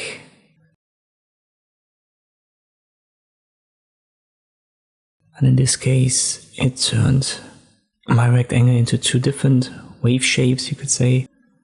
And this works on basically everything.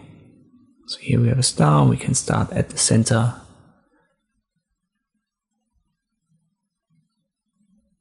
You can create cutouts with it and even split shapes into multiple objects. But there are two more things that I want to add. Number one is the size of your brush. There are short keys for it, but depending on the keyboard, they're different. So if you have a US keyboard or a European, it might look different. So I would advise you to double click on the tool itself. So here in the toolbox on your Eraser tool, double click, and then this menu pops up, and here you can set size, roundness and angle. The drop down where it says fixed can be set to random. You don't want that for the most part. And now you can see we have a much smaller size for our erase.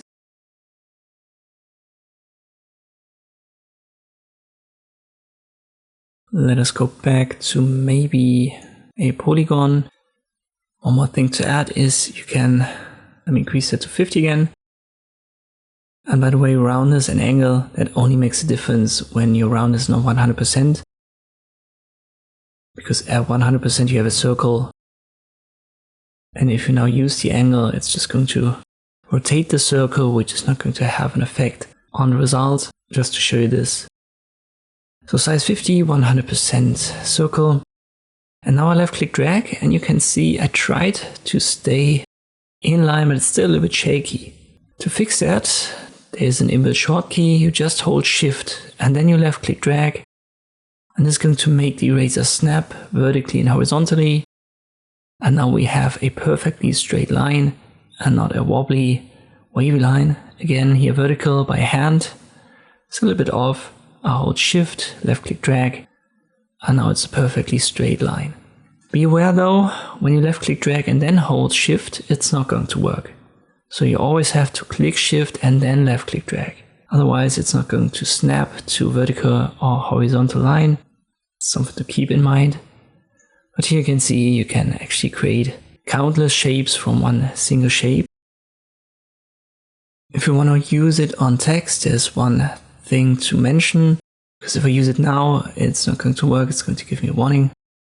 So you have to go to object and expand it first. Make sure object fill are checked, confirm we're okay. And now I can use the eraser tool. Try that out yourself. As I've said, double click on this icon to open the menu, play around with it, and try to use shift, the short key, and make it snap to horizontal and vertical line. In this chapter, I want to show you two tools at once because they kind of do the same thing. It's the Scissors tool and a knife tool. The Scissors tool, if you just left click here, it says so. We can only use it on segments, anchors, on paths. So let me use, for example, the pen tool and create this path.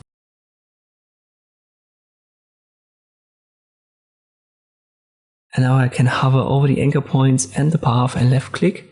And it's going to create 3 segments. So this is what it basically does. And here in the animation, you can see, for example, the outline of an apple. You can cut that using the Scissors tool.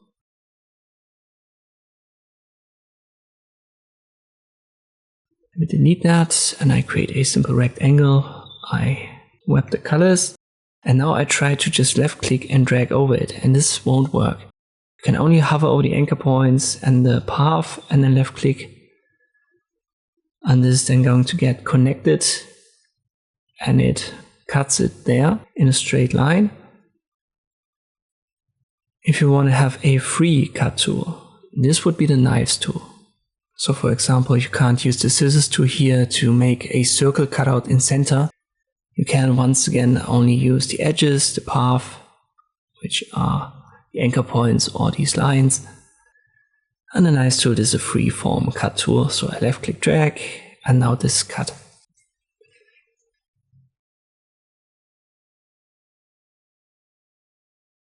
One more thing to note is you have to have the object selected when you use the knife tool. So I use it here and this doesn't work because I've selected the top one. Now the bottom one is selected, I drag over it, I can cut it, but I can't cut the top part anymore. So whatever you want to cut using the knives tool, Always make sure to select it first. And as I've said, it can also be used to create cutouts, but be careful here. You have to hit the spot right. So this one is not a closed circle and therefore it's not a cutout. It's just a path that's now created on this rectangle. If I zoom in, you can see that we don't have an overlap and therefore it's an open shape, and this prevents it from being a cutout. We can close this now, like this. And now we can drag this out of here. Once again, you also need to have this shape selected. So it doesn't matter if this is a perfect circle. If the shape wasn't selected, there will be no cutout. And you have to have an overlap and close the shape somehow to be able to create this. So try them out yourself. Scissor tool can also be used here on this cutout. Always left click on the anchor points in the path, which is usually your outline, and then also use the knives tool. The next tool that I want to show you is the grid tool. There are two. We'll start with the rectangular grid tool. So it's a rectangle, and inside we will be given a grid. You can left click on the canvas or double click on the tool to open the menu. And if you left click drag, that's a freeform grid. By default, it has a black stroke. You can even fill it, give it a different stroke color. So it's a regular object. By the way, if you can't find it, it should be where the line segment tool is. Right click on the toolbox. And you can then, for example, use pen tool right here. If you want to create geometric shapes, that's sometimes a helpful tool.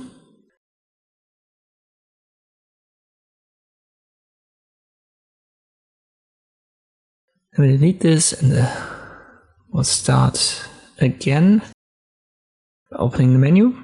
Here you can see the dividers, so you can set them. Let me make the horizontal 10 and the vertical 5, and now left click drag, and we have more in one direction and still 5 dividers in the other.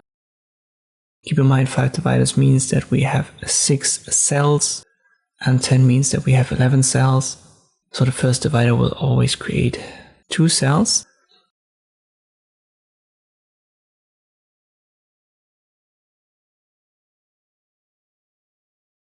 Let's go back to 5 times 5. Set here we can fill the grid by default. We want to use the outside rectangle as a frame. And you see these 4 points. This is just for the position where it is being created. So now it's bottom left. And if I click here and I make this top left, it gets generated from the top left at this position. Width and height, self-explanatory, but there is also a skew function. And this is going to create these skewed grids. I've made this too big. Let me make that minus 100% for the vertical dividers.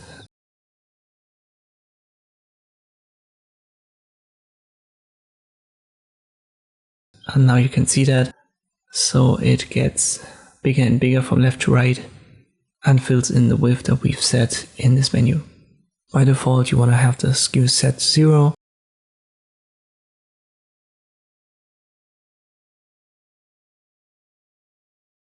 And another use case would be to create rectangles here and shapes that have a certain width and height, and you can use grids to generate them, and then you know they have the specific size. It's a helpful tool for many effects. I would urge you to check it out, and then we're ready for the next chapter. The other grid tool, as I've said, is the polar grid tool. You can find it where the line segment tool is as well. Right click on it and it should be directly below the rectangular grid tool. You can left click drag, create this. It has a stroke by default, just like the rectangular grid tool had. You can double click on the tool or left click on the canvas to open the menu. Looks the same. So you can adjust the size here. Have your dividers. In this case, it's not vertical and horizontal.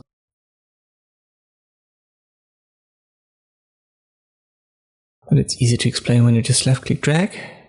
You can hold shift when you left click drag. It's going to make it have the same width and height. And now you can use the arrow keys.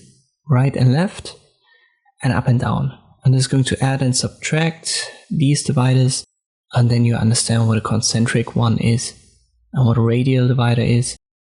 So just use the arrow keys, but make sure to still hold your left mouse key and don't release it. One more thing to add, the fill grid option, this only works when there is a color selected. So in my case the fill is empty, therefore it doesn't work even though I checked the box. So let me set that to maybe a reddish color. I left click on the canvas, check fill grid, confirm. And now we have a grid with a fill and a stroke. So this is how that works. Same goes for the rectangular grid tool. And we have skew options. Once again, in this case, as I've said, it's concentric and radial and not vertical and horizontal, but it works the same way.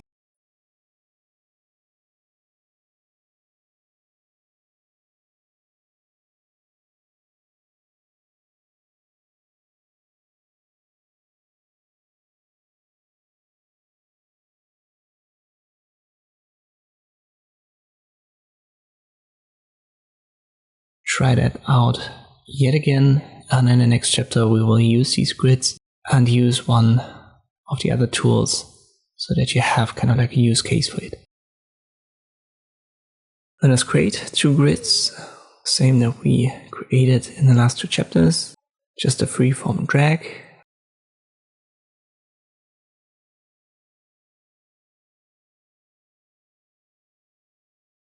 I need to press Ctrl A to select both.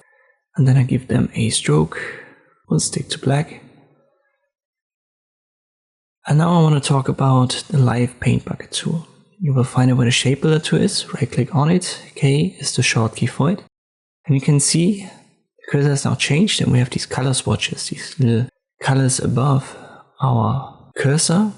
And these are the basic swatches that you can see in the top for fill. And you can now use the arrow keys left and right to cycle through them. You can also use up and down. Then it jumps a couple of groups ahead. And if you want to use it, you have to select the object first. So in our case, the rectangular grid. Then activate the paint bucket tool. Let me use a reddish color and then I left click. And you can see it automatically understands what I want to color here.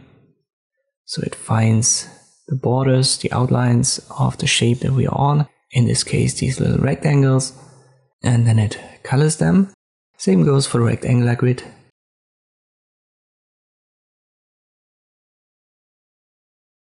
You can use the inbuilt patterns. You can use the inbuilt gradients. As long as this polar grid is selected, we can easily apply that. You can also left click drag to color multiple cells at once. If you want to actually use that now and get rid of the grid, you need to select it, then go to Object and expand it. Make sure the boxes are checked, confirm we're OK. It's still connected, we need to go to Object and ungroup. And you actually have to ungroup it until you can't ungroup it further, so when it is grayed out on the object, you know that you've ungrouped it far enough. Let's go to the polar grid, expand on the object, confirm, object ungroup.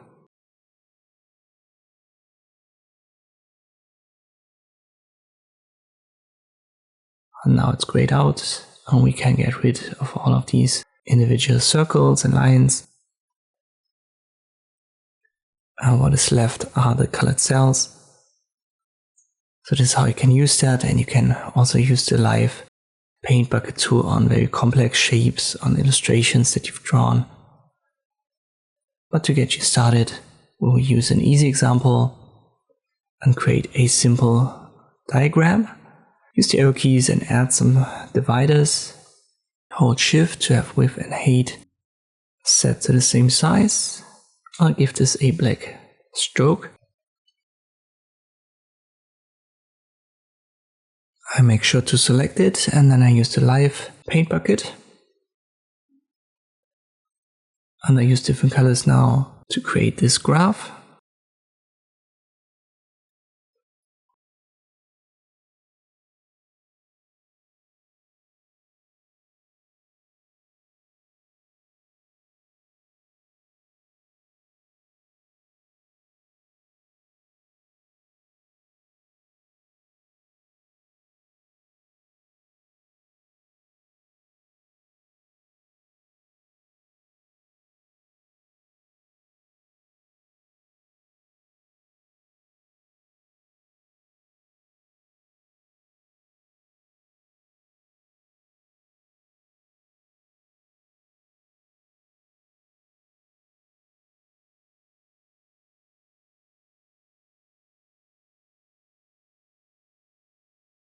Once I've got that covered, we need to have it selected, go to Object, Expand, and then we need to ungroup it under Object, and then finally we'll get rid of these lines. And this works when we've got it ungrouped far enough.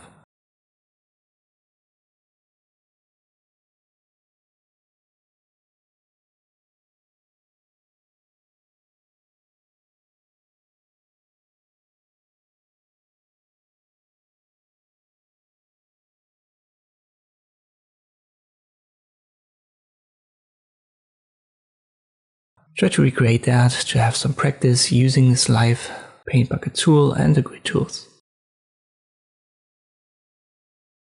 The next tool that I want to show you is the dimension tool. To use it, we'll create an ellipse, a rectangle, and a random shape using the pen tool. I want to have some angles here. Let me select it all, pressing Ctrl A, and I give this reddish fill. And now we can find the dimension tool right here. And it's a very helpful tool. You can open the settings right here. And this is basically only for the appearance. I think it's better if I show you one right away.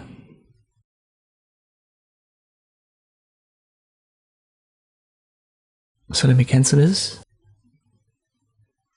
And if you work, for example, in technical drawing, this dimension tool is very helpful. You can left click on the anchor points, and then you get this dimension line out of there, left click again.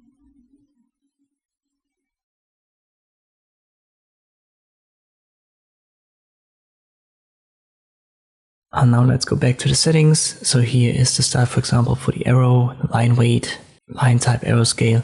It's all adjustments for the appearance of this dimension marker.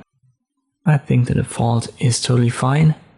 You can use the same principle on ellipses. I click on the anchor points and then drag it out of there, left click again.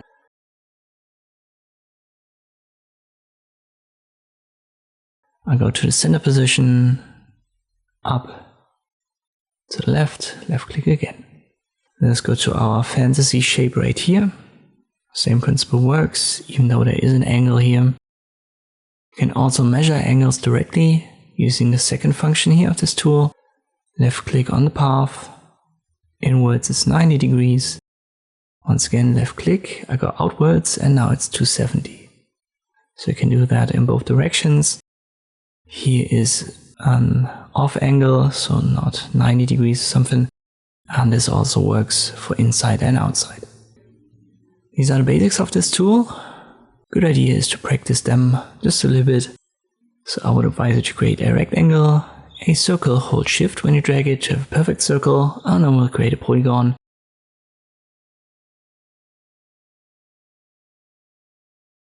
I'll make this 6 corners so that we have a hexagon. Then use the measure tool, use the first mode, and then create dimensions for width and height of this rectangle. Then use the angle mode and set your first angle here.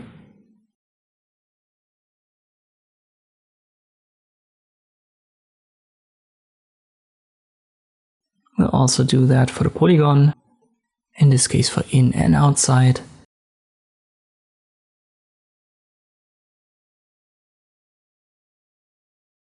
Then use the first mode again and create the dimensions for your circle.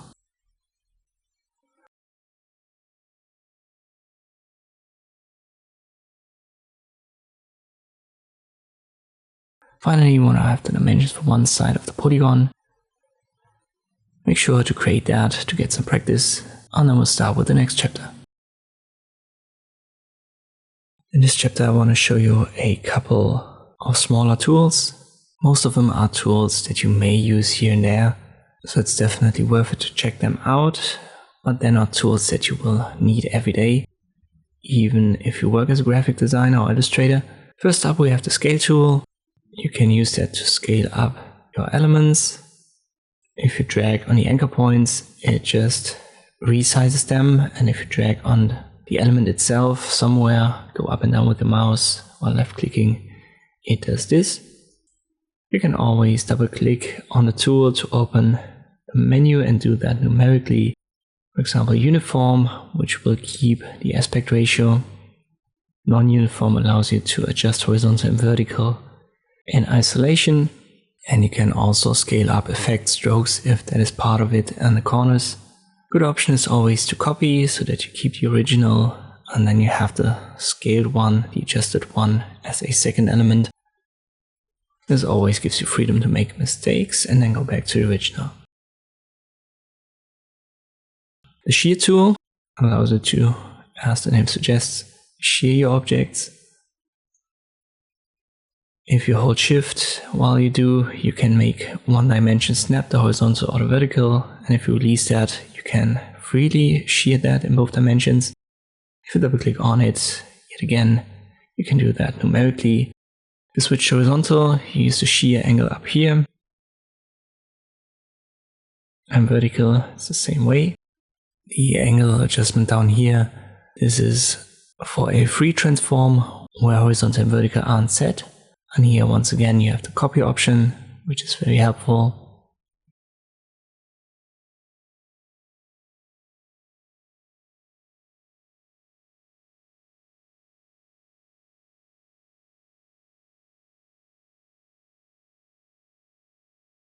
One more thing that I should have added in the last chapter is the measure tool. You can find it right here where the eyedropper tool is. You can left click drag and then measure X position, Y position, width and height. And there's also an angle right here. I don't use this tool anymore since the dimension tool was introduced that I've shown you in the last chapter. The dimension tool is much better. It has fixed a couple of issues the measure tool has. So I think that this tool is something of the past.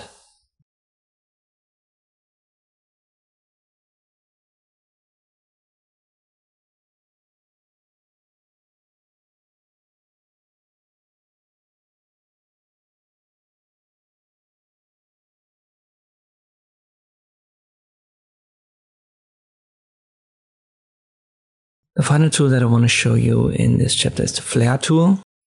It's in all its details a very complex tool, but yet again it's something that you don't necessarily need that much. You can double click on the tool and the menu will open, and you can see all of these adjustments that you can do for center, halo, for rays. And you can always left click drag on the canvas to create that and then use the arrow keys up and down to add or subtract rays. And this can be used to create an illusion of light source shining on objects.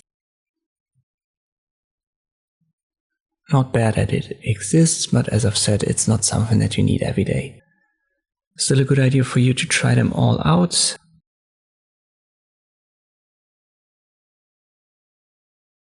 And one more thing to add. For example, scale and shear, they work on not just one object. You can create multiple objects and then press Ctrl A to select them all, and then use the scale and shear tool and you can see all of them get adjusted at once. So these tools, they work on selections.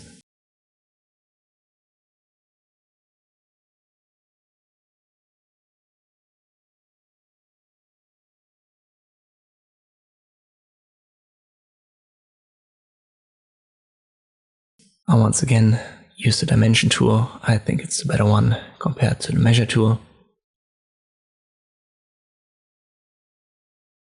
Finally, the flare tool. Once you've checked that out, we are ready for the next chapter.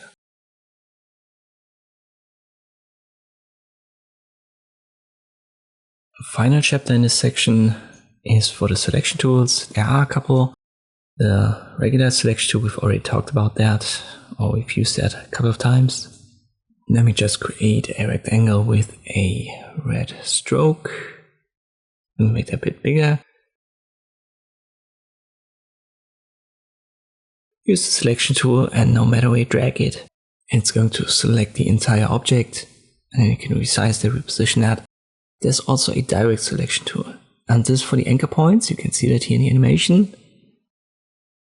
A is the shock key for it. I left click on this anchor point, and the other ones aren't selected. You can see that they're not highlighted. it's only this one. So if I left click drag, it only adjusts the anchor point. You can left click drag over two anchor points. They're both highlighted, therefore selected. And the other two aren't. Then you can even select the bottom right and then hold shift and left click on the top left. And now these two are selected and the other ones aren't. That's the basic difference between these two selection tools. You can see if I try the same with the regular selection tool, it only selects the entire object. We create a couple of rectangles. I give them different fill colors and strokes. By the way, V is the shortcut for the regular selection tool.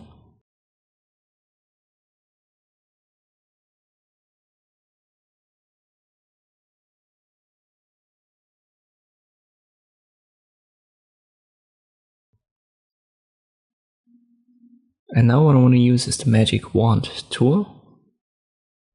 If you left click on this element, it finds similar elements. I left click on the center one, you can see we've got these three selected. Click on the top left one and you can see we only have the two selected here. If I double click on this tool, we can see the menu. By default, it should be set to fill color. So the magic wand tool finds similar fill colors. And this is why we either have the two selected or three. Let me switch to stroke color. I select the center one and now only the other greenish stroke rectangle is selected.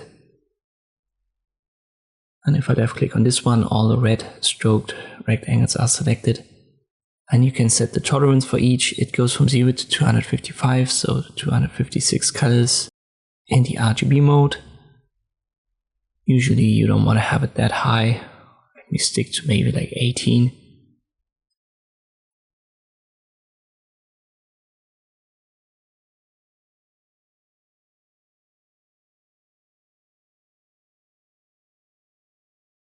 Then there's the lasso tool, and this is kind of like a free form selection tool.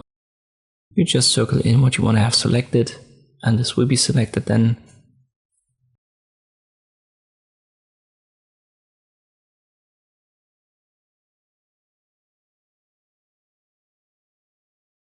I would say that these are the four tools that you would need the most, but there's also a selection option in the top menu. You can select all by pressing Ctrl A, deselect it via Shift Ctrl A.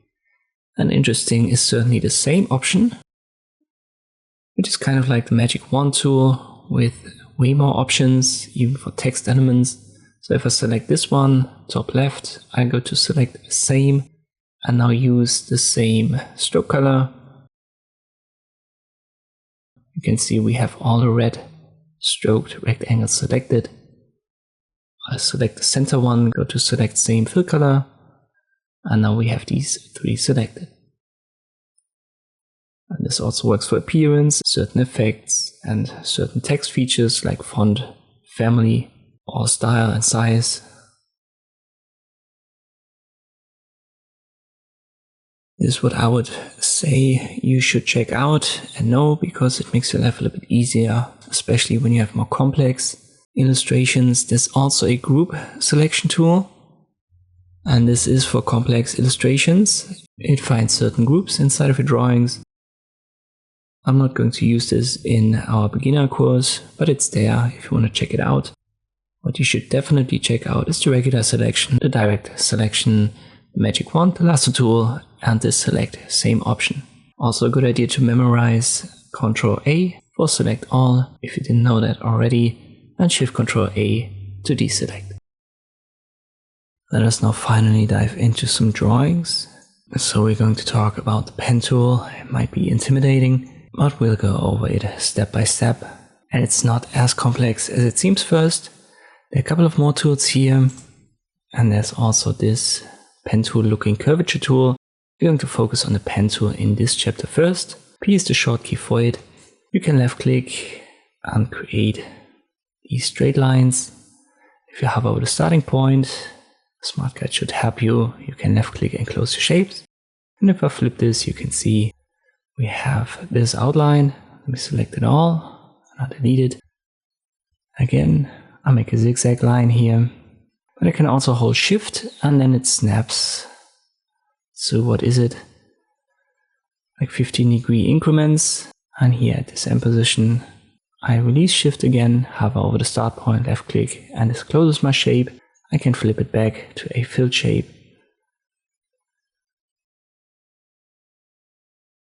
The last segment is always selected by default, so if I delete that, it is gone. I'll press Ctrl A and delete it all. You can also left click and then drag, and this creates these curves. You will get what is called a handle, and with the handles you can adjust the angle of the curve.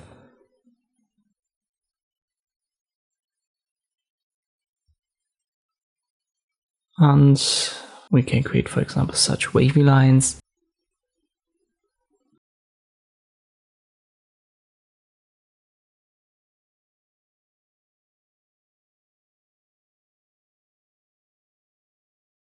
You can also hold Shift on the handles, and then this angle for the handle will also snap.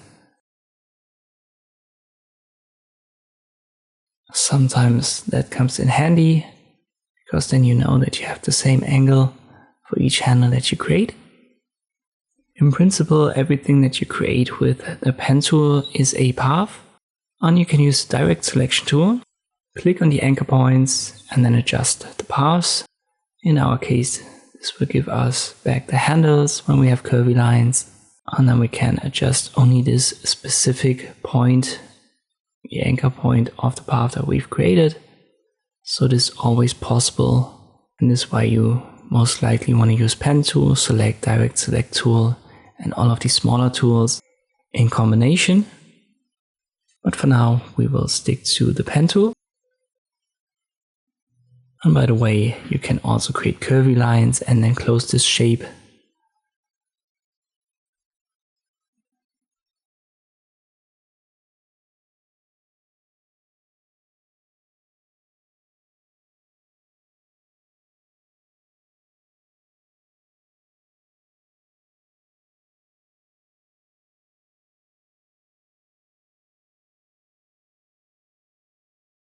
And then let me flip it.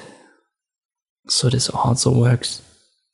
You're not limited to straight lines when you want to have closed shapes.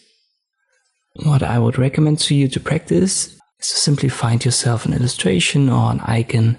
Start with a simple one, maybe like a cloud icon. Import it to Illustrator and then try to paint over it to recreate it. So here in our case, we need a straight line first and then a curve, so left click drag. And you can see here, when you've created a curve, your line will be curved starting at this point. And in this case, I want to have a straight line again. To get it, we will have to hover over the last anchor point and left click. And this gives me back a straight line. And now I can go forward, maybe up to here. But maybe I'm not happy with this, so I can always press Ctrl Z to go back one step. Let me flip the colors, we only want to have the stroke. I'll go to this position here, and then left click drag again for the next curve. I'll go back, left click on it to have a straight line.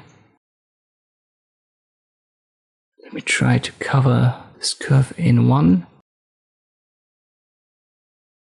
But the angle doesn't fully fit, so I press Ctrl Z. I go maybe up to here. It still doesn't fit. So I press Ctrl Z 2 times, I go to the center position, create half of this curve, and here the second half. I have to go backwards, left click on it to have a straight line, cover half of this curve, and now I can close my shape here. And we've somewhat well recreated this cloud icon. I need to make the stroke a little bit bigger. And you can see we have these sharp spikes, and this is because of the corners. We want to set that to round, like in the original.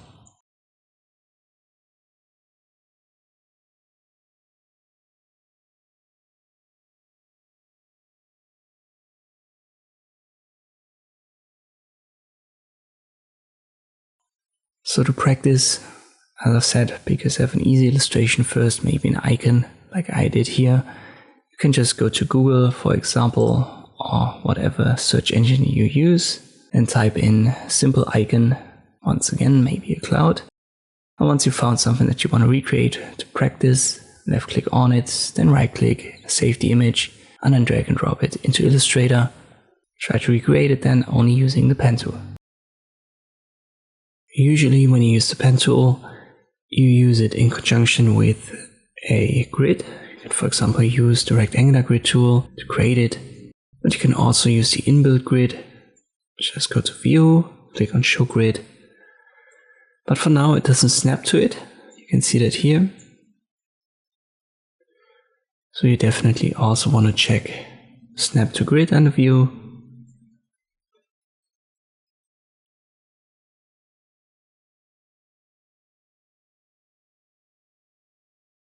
And then you can already see that here it snaps where it should be. Let us, for example, create a simple speaker icon using the inbuilt grid. Always count the grids here, 3 down, 3 to the right. Then 3 to the right and 4 down. And to have symmetry, I have to go up 4 now. 3 to the left. And once again 3 to the left to close it. When you have a curve, you can also use grids.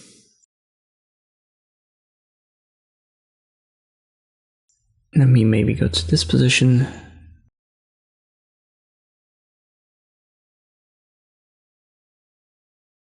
Three squares down and up. And here I go to the center and then I left click drag. And you can see the handles, they also snap to this grid.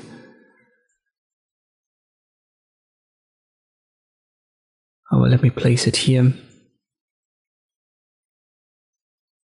Again, I close my shape. And I want to adjust this angle because it doesn't look good. So I use the direct selection tool and I drag these handles. And due to the snapping, I can make sure that I have the same angle for top and bottom. Let's create one more element here. And I want to keep this a line.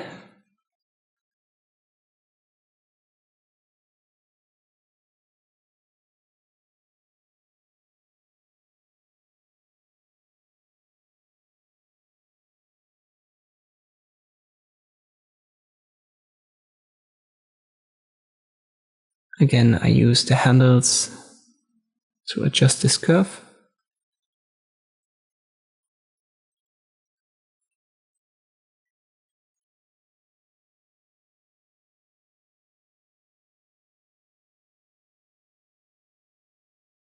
And now let me flip the colors for the two closed shapes and then add a thicker stroke for the line.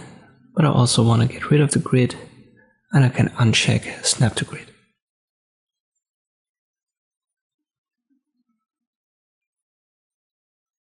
Let me try 50 maybe. I could even go bigger here. And maybe I should transform this closed shape in center a little bit. I hold Alt when I do. Now I release Alt. And this would be one example of using a grid to create your icons. Let us go over an example that's a little bit more complex, not too complex though, pretty sure you can handle this. We yet again show the grid and make sure that Snap to Grid is active. Now we use the pen tool.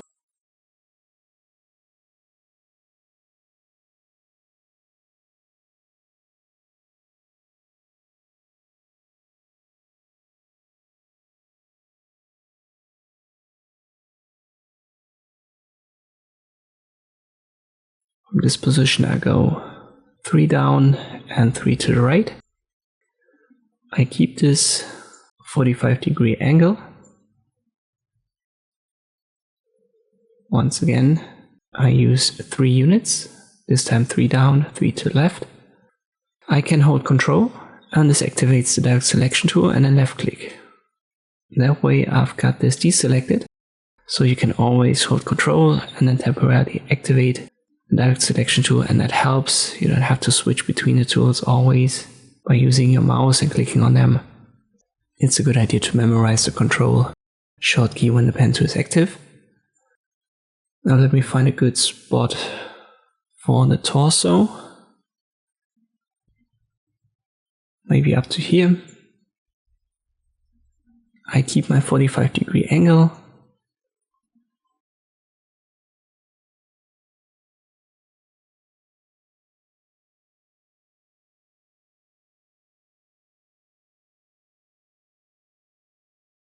But I need to reposition this one line. At least one square. I use the direct selection tool. I can, as I've said, hold Control to activate it, left click on this anchor point and then reposition it one square. And now we have the 45-degree angle again. Now we need our legs. Again, I use the pen tool for it. I hold Control, left click to deselect it, create the second leg.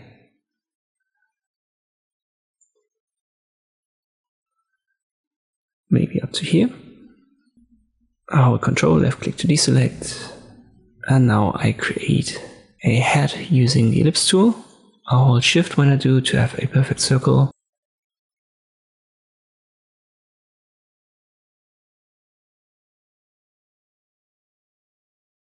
I may have to reposition it afterwards a little bit.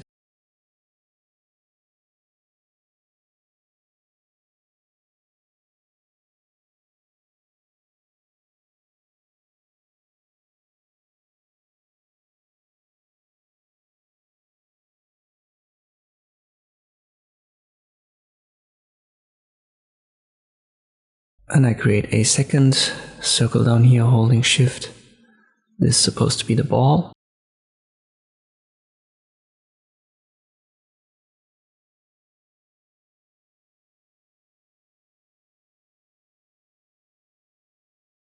Now let me hide the grid and uncheck Snap to Grid.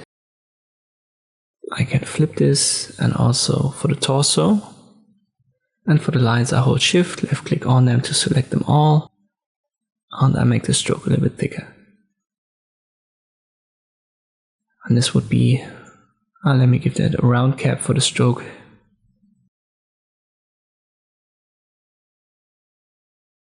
And this should be one of these Olympic Games icons, I believe from the 80s. At least it comes close to one of them. Try to recreate that yourself. You may have to adjust the stroke thickness here a little bit. Let me make that thicker. And the torso could have been a little bit bigger. But for quick drawing, that's not too shabby. And it's about practicing this. So use the pen tool and the grid to recreate this. And then you're ready for the next chapter.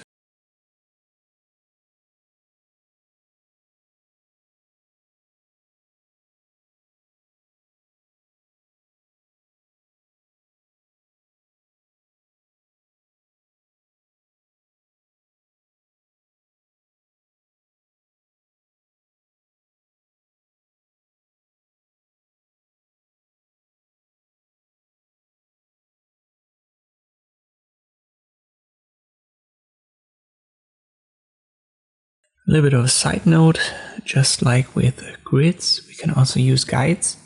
And we press Ctrl R so that we have our rulers, and you can drag them out of there.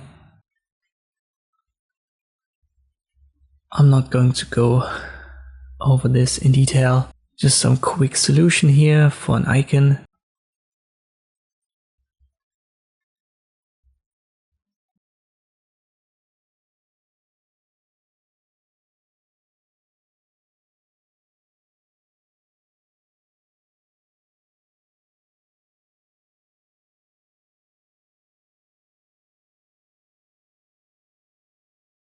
And if you hover over this using the pen tool, you can see how this also snaps to the guides. Well, let me add 2 more guides here. And now I just follow my guides, and it works just like with the grid.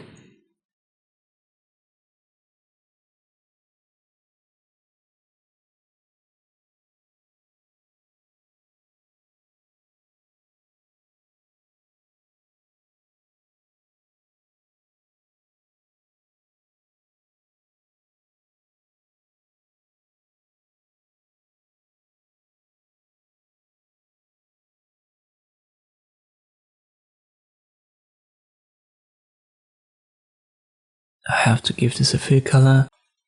And you can see the left hand side is a little bit too thick. As I've said, just a quick drawing to show you this. Always a good idea to try it out yourself. Next up, I want to talk about another tool that you can use for drawing. And if you're familiar with GIMP, you know that you can use the path tool just like the pen tool here, and then hover over the path that you've created and create curves out of straight lines. In Illustrator it also works, but the functionality has been split, so you actually have to use two tools to have the same effect.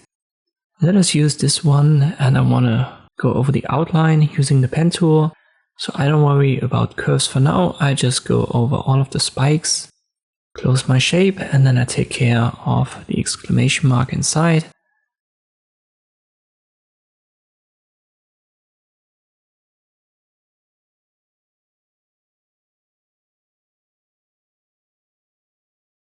Let me put this to the side. I give a fill color to my exclamation mark and a stroke color to my outline.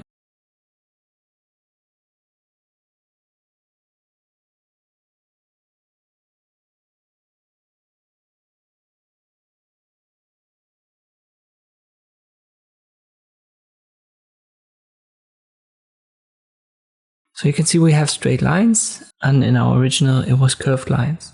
Not a high resolution, but you can clearly see this is not supposed to be a sharp angle, it's supposed to be curved. Here is a curvature tool, but this is not what we need. We need the anchor point tool. Shift C is the shortcut for it, and you can find it if you right click on the pen tool toolbox. And now you can hover over these lines and also the anchor points, left click drag, and it's going to create curves, or this is going to make the anchor points round depending on where you are, and drag.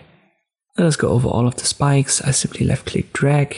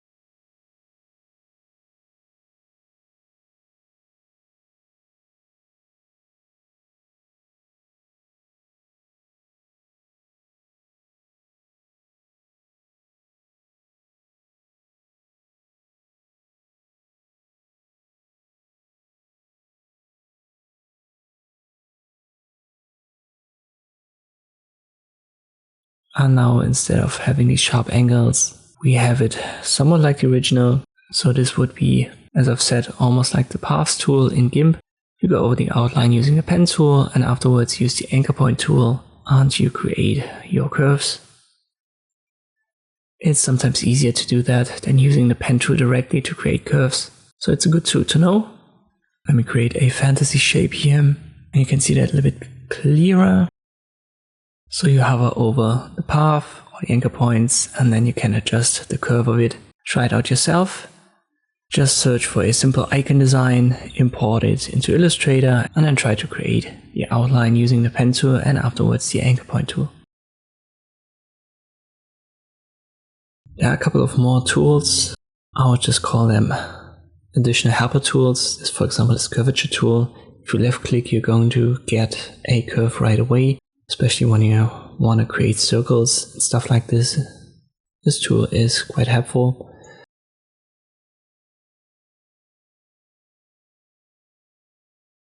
And there's also a chance to adjust already existing shapes, maybe this one. So I created with the pen tool, then I use this curvature pen tool. And when you hover over anchor points, you can select them. And if you hover over the path, you can, just like with the anchor tool, turn this into a curve.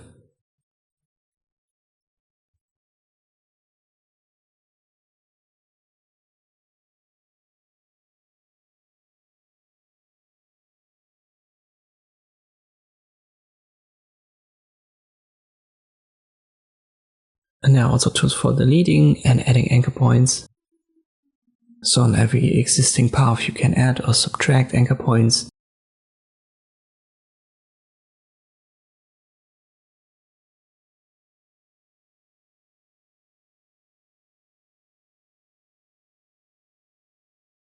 And then, for example, use the direct selection tool and adjust the handles. I usually use the pen tool and the anchor point tool. Any other ones are nice to have, but for the most part you don't really need them. Let us go over a simple example. I'll try to do that by hand, so it's not going to be perfect. I don't have the best eye for that, I have to admit. But when we're done, you're going to see at least what it should be.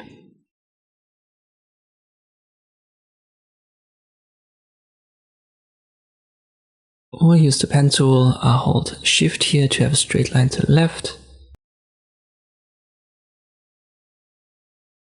I go up, I go down.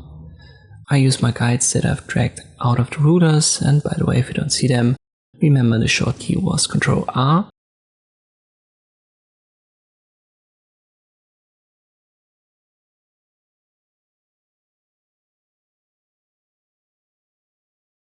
I close my shape and now I use the Artboard tool and create curves.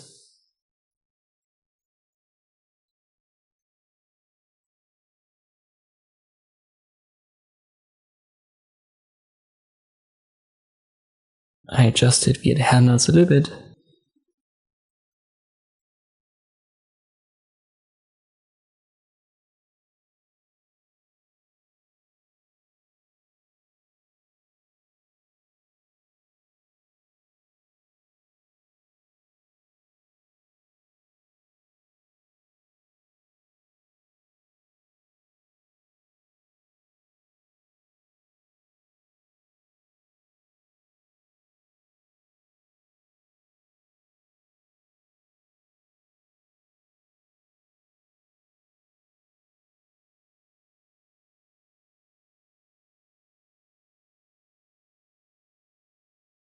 Now let me select it and I give this a fill color. I want to make it black. And you can already see where this is going. I go to View, Guides and clear the guides. Then I press Ctrl R to get rid of the rulers. I select this element, right click, transform, reflect. I want to have it set to vertical. And then I click on copy. I reposition this element. Now I select both. I use the Shapebuilder tool, left click on them to connect them. And we are almost there. This is supposed to be the Batman logo, or at least an iteration of it. But you can see this is not a good anchor point here, so we'll use not the direct selection tool, we can simply use the delete anchor point tool and left click on it. So you can see how easy that is if you know all of these smaller little helper tools, the reflect tool, the anchor point tool, stuff like this. Obviously not a perfect result, but try it out yourself. Use the pen tool first and then decide for yourself if you want to use the anchor point tool or a different tool to create the curves. Definitely try to only create one half and then reflect the other. That gives you symmetry. As always, practice makes perfect, so do a little bit of practice. If you want to bring a couple of tools together and then create a long shadow using the pen tool, the process is always the same. Obviously, when you use a different icon, you have to set it up differently. I want to create a camera icon and you can follow along step by step. We'll create a rectangle here, a big one, and then a small one right there.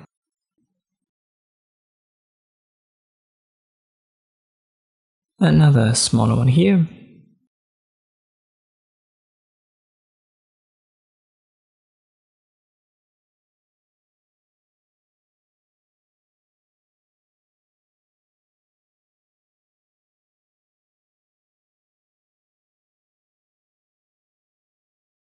Now we use the ellipse tool. I'll hold Shift when I create it to have a circle. I want to put it in center. The guides, the smart guides help me finding a center position.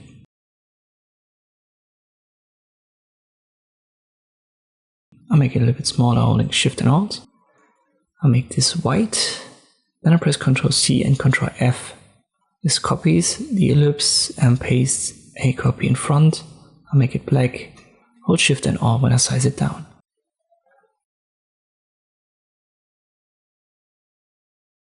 I need one more circle, a small one. I'll Shift when I drag it and position it to the top right.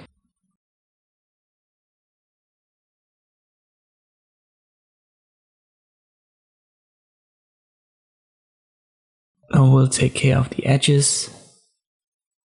I want to give this round edges for all of them, but here I only want to have round edges on the top. So top left, top right should be rounded, therefore I use the direct selection tool here, select the top ones, drag my circles inwards.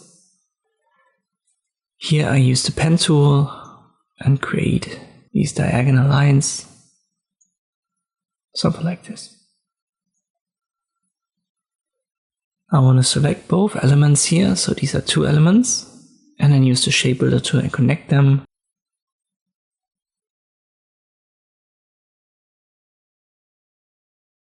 Now I can use the direct selection tool and make these two corners round here. I want to have the same roundness for both, so I drag, select both, and that should be good.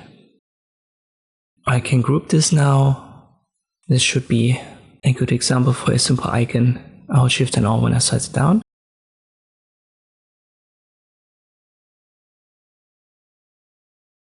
Next up, we want to create a circle in the background. I go to the center, hold Shift and Alt when I drag it. Let me give that a grayish color.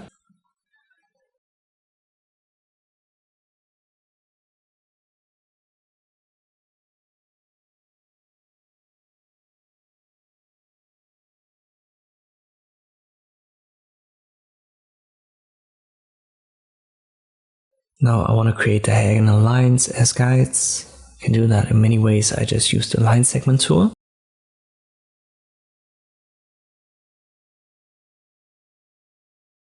I left click and use a specific angle, maybe 120, something like this.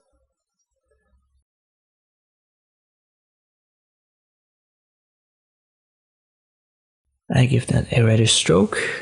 And now let me check the positions.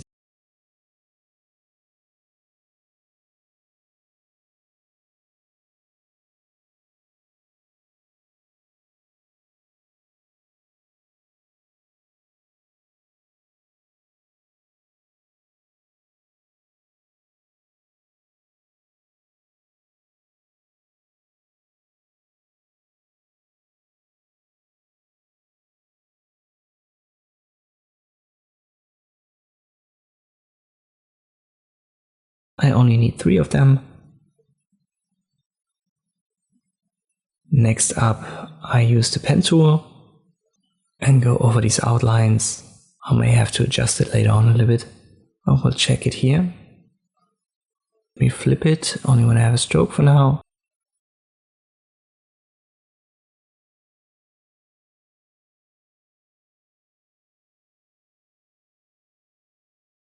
I close my shape, let me flip it again and give it maybe a greenish color for now. I right click on it and then arrange. It has to be selected obviously. Arrange center back and then arrange again and bring forward 1 step. Let me delete the lines.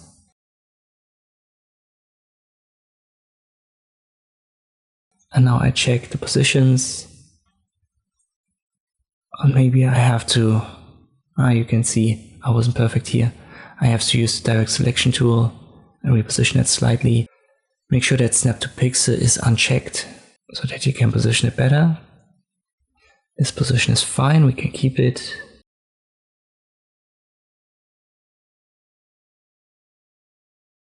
And here I have to reposition that a little bit as well.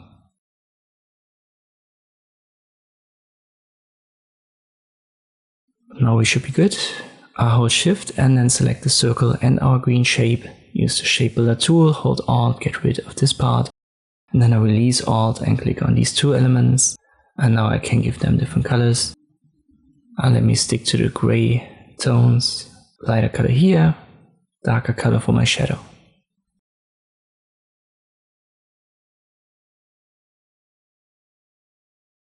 You can select it all and group it again. And this is usually the process that you can use to create these long shadow icon designs. Try to recreate it yourself. Maybe choose a different icon, it's up to you. Finally, to conclude our last chapter and this entire course, I want to give you some beginner drawings, nothing too complex, something that a beginner should be able to do. And I'm going to show you 2 ways to do it. And we're going to use most of the tools that I've introduced in the previous chapters.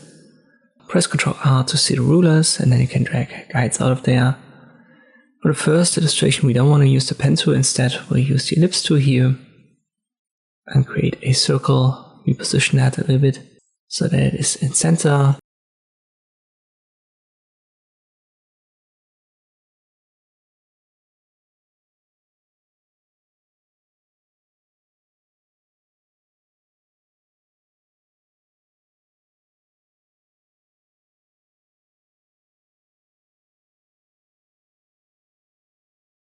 And we create another ellipse for the ear.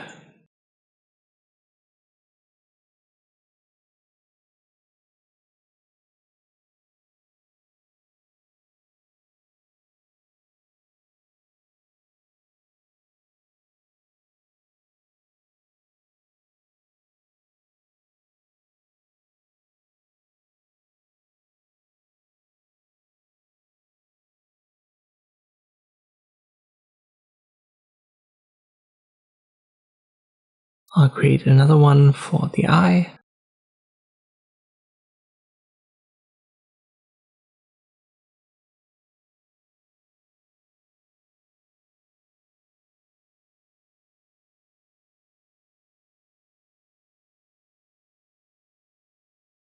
Now we use the pen tool to create some lines. I'll make that random.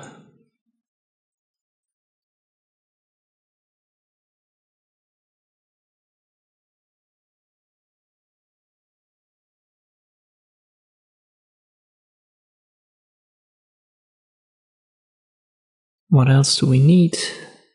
Let me already copy the eye, and I use the alignment menu to put that in center. To do that, I group it first. You can do that under Object and Group.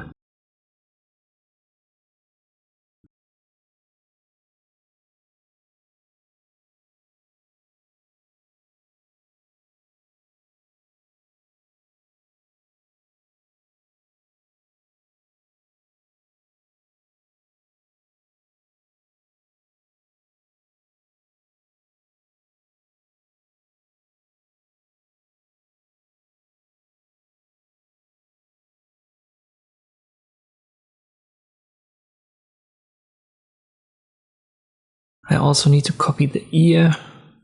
I'll group that as well, align it properly.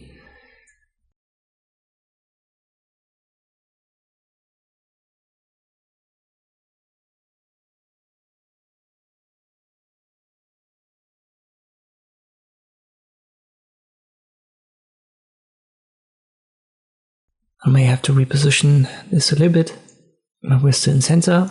Now use the pen tool again to create nose and mouth.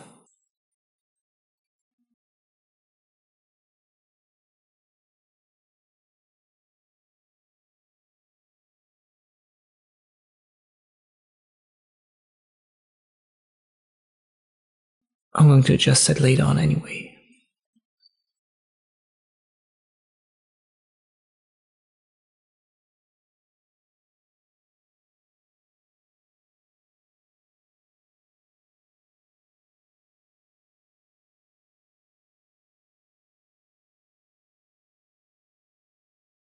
Let me add another element right here.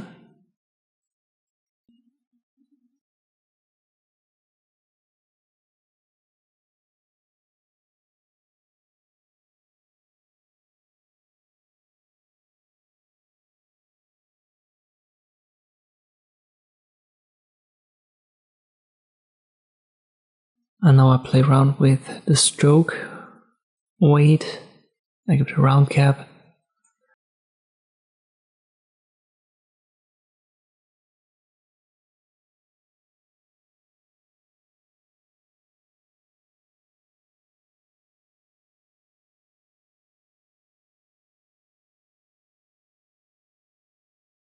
I definitely have to adjust the mouth a little bit. Using the anchor point tool should be a good idea.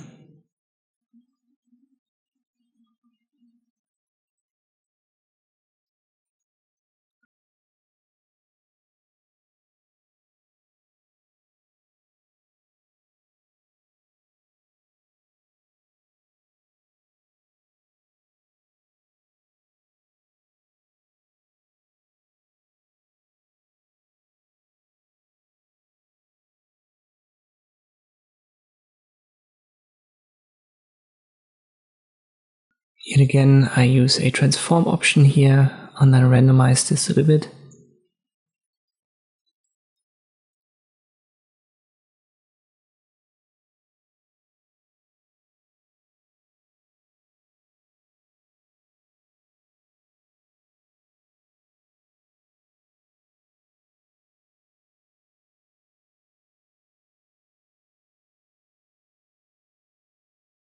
Let me add some elements for the ears.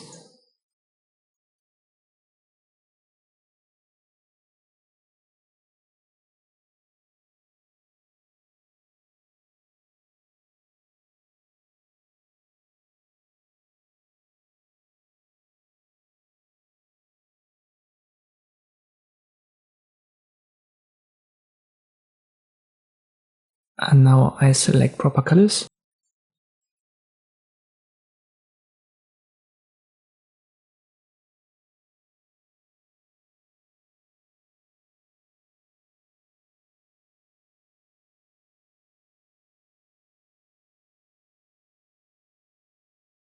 And I adjust it a little bit further using the anchor point tool.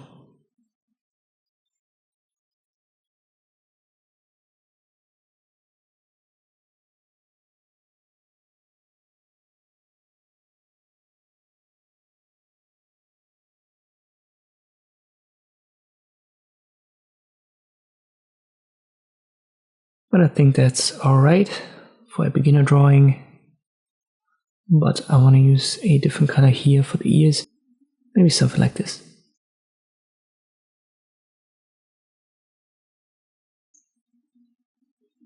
As I said, very simple illustration that's suited for beginners.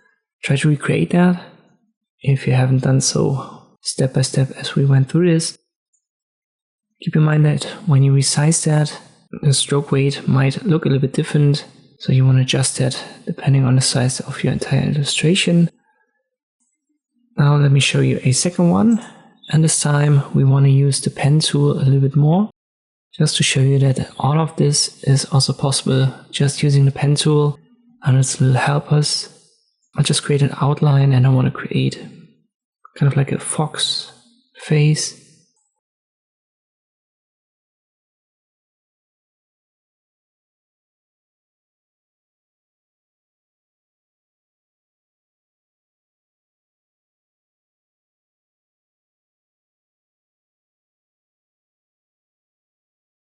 Go over this again, like so. So we have two elements. And now use the anchor point tool and make that round.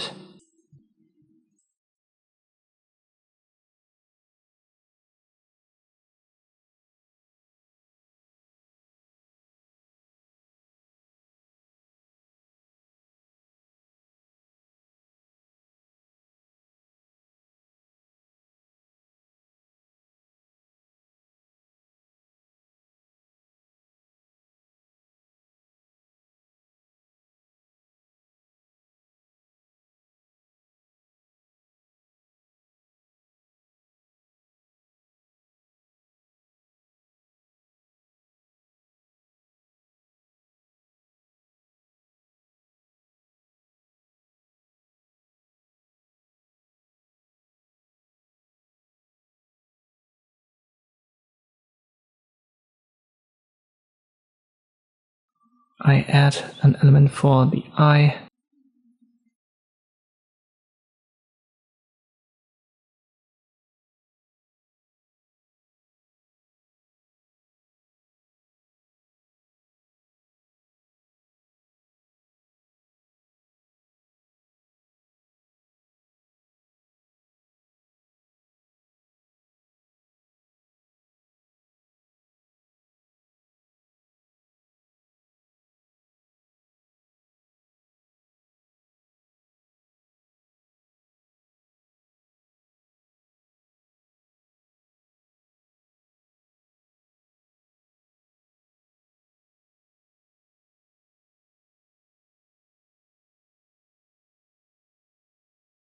I have to adjust this here a little bit using the anchor point tool.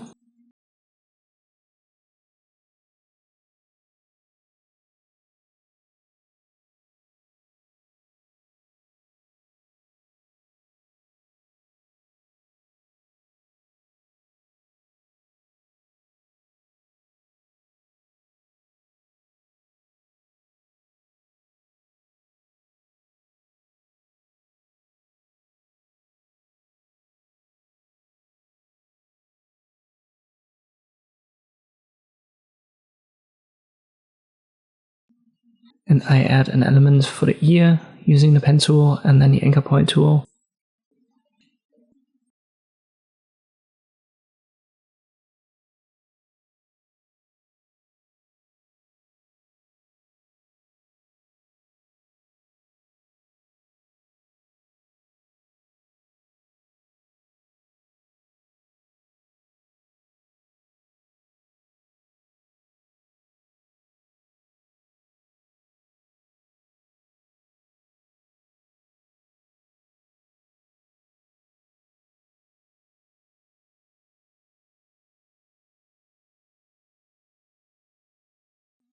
We can already copy this and reflect it.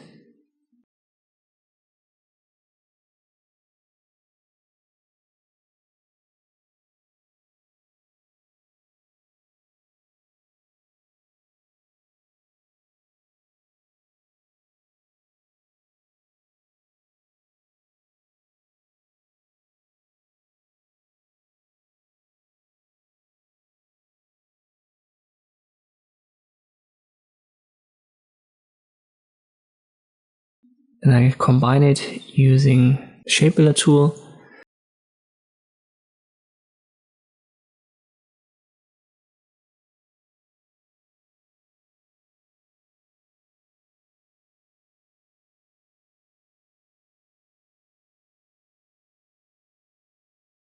And now I have to rearrange this. This is sometimes a little bit tedious because you don't know where this object is now on the left hand side. So I have to right click, arrange, and then find it. And then find a good order.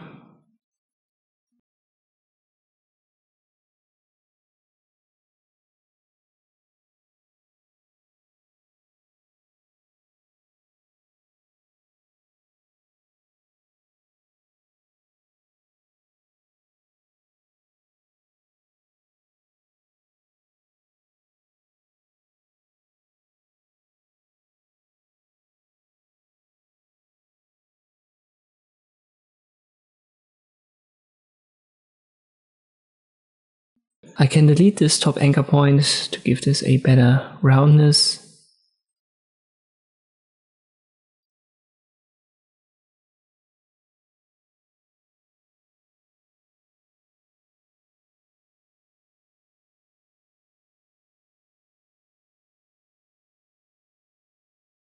Now let me add a nose.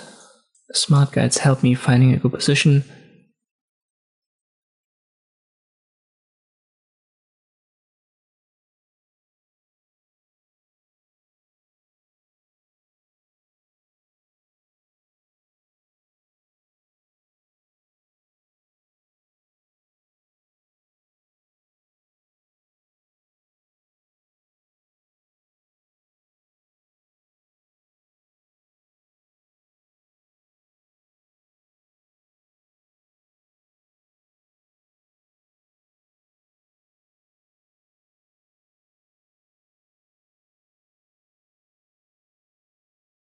And maybe I should position the nose a little bit higher. Let me try that. And again, beginner illustration, you can see this one primarily used the pen tool, and we were still able to create a basic illustration just using that. Once again, try to recreate that as well to get some practice. And then we're done, at least for the beginner stuff that I wanted to cover in this course. If you're interested, you can find, I believe, more than 250 tutorials in my Illustrator playlist. You will find it here on my channel homepage, graphic design category, Illustrator beginner tutorials. Just click on the view playlist. And here I've made tons of them where I've recreated, for example, icons certain designs where I've talked about tools that I haven't covered in this beginner course. So if you're still interested in learning more, check out my playlist. All of that is freely available. If there are still questions in regard to Illustrator, let me know in the comments. I might make more tutorials or even courses about that. I think I might definitely create a course on creating graphs using Illustrator. That should be interesting. Or whatever comes to your mind, just let me know in the comments. In general, I hope this course was helpful. Thank you for watching, and I'll see you next time.